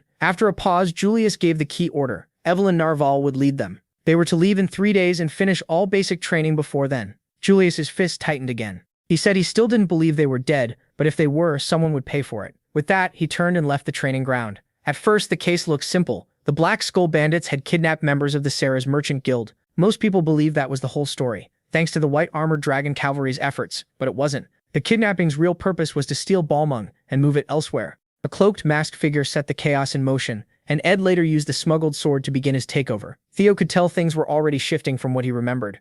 Sweat slid down his face as he thought that if he'd caused this change, then he had to see the outcome for himself. A blue system window suddenly appeared before him with a new hidden task. The Dragon Slayer's sword, Balmung. 3 days later, the recruits arrived at Fort Blanky bundled up against the brutal cold. The soldiers complained about the freezing weather, and one even noticed the moon looked strangely bent. Then shouting broke out. A guard on the wall recognized the White Armored Dragon Cavalry and tried to sound the alarm, but dark magic slammed into the tower and blew it apart before he could finish. Evelyn immediately gave the order, everyone throw the bombs. The recruits hurled explosives as dragons roared overhead. Blasts shook the ground one after another, turning the battlefield into chaos. Someone shouted for the others to get inside the castle and not die for nothing. Swords clashed in every direction as the real battle began, blood staining the snow. Theo and the others pushed forward, cutting down enemy soldiers as they went. Evelyn yelled for them to wipe out every last enemy and show them what happened when they crossed the White Armored Dragon Cavalry. Her rage only made her attacks stronger. As the fortress burned and its defenses crumbled, one soldier quietly grinned to himself. He thought he would have died if he'd stayed even a minute longer.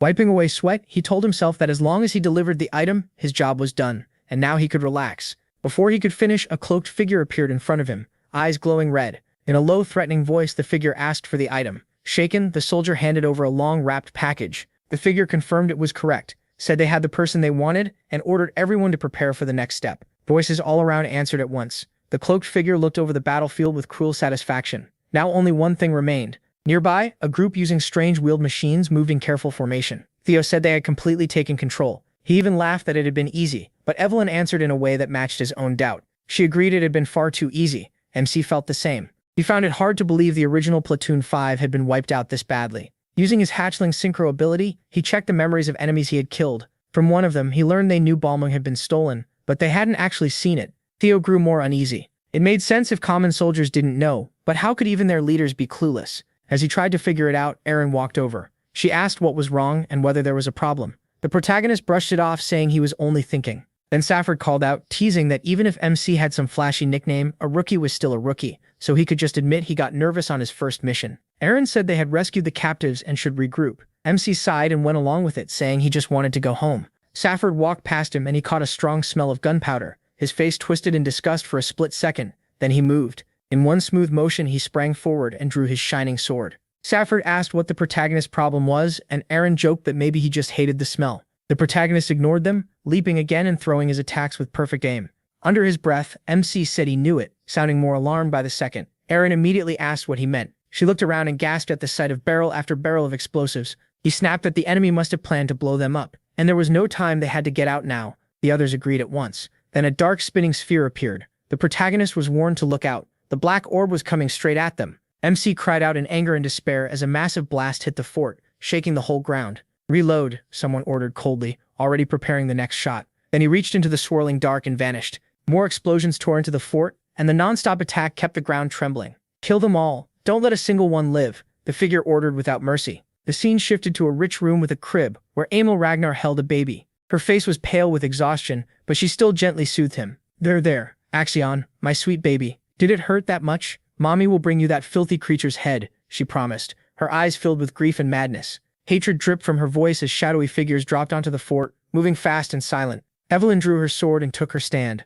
Don't let anyone escape, she shouted, and the others rushed into battle. But when she saw the attackers, she froze in disbelief. Their entire 5th team, led by Trainer, had been wiped out by these people. No, that can't be. Suspicion flashed across her face, then fear, right before flaming shots rained down and exploded around them. Leader, someone yelled in panic. Evelyn moved at once, knocking the incoming attacks aside. She cursed under her breath, scanned the field and shouted, "It's a trap. Everyone get down." One soldier was caught in the blast and thrown through the air, burning as he screamed. Evelyn reached toward him in horror, but his cries ended the moment he hit the ground. While that happened, Theo and the others ran for cover. "Leader," the soldier shouted, "everyone's here. It's a trap. We need to leave now." Evelyn agreed, and he quickly decided, "Then we go the opposite way from the attack." A blue window appeared before the protagonist as Thundergate opened. His mind sharpened, his sight cleared, and his glowing eye picked out the best path. His eye returned to normal, and Evelyn snapped at him. "Theo, why are you standing there? Get out of here and focus." Instead, MC grabbed her hand. Startled, Evelyn snapped, "What are you doing? We don't have time." But he cut in, "No, we have to go inside the fort." Evelyn stared at him. The protagonist, he kept pulling her along as the fort started breaking apart. "I can't believe we're going back into the place that almost burned us," Safford shouted. "The lives of 21 people are on you, MC." Theo didn't stop. "If we run outside, we'll just get bombed or cut down. That's what they want." Using his ability, he read the fort's layout. As he guided them, he explained that the enemy likely thought no one could survive inside. But with this ability, he said, eyes shining, we can. Theo scanned deeper through the inside of the fort. Gunpowder's buried on the left, and heavy metal shells are on the right, so we go up the stairs ahead. The group rushed up the stairs. Then Evelyn noticed the problem. It's a dead end. The soldiers looked betrayed. "You told us to trust you, him. What's the plan? We can't even go back now." At that moment, the fort began to collapse. The whole group panicked as the floor gave way beneath them. They dropped with the crumbling ruins. The protagonist Holkus and the others watched the rubble crash down. Even with debris falling everywhere, the protagonist landed safely. Outside, a soldier reported that the fire was spreading and the cannonballs were gone. Then came the order. "This is revenge for young Master Axion. I don't care if he's crushed. Bring back his head." Lying on the ground after the collapse, MC let out a breath. "I really thought we were dead." The others, exhausted, gave him a tired answer. "That's just like you, him. You already had a plan. You figured out how to break the floor in a split second." While they were talking, enemies suddenly appeared behind them. "What? Why are you here? How did they get in?" Theo frowned. "Black Skull? Why are they?" Then he explained, "I only brought us here because the ground was stronger than anywhere else." Looking through holes in the walls, the protagonist spotted soldiers outside. Then he looked down and saw a man chained up. 5th team leader Trainer Isvin. Evelyn let out a relieved breath. "Thank goodness you're alive, Isvin." Then she added in shock, "But this is unbelievable. The one behind this was Ragnar's intelligence bureau." Isvin's chains came loose, and he dropped to the ground. I knew an ambush like this couldn't happen without help from the inside. But how can someone aim a sword at their own family? Another person said, this is betrayal. We have to get revenge. Isvin stopped him. Don't rush in. They set this up from the start to trap us. With so few left, we can't fight them head on. We should get outside and inform the Black Pillar. Theo lowered his gaze. That's not possible. If the Black Pillar still hasn't sent help, then the members waiting to support us were probably caught too. That's why I brought everyone into the castle. But we still have a way to win. They even buried their own soldiers underground. That means they're trying to cover this up, so they'll definitely come check whether we're really dead. And once they're sure they've won and come in close, we can strike from the ruins and turn it around. Isven looked at MC in surprise. MC, opening Thundergate at your age? I've gotten old. I already gave up in a moment like this. I think they picked the new recruits well this time, said Aizen. He jumped up and declared, you're right. The White Dragon Squad won't lose. You heard the plan. White Dragon Squad, prepare for battle. Dawn began to break over the wreckage of Fort Blanky, where bodies lay among the ruins. A lone figure stayed hidden in the shadows of the fallen fort. He moved through the wreckage, stepping over broken stone and corpses. Soon he stopped beside a soldier who was barely still alive. The man weakly begged for help, but the cloaked leader only looked down with cold red eyes, turning those final words into a cruel joke. Then another cloaked figure stepped from the dark. Did you find it? He asked. No, the first leader said, annoyed. We searched the west, and now we're checking the east, and we still haven't heard anything unusual from the attack group. He glanced over the bodies. But then why isn't there a single White Dragon Squad body here? Wait, the cloaked leader barked. Has anyone seen the White Dragon Squad? Before anyone answered, something shot out from the shadows. The White Dragon Squad. They hit fast, their swords full of fury. The cloaked figure made a startled sound as a blade came at him. It cut a silver streak through the dim morning air. Evelyn was right behind it, her sword sharp and deadly. The battle exploded at once. She stepped on an enemy's chest, kicked off, and came down ready to kill. It's a trap, the leader yelled. The enemy is the White Dragon Squad. Fight back. He and Evelyn moved together like one force, their blades flashing. Powered by Thundergate, he sent out glowing blue-white slashes that carried death with them. I hoped it wasn't the Intelligence Bureau, Evelyn said grimly. But under Ragnar law, traitors die on the spot. She and the leader clashed hard, swords ringing again and again. How did they survive those explosions? He shouted in disbelief, while others cried out in fear. Evelyn kept cutting through them without slowing.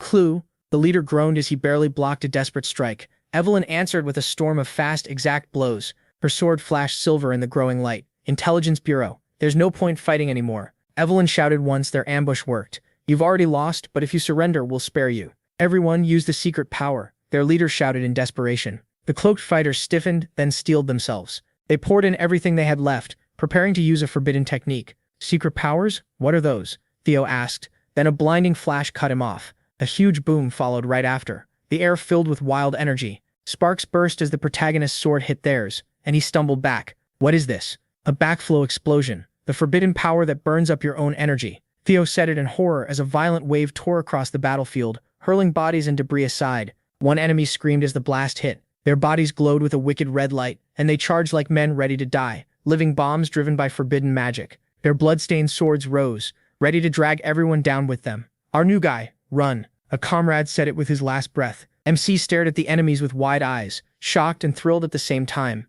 Then a cruel, knowing grin spread across his face. You bastards, how dare you? Theo roared. Burning with rage and grief, he poured everything he had into his strongest move, Dragon's Third Claw. A chain of brutal strikes ripped across the battlefield, leaving bright trails of force behind them. A message flashed before him. Thundergate. At first it hardly seemed important, but Theo's body sparked with raw power, and he moved so fast he looked like a blur beyond normal human limits. He unleashed Dragon's Third Claw again, every blow hitting with the force of thunder. Each strike landed exactly where it had to. Erica Ranky could only yell in shock as his attack connected. Even Evelyn jumped back, staring at him in disbelief. The enemies dropped one after another. Their bodies gave out under his quick, precise blows, and the protagonist finished off the last of them. One dying soldier could only wonder how he had stopped the backflow explosion so easily. I can't let that boy live, the enemy muttered. Even while dying, his voice full of hate and disbelief. In a blink, the leader shot forward. Selford and Aaron could only stare, stunned by what they'd just seen from MC. Clenching his teeth, MC thought back on it. He had forced the Thundergate open to boost his power, but it was still more than his body could handle. Him, Ragnar, I'll drag you to hell with me. With madness in his eyes, the enemy lunged. His power center is wrecked. No way he's going to explode, Evelyn shouted. She reacted at once, calling on wind and thunder magic as force gathered around her. Wind thunder magic, vortex. A spinning ring of green light and wind burst into shape. The enemy's power center explosion was cut off. Theo shouted in relief. Then Evelyn struck with one last burst, putting all her skill and desperate strength into it. The soldier collapsed, broken and dead. The protagonist, barely hanging on, dropped to the ground and gasped for air. "Good work, the protagonist," Evelyn said, relief and respect in her voice. Holka, Selford, Aaron and Ray could only stare, amazed and grateful. "Just as I thought. This man I picked out, the spot of Lord MC's first sword, should be mine. We survived because of you. Thank you so much." Too worn out to speak, he just gave a weak nod. He drew a shaky breath, his lungs whistling, then slowly reached out a hand. Evelyn grabbed it and pulled him up with a steady grip. Full of wonder, Evelyn asked if even the captain had survived, and when Theo had learned skills like that, relief washed over the survivors as they gathered together. For a brief moment, they shared a tired sense of friendship. Evelyn's eyes, though, stayed thoughtful and sharp as night finally gave way to dawn. Amid the wreckage, one gleaming sword remained, a quiet sign that more battles were still ahead. Far from Fort Blanky, inside the Rose Palace, a woman thrashed as if bound, tears and spit covering her face. Above her stood Ed Triven, the sky dragon, cold and unmoved. He demanded answers, then slapped her hard enough to make her cry out. Ed Triven pressed her to explain what she'd done, especially taking his aide, likely the main agent Evelyn had killed. In his hand was a crumpled order stamped with an official seal. It was her order: kill that wretch Ragnar and the White Dragon Squad. He asked if she understood how serious it was to give a command like that without approval. Crawling on the floor, the woman shouted back that she had done it for Ed Trovan. She claimed it was all to protect his plan, then screamed that she had ruined everything and demanded he cut off the head of the one who killed her Axion. "Was that so hard for you?" she yelled, her grief twisted into pure hatred, all of it aimed at Theo Ragnar. In her mind, they had to be torn apart. Everyone tied to the protagonist had to die. Only then, she raved, would her heart and Axion's spirit rest. At Axion's name, something shifted in Ed Trovan. Without changing expression, he bent down, grabbed her by the hair, and coldly reminded the foolish woman what her role had been. Had she forgotten? The anger left her eyes, replaced by fear. Ed Trovan said they had lost Balmung, the dragon sword and key to their whole plan. Action, his nephew, was dead too. Because of her failure, she was no longer worthy of being called Ed Trovan's daughter. Shaking, she looked up at him. The icy rage in his eyes felt just like her father's. To him, she was already worthless. Without emotion, he ordered the nearby guards to take her away where he wouldn't have to see her. He also told them to erase anything tied to her and destroy any records that could leak secrets. Desperate, she begged her brother to spare her, promising anything, if he would just let her live. Ed Troiven ignored her and walked off while she struggled for breath among the bodies of servants on the stairs, likely people killed in her earlier rage. His careful plans had been wrecked, and to him it all came back to one name: Theo Ragnar. Right there, Ed Troiven swore he would kill the boy himself. This family's problems were far past talking out. Back in his room at the White Armored Dragon Cavalry headquarters, MC studied the rewards shown on a screen. Then a large, beautiful sword appeared. The system named it Dragon Sword, Strand of Fate, type Great Sword, Divine Relic. Its use and ability were both unknown, and it was locked until some special release could unlock it. He quietly repeated its name, Dragon Sword, and reached for the hilt. The moment he grabbed it, a burst of thick dark energy blasted his hand away, knocking the sword to the floor with a heavy clang. Theo shook his stinging hand. The weapon held a fierce power, true to its name, but the energy felt strange, nothing like the natural force of the Ragnar family. It was the exact opposite, and just like the system said, the sword was useless until he could break its seal. The protagonist remembered that old relics from legend often looked plain, even worthless. But once their locks were broken, they could grant power fit for heroes. In his past life, Ed Troiven had managed to unlock this very sword, the Strand of Fate. That memory made one thing clear. Until the lock was broken, the blade was just a fancy, deadly toy. Then a soft knock interrupted him. Evelyn stood at the door, apologizing for being late. She said Commander Julius Ragnar wanted to see him, and asked if he had time. Inside, Julius sat behind his desk, looking more relaxed than usual, and greeted MC with a rough smile, glad Isfan had made it back alive. Then Julius grew serious, folded his hands, and asked straight out if Captain Isvan planned to retire. A moment later, Isvan entered, tired but calm, and gave a quiet nod. "It's a shame," he said, "but I have to." The last fight had taken too much from him. He had lost his dragon partner in his leg, and his aging body couldn't keep going. He meant to return home and spend the rest of his life remembering the comrades who died before him. Julius sipped his tea and nodded. Isvan had earned his rest, and no one had the right to deny it. Isvan thanked him with a respectful bow of the head. Before leaving, though, Isvan offered one last bit of help, what he had seen from the new recruit, him Ragnar. Julius leaned forward at once and told him to continue. Isvan began recounting what he had done, especially the most shocking part. Young as he was, the protagonist's thunder gate had already opened. Julius's visible eye widened, and he repeated the words in disbelief. Could this boy really break past the line between ordinary men and monsters? Isvan admitted he'd been just as shocked the first time he saw it, while Julius set his cup down with a firm tap. Then he explained that MC's power wasn't something he had simply been born with. It felt more like a door had been forced open through brutal effort or sheer will. He compared it to a bowl. Theo's room to grow had suddenly become far bigger than his current skill. It shouldn't have been possible, but it was real. A fierce grin spread across Julius's face. He understood at once. Their job now was to fill that bigger bowl and help him grow into that new potential.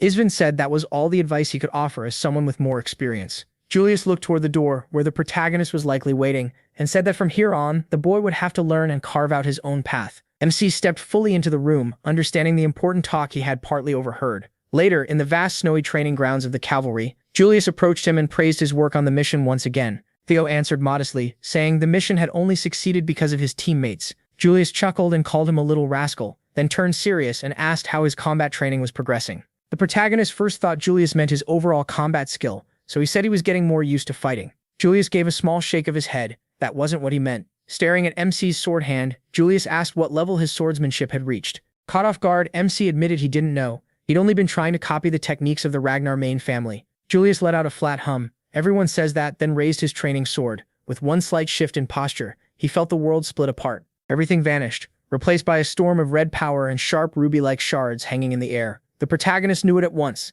The demon dragon's glass domain. This one was nothing like the peaceful, flower-filled domain Oase had shown him before the nomination ceremony. Then it clicked. Was this kind of realm a reflection of the user's own sword style? Seeing MC understand, Julius gave a serious nod. This raging red space was the shape of his demon sword. Power flared around him as he dropped into a firm, low stance. Then he moved fast, fierce and controlled. Each swing tore through the red space with wild force. Every strike built to crush and destroy. Theo watched in shock and awe. It felt like the whole domain was roaring with Julius's attacks. That violent energy pressed in from every side, like a storm he was barely keeping in check. When it ended, Julius stood in the red glow, his sword still trembling. He turned to Theo. What did you think? How did the demon dragon style look to you? Still feeling its weight, he answered honestly. It was overwhelming, like it could tear through anything. Julius grunted in approval. That's the demon, he said. Simple and direct. A will that never backs down and breaks through everything. It's a straight road of destruction, strength and death, smashing aside whatever stands in front of it. After that, Julius shifted to another point. He told the protagonist to think back to Osa's sword,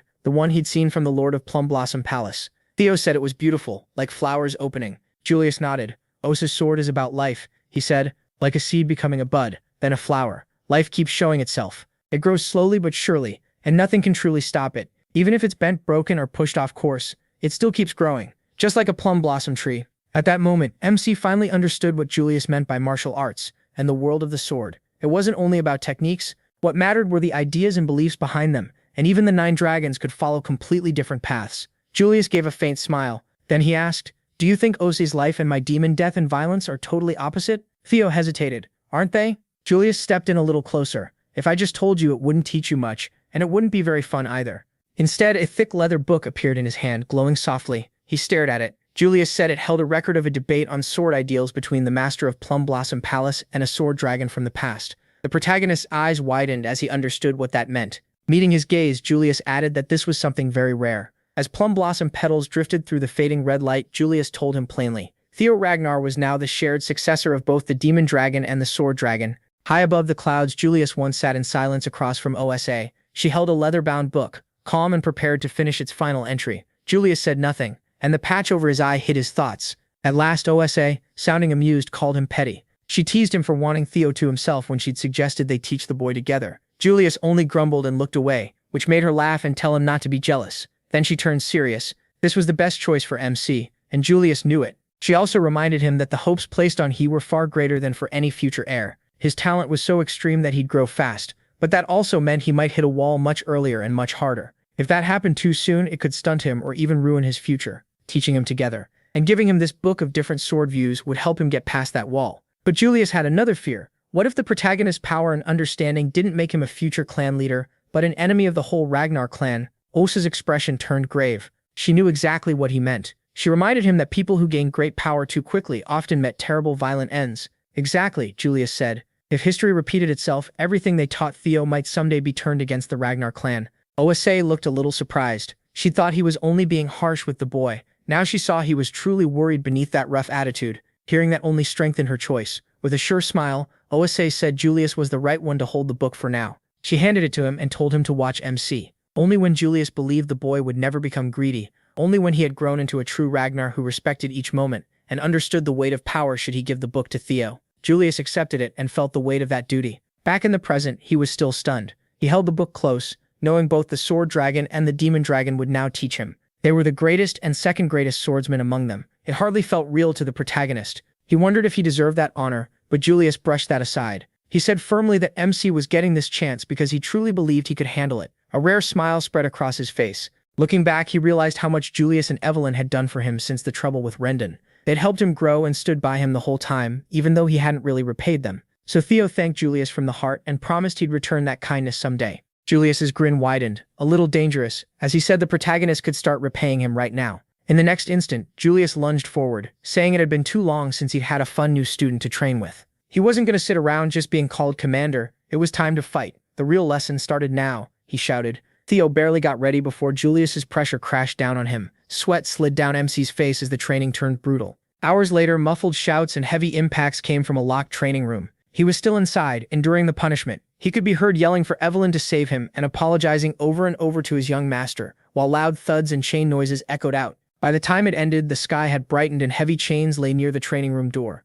Evelyn carefully opened it and found Theo collapsed on the steps, bruised and worn out. She quickly hurried over, called his name and asked if he was all right. The protagonist managed a weak smile and said he was fine. He joked that the commander might have gone a bit too far this time. Without reacting much, Evelyn told him she'd done as ordered and locked the captured agent in the underground cell. Then she asked if it was really all right to leave him there without treatment or questioning. Theo waved it off. That kind of agent wouldn't talk, no matter what they did. Skipping torture and interrogation was actually part of his plan, and he told Evelyn not to worry. Then he leaned in and whispered more orders in her ear. Evelyn's eyes widened a little when she understood. Later that day, MC arrived at the gates of Plum Blossom Palace. He crossed the palace training grounds and found OSA waiting for him. Theo greeted Lady Plum Blossom and she welcomed him, saying she'd been expecting him. Then she asked if he liked the book she and the demon dragon had given him. He said yes, he'd already learned a lot from it. As he answered, the space around them changed. It filled with glowing plum blossoms and transparent swords moving in smooth, graceful patterns, showing the life OSA had spoken of before. Pleased, OSA said she wanted to teach him the basics people often overlook, the true roots of swordsmanship. Starting with that display, she pointed to the phantom swords and said she hoped that by the end, they could speak about how to make life bloom with the sword. Then her face grew serious. The protagonist, Ragnar, will you become my student? The protagonist lowered his head slightly. Before answering, he asked if he could question something first. He wanted to know if she was asking as the master of the Heaven Dragon Sword. Asa's eyes widened slightly. Then a slow smile appeared. She said she was impressed he knew a secret most people didn't. Straightening up, she set her practice sword down firmly. She said she wouldn't deny it. The Heaven Dragon Sword was a hidden school, passed to only one student at a time, and yes, she was its sole heir, the Heaven Dragon Sword Master. Noticing Theo hesitate, Ose asked if he wanted to hear her true reason. He quickly apologized for jumping to conclusions. Ose waved that off. She wasn't offended, and she said she had nothing to hide. She'd meant to tell him everything from the start, from the meaning of the plum blossoms to the secrets of the Heaven Dragon Sword. As MC tried to take in that huge offer, he heard footsteps coming their way. A voice called out, "Hey you!" A group from Plum Blossom Palace approached, and their leader eyed Theo before asking if he was the new recruit from the White Armored Dragon Cavalry. He said yes, then coldly asked, "So what?" That answer set the man off. He snapped that if the protagonist was joining Plum Blossom Palace and becoming Lady Plum Blossom's student, he should show his seniors some respect. MC just laughed. To him, that whole senior act was petty. Rank only mattered if someone actually commanded him, and none of them did. The leader got even angrier and argued that if he was training here, then of course he was beneath them. Theo smiled and said they had one thing very wrong. Lady Plum Blossom had offered to take him in, but he turned her down. The Plum Blossom members froze in total shock. The protagonist dropped to one knee, still thinking over Osa's offer. She was willing to pass down both the Plum Blossom teachings and the Heaven Dragon Sword. Calmly, she asked if that still wasn't enough. He admitted it was more than tempting, but said he still couldn't understand why she cared so much about him. He hadn't done anything for her. OSE told him to stand, then gently lifted his face and said there wasn't some grand reason. He simply reminded her of Kyle Ragnar, the current clan head.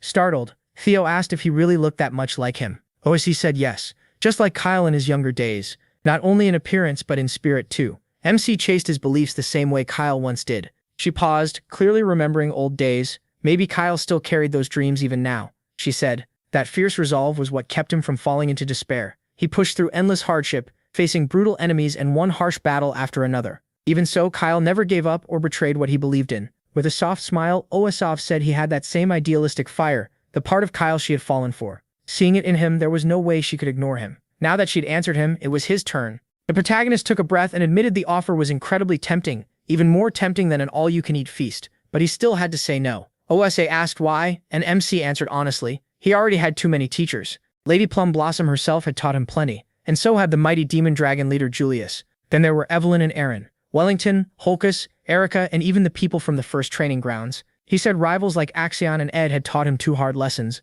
but valuable ones. In his eyes, all of them were teachers. OSA raised a brow, surprised he'd even count Ed as one of them. Theo said that was exactly the point. The pain his enemies caused had shaped who he was. OSA's expression softened. He said his sword had changed because of everyone, those who cared for him and those who hurt him. That was why he couldn't devote himself to one style and pass it on unchanged. OSA felt that answer was both touching and a little sad. His sword kept growing, so tradition could never hold it still. Then Theo looked at her and said that while he couldn't be her student, he'd gladly be her son. Osa's eyes widened in real surprise, and then her whole face brightened with joy. Later that night, in the garden, she relaxed with a cup of wine while a servant poured for her. The servant noted that Lady Osa must truly like the protagonist, and Osa agreed at once. She said the heavens or fate had never let her have a child of her own. So how could she not be happy? A young man who reminded her of the one she loved had just promised to be her son. The servant smiled and said she was glad to see Osa so happy. Osa said she ought to thank Theo for letting her become a mother in some way, then ordered the servant to prepare a letter for her husband. When asked what it should say, Osa replied that it concerned MC's promotion test. The servant was startled and carefully reminded her that he was still new and had only just completed his awakening ceremony. Too much attention this early could put him in real danger. Surely Lady Osa understood that better than anyone. Osa set down her glass, her expression turning firm. That was exactly why she had to move fast. Before the storm gathering around the Ragnar family hit, she wanted Theo to have all the strength, knowledge, and backing she could give him. Deep beneath the cavalry headquarters, the captured enemy leader sat chained in a bare cell, bandaged and missing an arm. His remaining eye flew open at approaching footsteps. A cloaked figure with a chilling mask and clawed hands stopped outside the bars. The agent recognized him at once. The masked man told him not to be angry. It was all part of the plan. Probably Ed's plan. The agent said he would never doubt that. Using his last strength, he asked the masked man to kill him.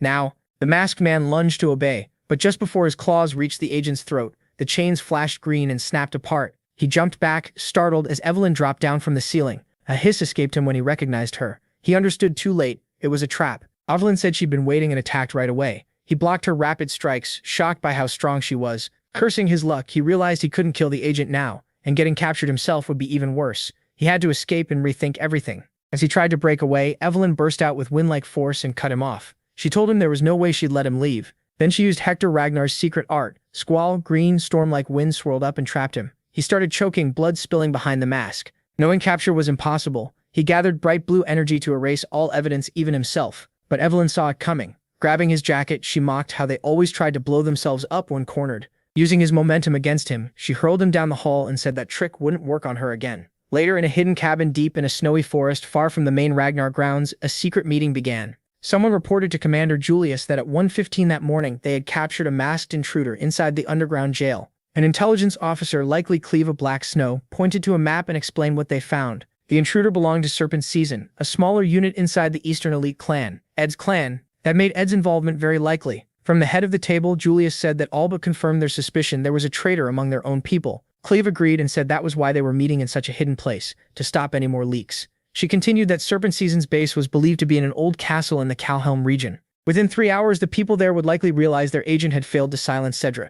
Once that happened, they'd destroy the evidence and flee. So the mission was simple: hit the base before then, capture everyone possible, and take their information. That was the purpose of this new operation. Cleve finished by giving her name and rank, Cleve of Black Snow. Theo focused on that rank, surprised to finally meet one of Black Snow's top agents in person. Julius cleared his throat and added one more thing. This mission would also be the protagonist's test to become an official mid-level swordsman. Both Cleve and Evelyn were caught off guard. MC wondered if he was really ready for that. Julius let out a sigh and said he was qualified, but it wouldn't be easy. In their line of work, maybe that meant it wouldn't be some clean, simple win. Julius explained that promotion tests usually grow harder with each rank, but using a mission that could spark a war as a mid-level test was far from normal. Leaning forward, Julius said he knew Theo had told Evelyn to watch the prison because he expected someone would come to kill the captive. Evelyn gave a small cough in confirmation. Julius went on. Since he had set this in motion, he would see it through to the end. He apologized for acting on his own. Julius accepted the apology, but warned the protagonist that being an heir didn't give him the right to act alone. Since this had gone so far, he had to see the mission through without mistakes. Then Julius grabbed his shirt and shook him, ordering him to earn his mid-level swordsman rank and prove he could handle missions on his own. MC steadied himself and answered, "Understood. Yes, sir." A small smile crossed his face as he realized everything was now centered on him. Then the familiar blue screen appeared. Scenario Quest 4, Dark Ties of the Previous Life. Goal: this is your chance to cut off the rotten ties from your past and stop their hidden plan. Theo stared at it, again wondering what unseen bond kept dragging him and these people together across different times. Cleve noticed and asked if something was wrong. He looked at her, his expression hardening. No, nothing was wrong. He would finish this mission no matter what. Julius slammed both hands on the table, clearly pleased. It was time to wipe out the family's hidden snakes. At the old Calhoun castle, Cleve told Theo and Evelyn that only the three of them would handle this mission since there might be a traitor among their allies. The target was Serpent Season, a group of assassins. She explained that the protagonist and Evelyn should have the edge in a direct sword fight, but the enemy outnumbered them and likely knew the place much better. So whatever happened, they couldn't relax for even a second. MC gave a quick nod. Inside, two Serpent Season members were sorting papers and getting ready to leave. One said they were almost done destroying the documents and would head out as soon as their partner returned. The other replied that it had been less than 2 hours, so he should be back soon. Then someone tossed in a small round object. It burst and filled the room with smoke. Before the assassins could react, Cleve cut through it with quick exact strikes and one let out a sharp cry when her blade hit. A second later, he dropped, cursing his luck. As the smoke thinned, Cleve checked the area and declared the upper level secure. She ordered Evelyn to assist. Together they would lock down the main floor, while Theo went to the basement. He was struck by how fast Cleve had dropped 3 enemies. He answered at once, "Yes, ma'am." Without wasting time, he jumped down to the lower level. If the map from the briefing was right, the basement stairs should be straight ahead. As Theo descended, his senses sharpened. Tiny needles shot from the walls, nearly impossible to spot, but he dodged them and kept moving. They only struck the stone behind him. He landed softly. Right away, the protagonist used hatchling synchro to scan the area. The system confirmed his guess. There were traps and enemies were waiting to ambush him. He didn't slow down. Pulling swords from storage through the system, he activated Thunder Dragon breathing. Black lightning wrapped around him as he used his dragon mark. The strike shot forward and hit the hidden assassins before they could spring their trap. One of them, completely caught off guard, could only blurt out a confused "how." Dark energy swallowed him as Theo pushed ahead. The way was open now, but the heavy defenses told MC something important was hidden deeper in the basement. Sweat ran down his face. When he turned the corner, he stepped into a room stained red. A man in red priest robes stood before an altar made of blood and bones. The priest turned, sniffed, and looked disgusted. He mocked Theo's impure presence and asked if he really had to interrupt their holy prayers with violence, calling him an impatient follower. His eyes widened in shock. The Holy Demon Church. He knew them from his past life, a dangerous cult that preached the end of the world and the coming of a savior. They fooled people who didn't know better. And worse, they were the hidden force behind the great war that would destroy everything. The blood priest smiled, noticing Theo recognized him. The protagonist said nothing. Instead, he focused and used hatchling synchro again. This time he read the flow of mana. What he felt was cold and wrong. A twisted energy pouring from the priest's open mind gate, unlike any power MC had known. Was this the grace the blood priests always talked about? The priest gave a sad little chuckle, seeing he still didn't believe. That was fine, he said. Theo would have the honor of becoming a sacrifice for the one true God. A surge of bloody energy rushed at the protagonist. He moved to block, his sword slamming into the priest's outstretched hand. The impact shook him. The hand felt hard as stone, not flesh. Sparks flew as MC blocked the next blows. That strange power shoved him backward. He dodged and struck back, but his blade barely cut the priest's hand. The flesh was unnaturally tough, and the wound was already healing. He frowned, blood rising in his mouth. This man was supposed to be only a blood priest, one of the Holy Demon Church's lowest ranks. Yet he was this strong. Worse, the protagonist couldn't use Triple Dragon's Claw here. The blast might bury both of them. Simple magic wasn't working either. He had to find another answer, and his thoughts turned to what OSA and Julius had taught him. Julius taught that swordsmanship began with crushing power, like death itself. OSA showed him that a sword could also bring life, like a flower blooming. So violence held both life and death. Julius had once asked if those ideas were truly opposites. The priest raised his hands and began chanting, saying Theo was wasting a precious life. He called on his god to accept MC as a sacrifice, and the floor cracked under the growing power. But then he understood. Life and death weren't enemies. They were part of the same cycle. Death ended life, and new life grew from what death left behind. Not two forces, but one. If he could gather that wasted power and stop it from spreading out, if he could fuse destruction and life into a single flash, the priest sneered and called him a fool, saying his sword could never harm him. Theo rushed in anyway and unleashed a new move, Dragon Flash, a strike mixing dark destruction with bright life. It hit the priest's hand. At first he only noticed it was louder than before, then his eyes flew open. This attack wasn't just stronger, it felt alive, boring through his defense, before bursting outward in black and white energy and tearing him apart. As his body faded, the priest whispered that the protagonist had gained knowledge through killing. He called the protagonist a source of evil and said he couldn't be allowed to ruin the Lord's world.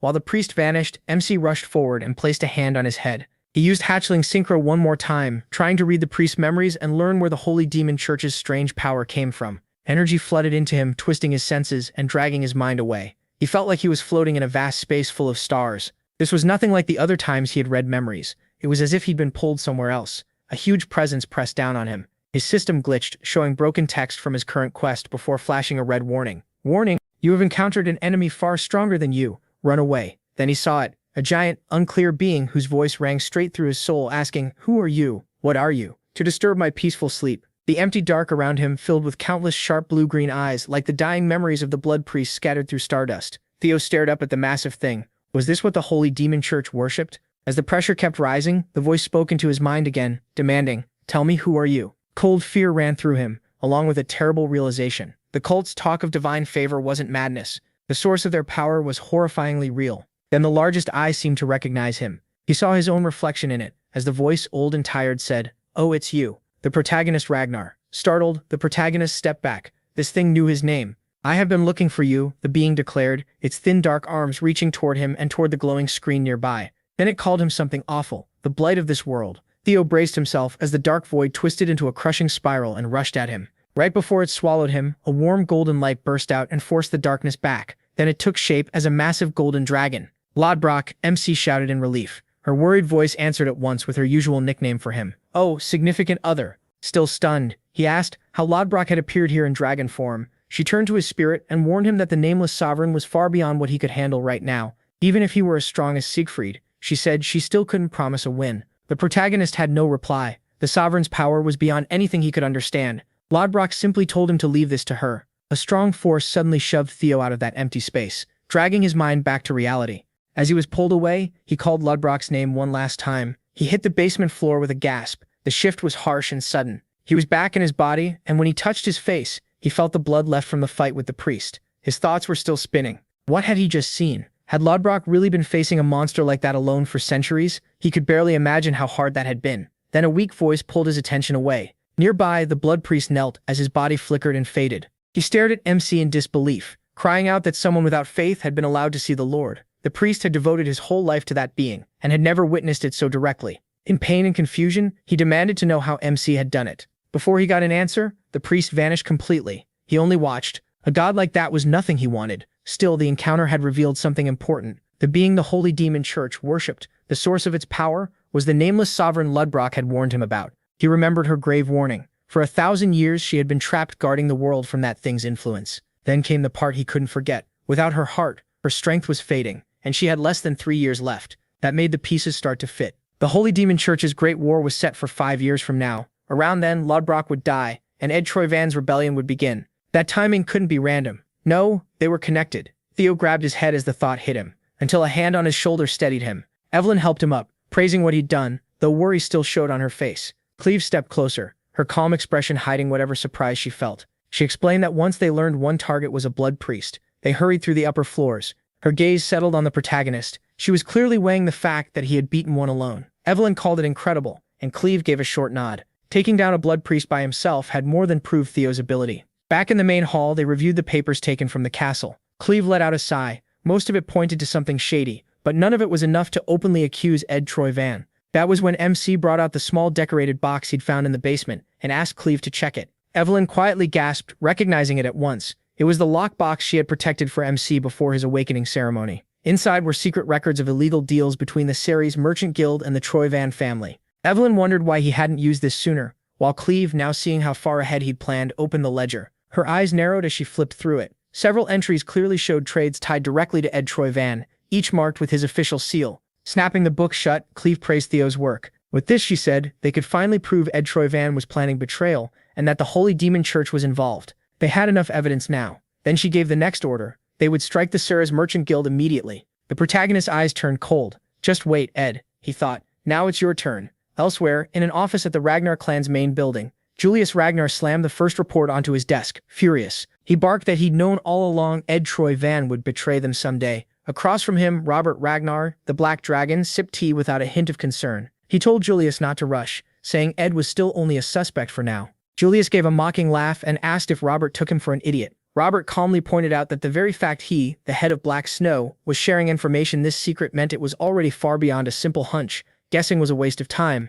Julius narrowed his eyes and accused him of knowing things were wrong but letting them grow worse. Robert smoothly steered the talk toward Theo Ragnar. That instantly put Julius on edge. especially after hearing Cleve's report that MC had killed a blood priest alone. Robert called him gifted, perfect for Black Snow's covert work, and demanded Julius hand him over. Julius blew up, asking what nonsense he was talking about. Unbothered, Robert went on. His sharp judgment, the way he connected clues, and how naturally he handled information were all remarkable, almost like someone who had done this before. Julius cut him off hard. He warned Robert to stop pretending and said he had already claimed the protagonist like treasure, so Robert needed to keep his greedy hands off. He even called Robert and Ause Ragnarplun a pair of thieves. A faint smile touched Robert's lips behind the mask. It had been a long time since Julius had called him Big Bro, he said softly. For a moment, an old memory flashed through his mind. Kyle, Ause Ragnarplun, Robert and Julius standing together. Robert let out a quiet sigh. It felt like only yesterday the four of them had become brothers. Julius wasn't moved at all. He snapped that the sad act wouldn't work,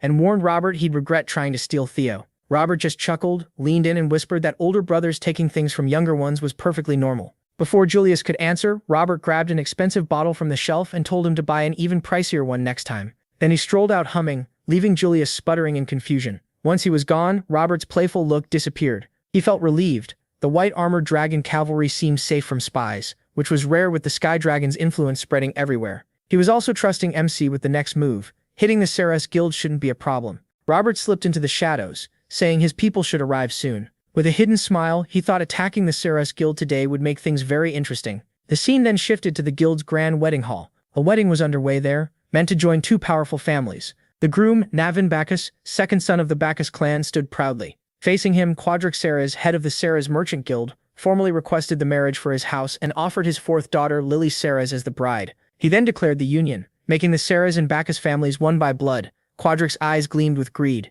At last he was about to get what he wanted. Navin smirked and tightened his grip on his sword. To him, this was only the start. He would rise as an important noble and make the Ragnars pay. Quadric threw back his head and laughed, boasting that his revenge was close. Meanwhile, the ceremony went on in the hall. Navin introduced himself as the second son of the Bacchus family. Then Quadric formally presented the alliance again, offering Lily Ceres and announcing that the two families were now joined. But among the Bacchus servants, one man burned with anger. How dare a mere merchant place his family name before Bacchus, one of the empire's 6 great houses? He forced himself to stay calm, reminding himself that the money from this marriage was needed to save his own branch. His father, the branch head, didn't care what happened to Navin, an illegitimate child after the ceremony. Navin, though, wore a faint knowing smile, amused by how easily he could read his so-called family. He wondered if these merchants, famous for careful schemes, truly meant to support the struggling Bacchus house. He already knew better. The Ceres Guild was buried in debt, and its main store had been used as collateral for a loan from Ed Troy Van. They were doomed anyway. As Navin knelt before Lily, he told himself he needed to watch the unlucky Bacchus family fall. He greeted Lily warmly and promised to treat her well as both her husband and the Ceres family's son-in-law. Lily gave no reply, and her thoughts were impossible to read. Then she leaned in and asked how he planned to prove what he meant. Navin asked what she was getting at. His smile only widened. So she wanted something. He admitted his own miserable position. His family was broke and he was basically being sold off. Too bad he couldn't start a no-fans to make easy money. But if his future wife wanted it, he said he could even hand her the Bacchus family seal. That offer enraged his father, who silently cursed him as that damned illegitimate child. Lily considered it, then suddenly screamed that Navin should bring her Theo Ragnar's head, the one who had scarred her arms. Watching her outburst, Navin thought that any woman bold enough to demand a noble heir's murder in public was no ordinary person. A hush spread through the guests. Quadric rushed over and scolded his daughter for saying such a thing in public. Quadric scolded Lily for saying it out loud, but under his breath he agreed. Her fake tears vanished, and even her father looked shocked by the greedy smile that took their place. Watching that, Navin figured things out fast. If his new bride wanted Theo's head, then he'd bring it to her. Then the daylight suddenly dimmed, and the guests looked up at dragon-like beasts circling overhead. A moment later, riders dropped from their backs into the courtyard, and the whole wedding fell into panic. One Bacchus guard saw the banner they planted and froze. It carried the mark of the Ragnar family. With him and Evelyn at her side, Cleve stepped forward and declared that Ragnar had come to deliver justice. She announced they had learned the people who attacked Ragnar at Blanke, Ed's side, were tied to the Ceres merchant group. Because of that, Ragnar would begin a full search for evidence of treason. Anyone who got in the way would be treated as an accomplice and killed on the spot. The guests backed away in fear. Could the Ceres merchant group really be plotting treason? Cleve put Quadric on the spot. If he was innocent, he'd let Ragnar investigate. Quadric went pale, wondering how much they already knew. One aide whispered, asking what to do. Another urged him to stay firm. Quadric stammered, then forced out some anger and demanded to know what this nonsense about betrayal was. Cleve met his eyes and gave him one last chance. Stand down and cooperate. Another of Quadric's men nervously asked for orders, and Quadric snapped, yelling at them to quit joking. He claimed a trade record meant nothing and could be forged. Someone was clearly framing them, no matter how dirty the Ragnars wanted to play. Then he fired up his men, insisting the Sarah's family would prove its loyalty and innocence. He ordered the Sarah's soldiers forward and told them to kill the ones insulting Ragnar. In other words, he had just ordered an attack on Theo's group. Navin's helper grabbed Quadric and warned that resisting meant refusing the investigation. Quadric shook him off and angrily declared the wedding cancelled. The helper called him an idiot and asked if he really thought they'd be spared now. Their crime was treason. Quadric shot back that, as a core member, he knew exactly what that meant. Did he think Quadric planned to die alone? Then he reasoned that if Ragnar had real proof, they'd have sent an army, not just 3 people. He urged his men on if they crushed this small force, they might still survive the crisis. Navin walked over, mocking Quadric for arguing with an old man who could barely take care of himself. Then he lightly tapped the Bacchus elder and said this worked out well, a perfect wedding gift for his future wife. Without wasting another second, he sprang onto a nearby balcony before the elder could stop him, then dropped into the courtyard with his sword gleaming. The elder cursed the foolish illegitimate son, but once Navin drew his blade, Bacchus was involved too, so he had no choice but to order his men to support Sarah's side. Spears flew at the 3 Ragnars as they readied themselves. Cleve gave them one last warning: move aside or die as traitors. The Sarah's and Bacchus soldiers hesitated, drenched in sweat, then charged anyway. Theo, Evelyn, and Cleve met them head-on. Navin watched the chaos with a faint smile, thinking Ragnar people really did love killing. Then the 3 warriors turned alert when he spoke. He moved so fast they barely saw him before he cut into their attack. Navin greeted the Ragnar trio, especially the protagonist, and said he never expected to say this when they first met. The protagonist was stunned. It was Navin Bacchus, the ghost sword, the man he remembered from the Great War for causing Ragnar endless trouble alongside Sarah's and Ed. Grinning, Navin announced that he was here to take Theo's head. He lunged, his blade flashing straight for MC's neck. MC barely got his sword up in time, but his mind was already racing. If he used what he knew from his past life, this fight could make him much stronger. He said he'd handle Navin himself.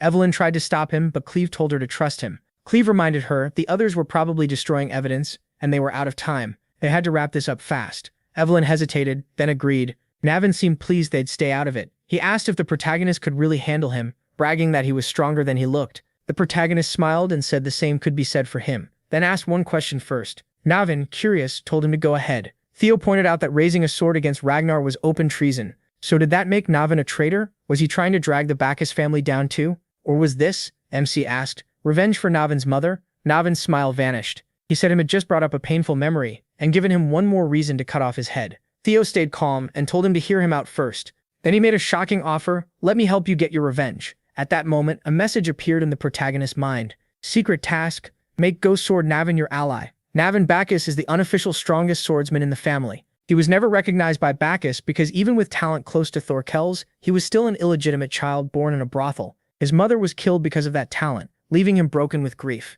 Deep down, he wants revenge on the Bacchus family too. If MC uses this well, Navin can be brought to his side, and MC promises to help destroy Bacchus. Navin grabbed his head and asked how he even knew about his mother. But before anything else, he unleashed a fierce strike, and the protagonist blocked it. Navin said he had no reason to take that offer. Even without joining Theo, the Bacchus family would fall for treason anyway. Mex agreed, but without his help, Bacchus would vanish and Navin would disappear with them. Navin shrugged it off, saying he had no regrets, so dying with that useless family didn't matter. For a moment, he went quiet. Theo said the reason was ether fever, the illness Navin got because his young body couldn't handle his talent. If treated early, it could be cured. Miss that window though, and it becomes incurable, cutting a person's life short. The Bacchus family never treated him in time, so his remaining years were reduced. Navin said he had 5 years at most, then mocked him. Just what you'd expect from a noble young master who dug through someone's past. He raised his sword again, saying none of it changed anything. Bacchus would fall today, and he'd die with them. The protagonist blocked the attack with a smirk and said he could cure the disease.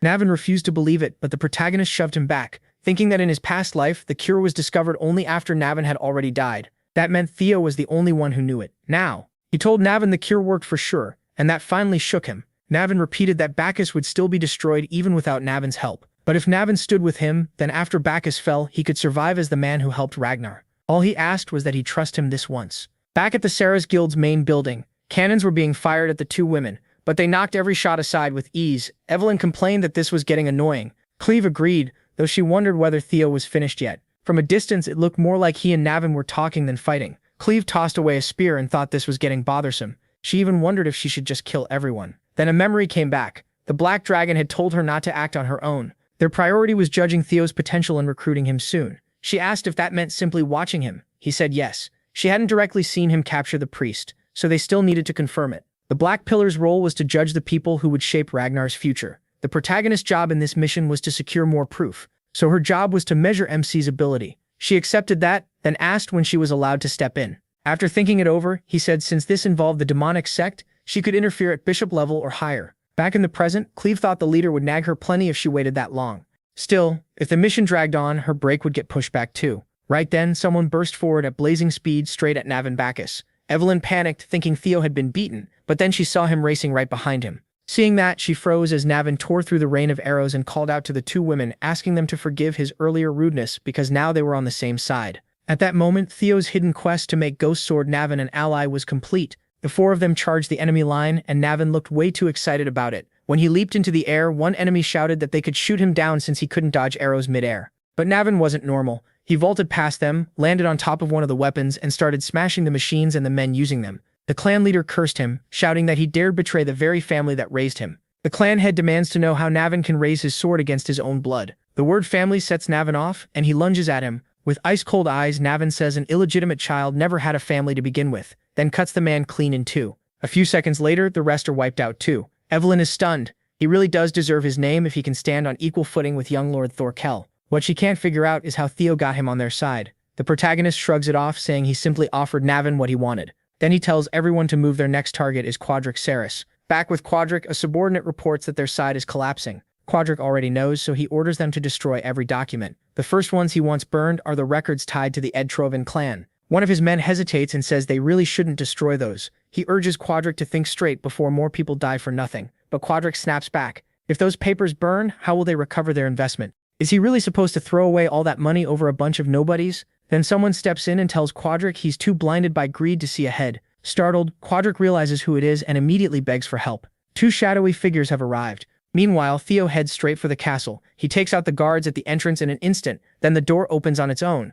A giant man steps out with his followers, declaring that the time for the faithful to rejoice has come. One fanatic starts chanting. He rants that mortals were blinded by greed and failed to see the greater truth. Quadric cuts in, saying he needs their help right now. As the two cultists approach, he says their timing couldn't be better. His body starts shrinking as the fat burns away, and he rambles that the universe clearly won't let him die for nothing. Since the Holy Demon Church even sent a bishop, he says a little help should be easy. Then he adds that because they're tied to the Edtrovan clan together, they're all in the same boat, and begs them sincerely. One of them says they'll still need Quadric on Judgment Day, so they'll help for now. But first, they want every document linked to Edtrovan. Quadric asks why they want them so badly, saying he hid those papers because they're his money source, and starts babbling about profits again. Before he can finish, one of them clamps a hand over his mouth and calls him a fool, just another worthless non-believer. The bishop tells his man to kill him. There are plenty of others waiting to fund them anyway. While being crushed, Quadric hurriedly apologizes, saying he sinned by speaking out of turn. He pleads that if he dies now, suspicion will keep falling on Edtrovan. That makes the bishop tell them to stop, so the subordinate tosses Quadric aside. The bishop orders Quadric to burn every Edtrovan document immediately. Then the priest warns him not to even think about running because their lord sees everything. Back outside, Theo tears through the armed defenders. As the door opens, the bishop appears with a massive force. MC is already set, like he expected this. At that very moment, the demon church bishop calls on his followers to spill their blood so their god can descend, and commands them to worship their lord. The fanatics rush straight at Theo, and the two sides finally clash. He cuts through them while thinking he had guessed the holy demon church was hiding here. What he didn't expect was a bishop-level enemy. As he keeps carving through the mob, their side starts getting pushed back by sheer numbers. Cleve stays still for a moment, realizing a bishop really did show up. That makes this far more troublesome than she planned,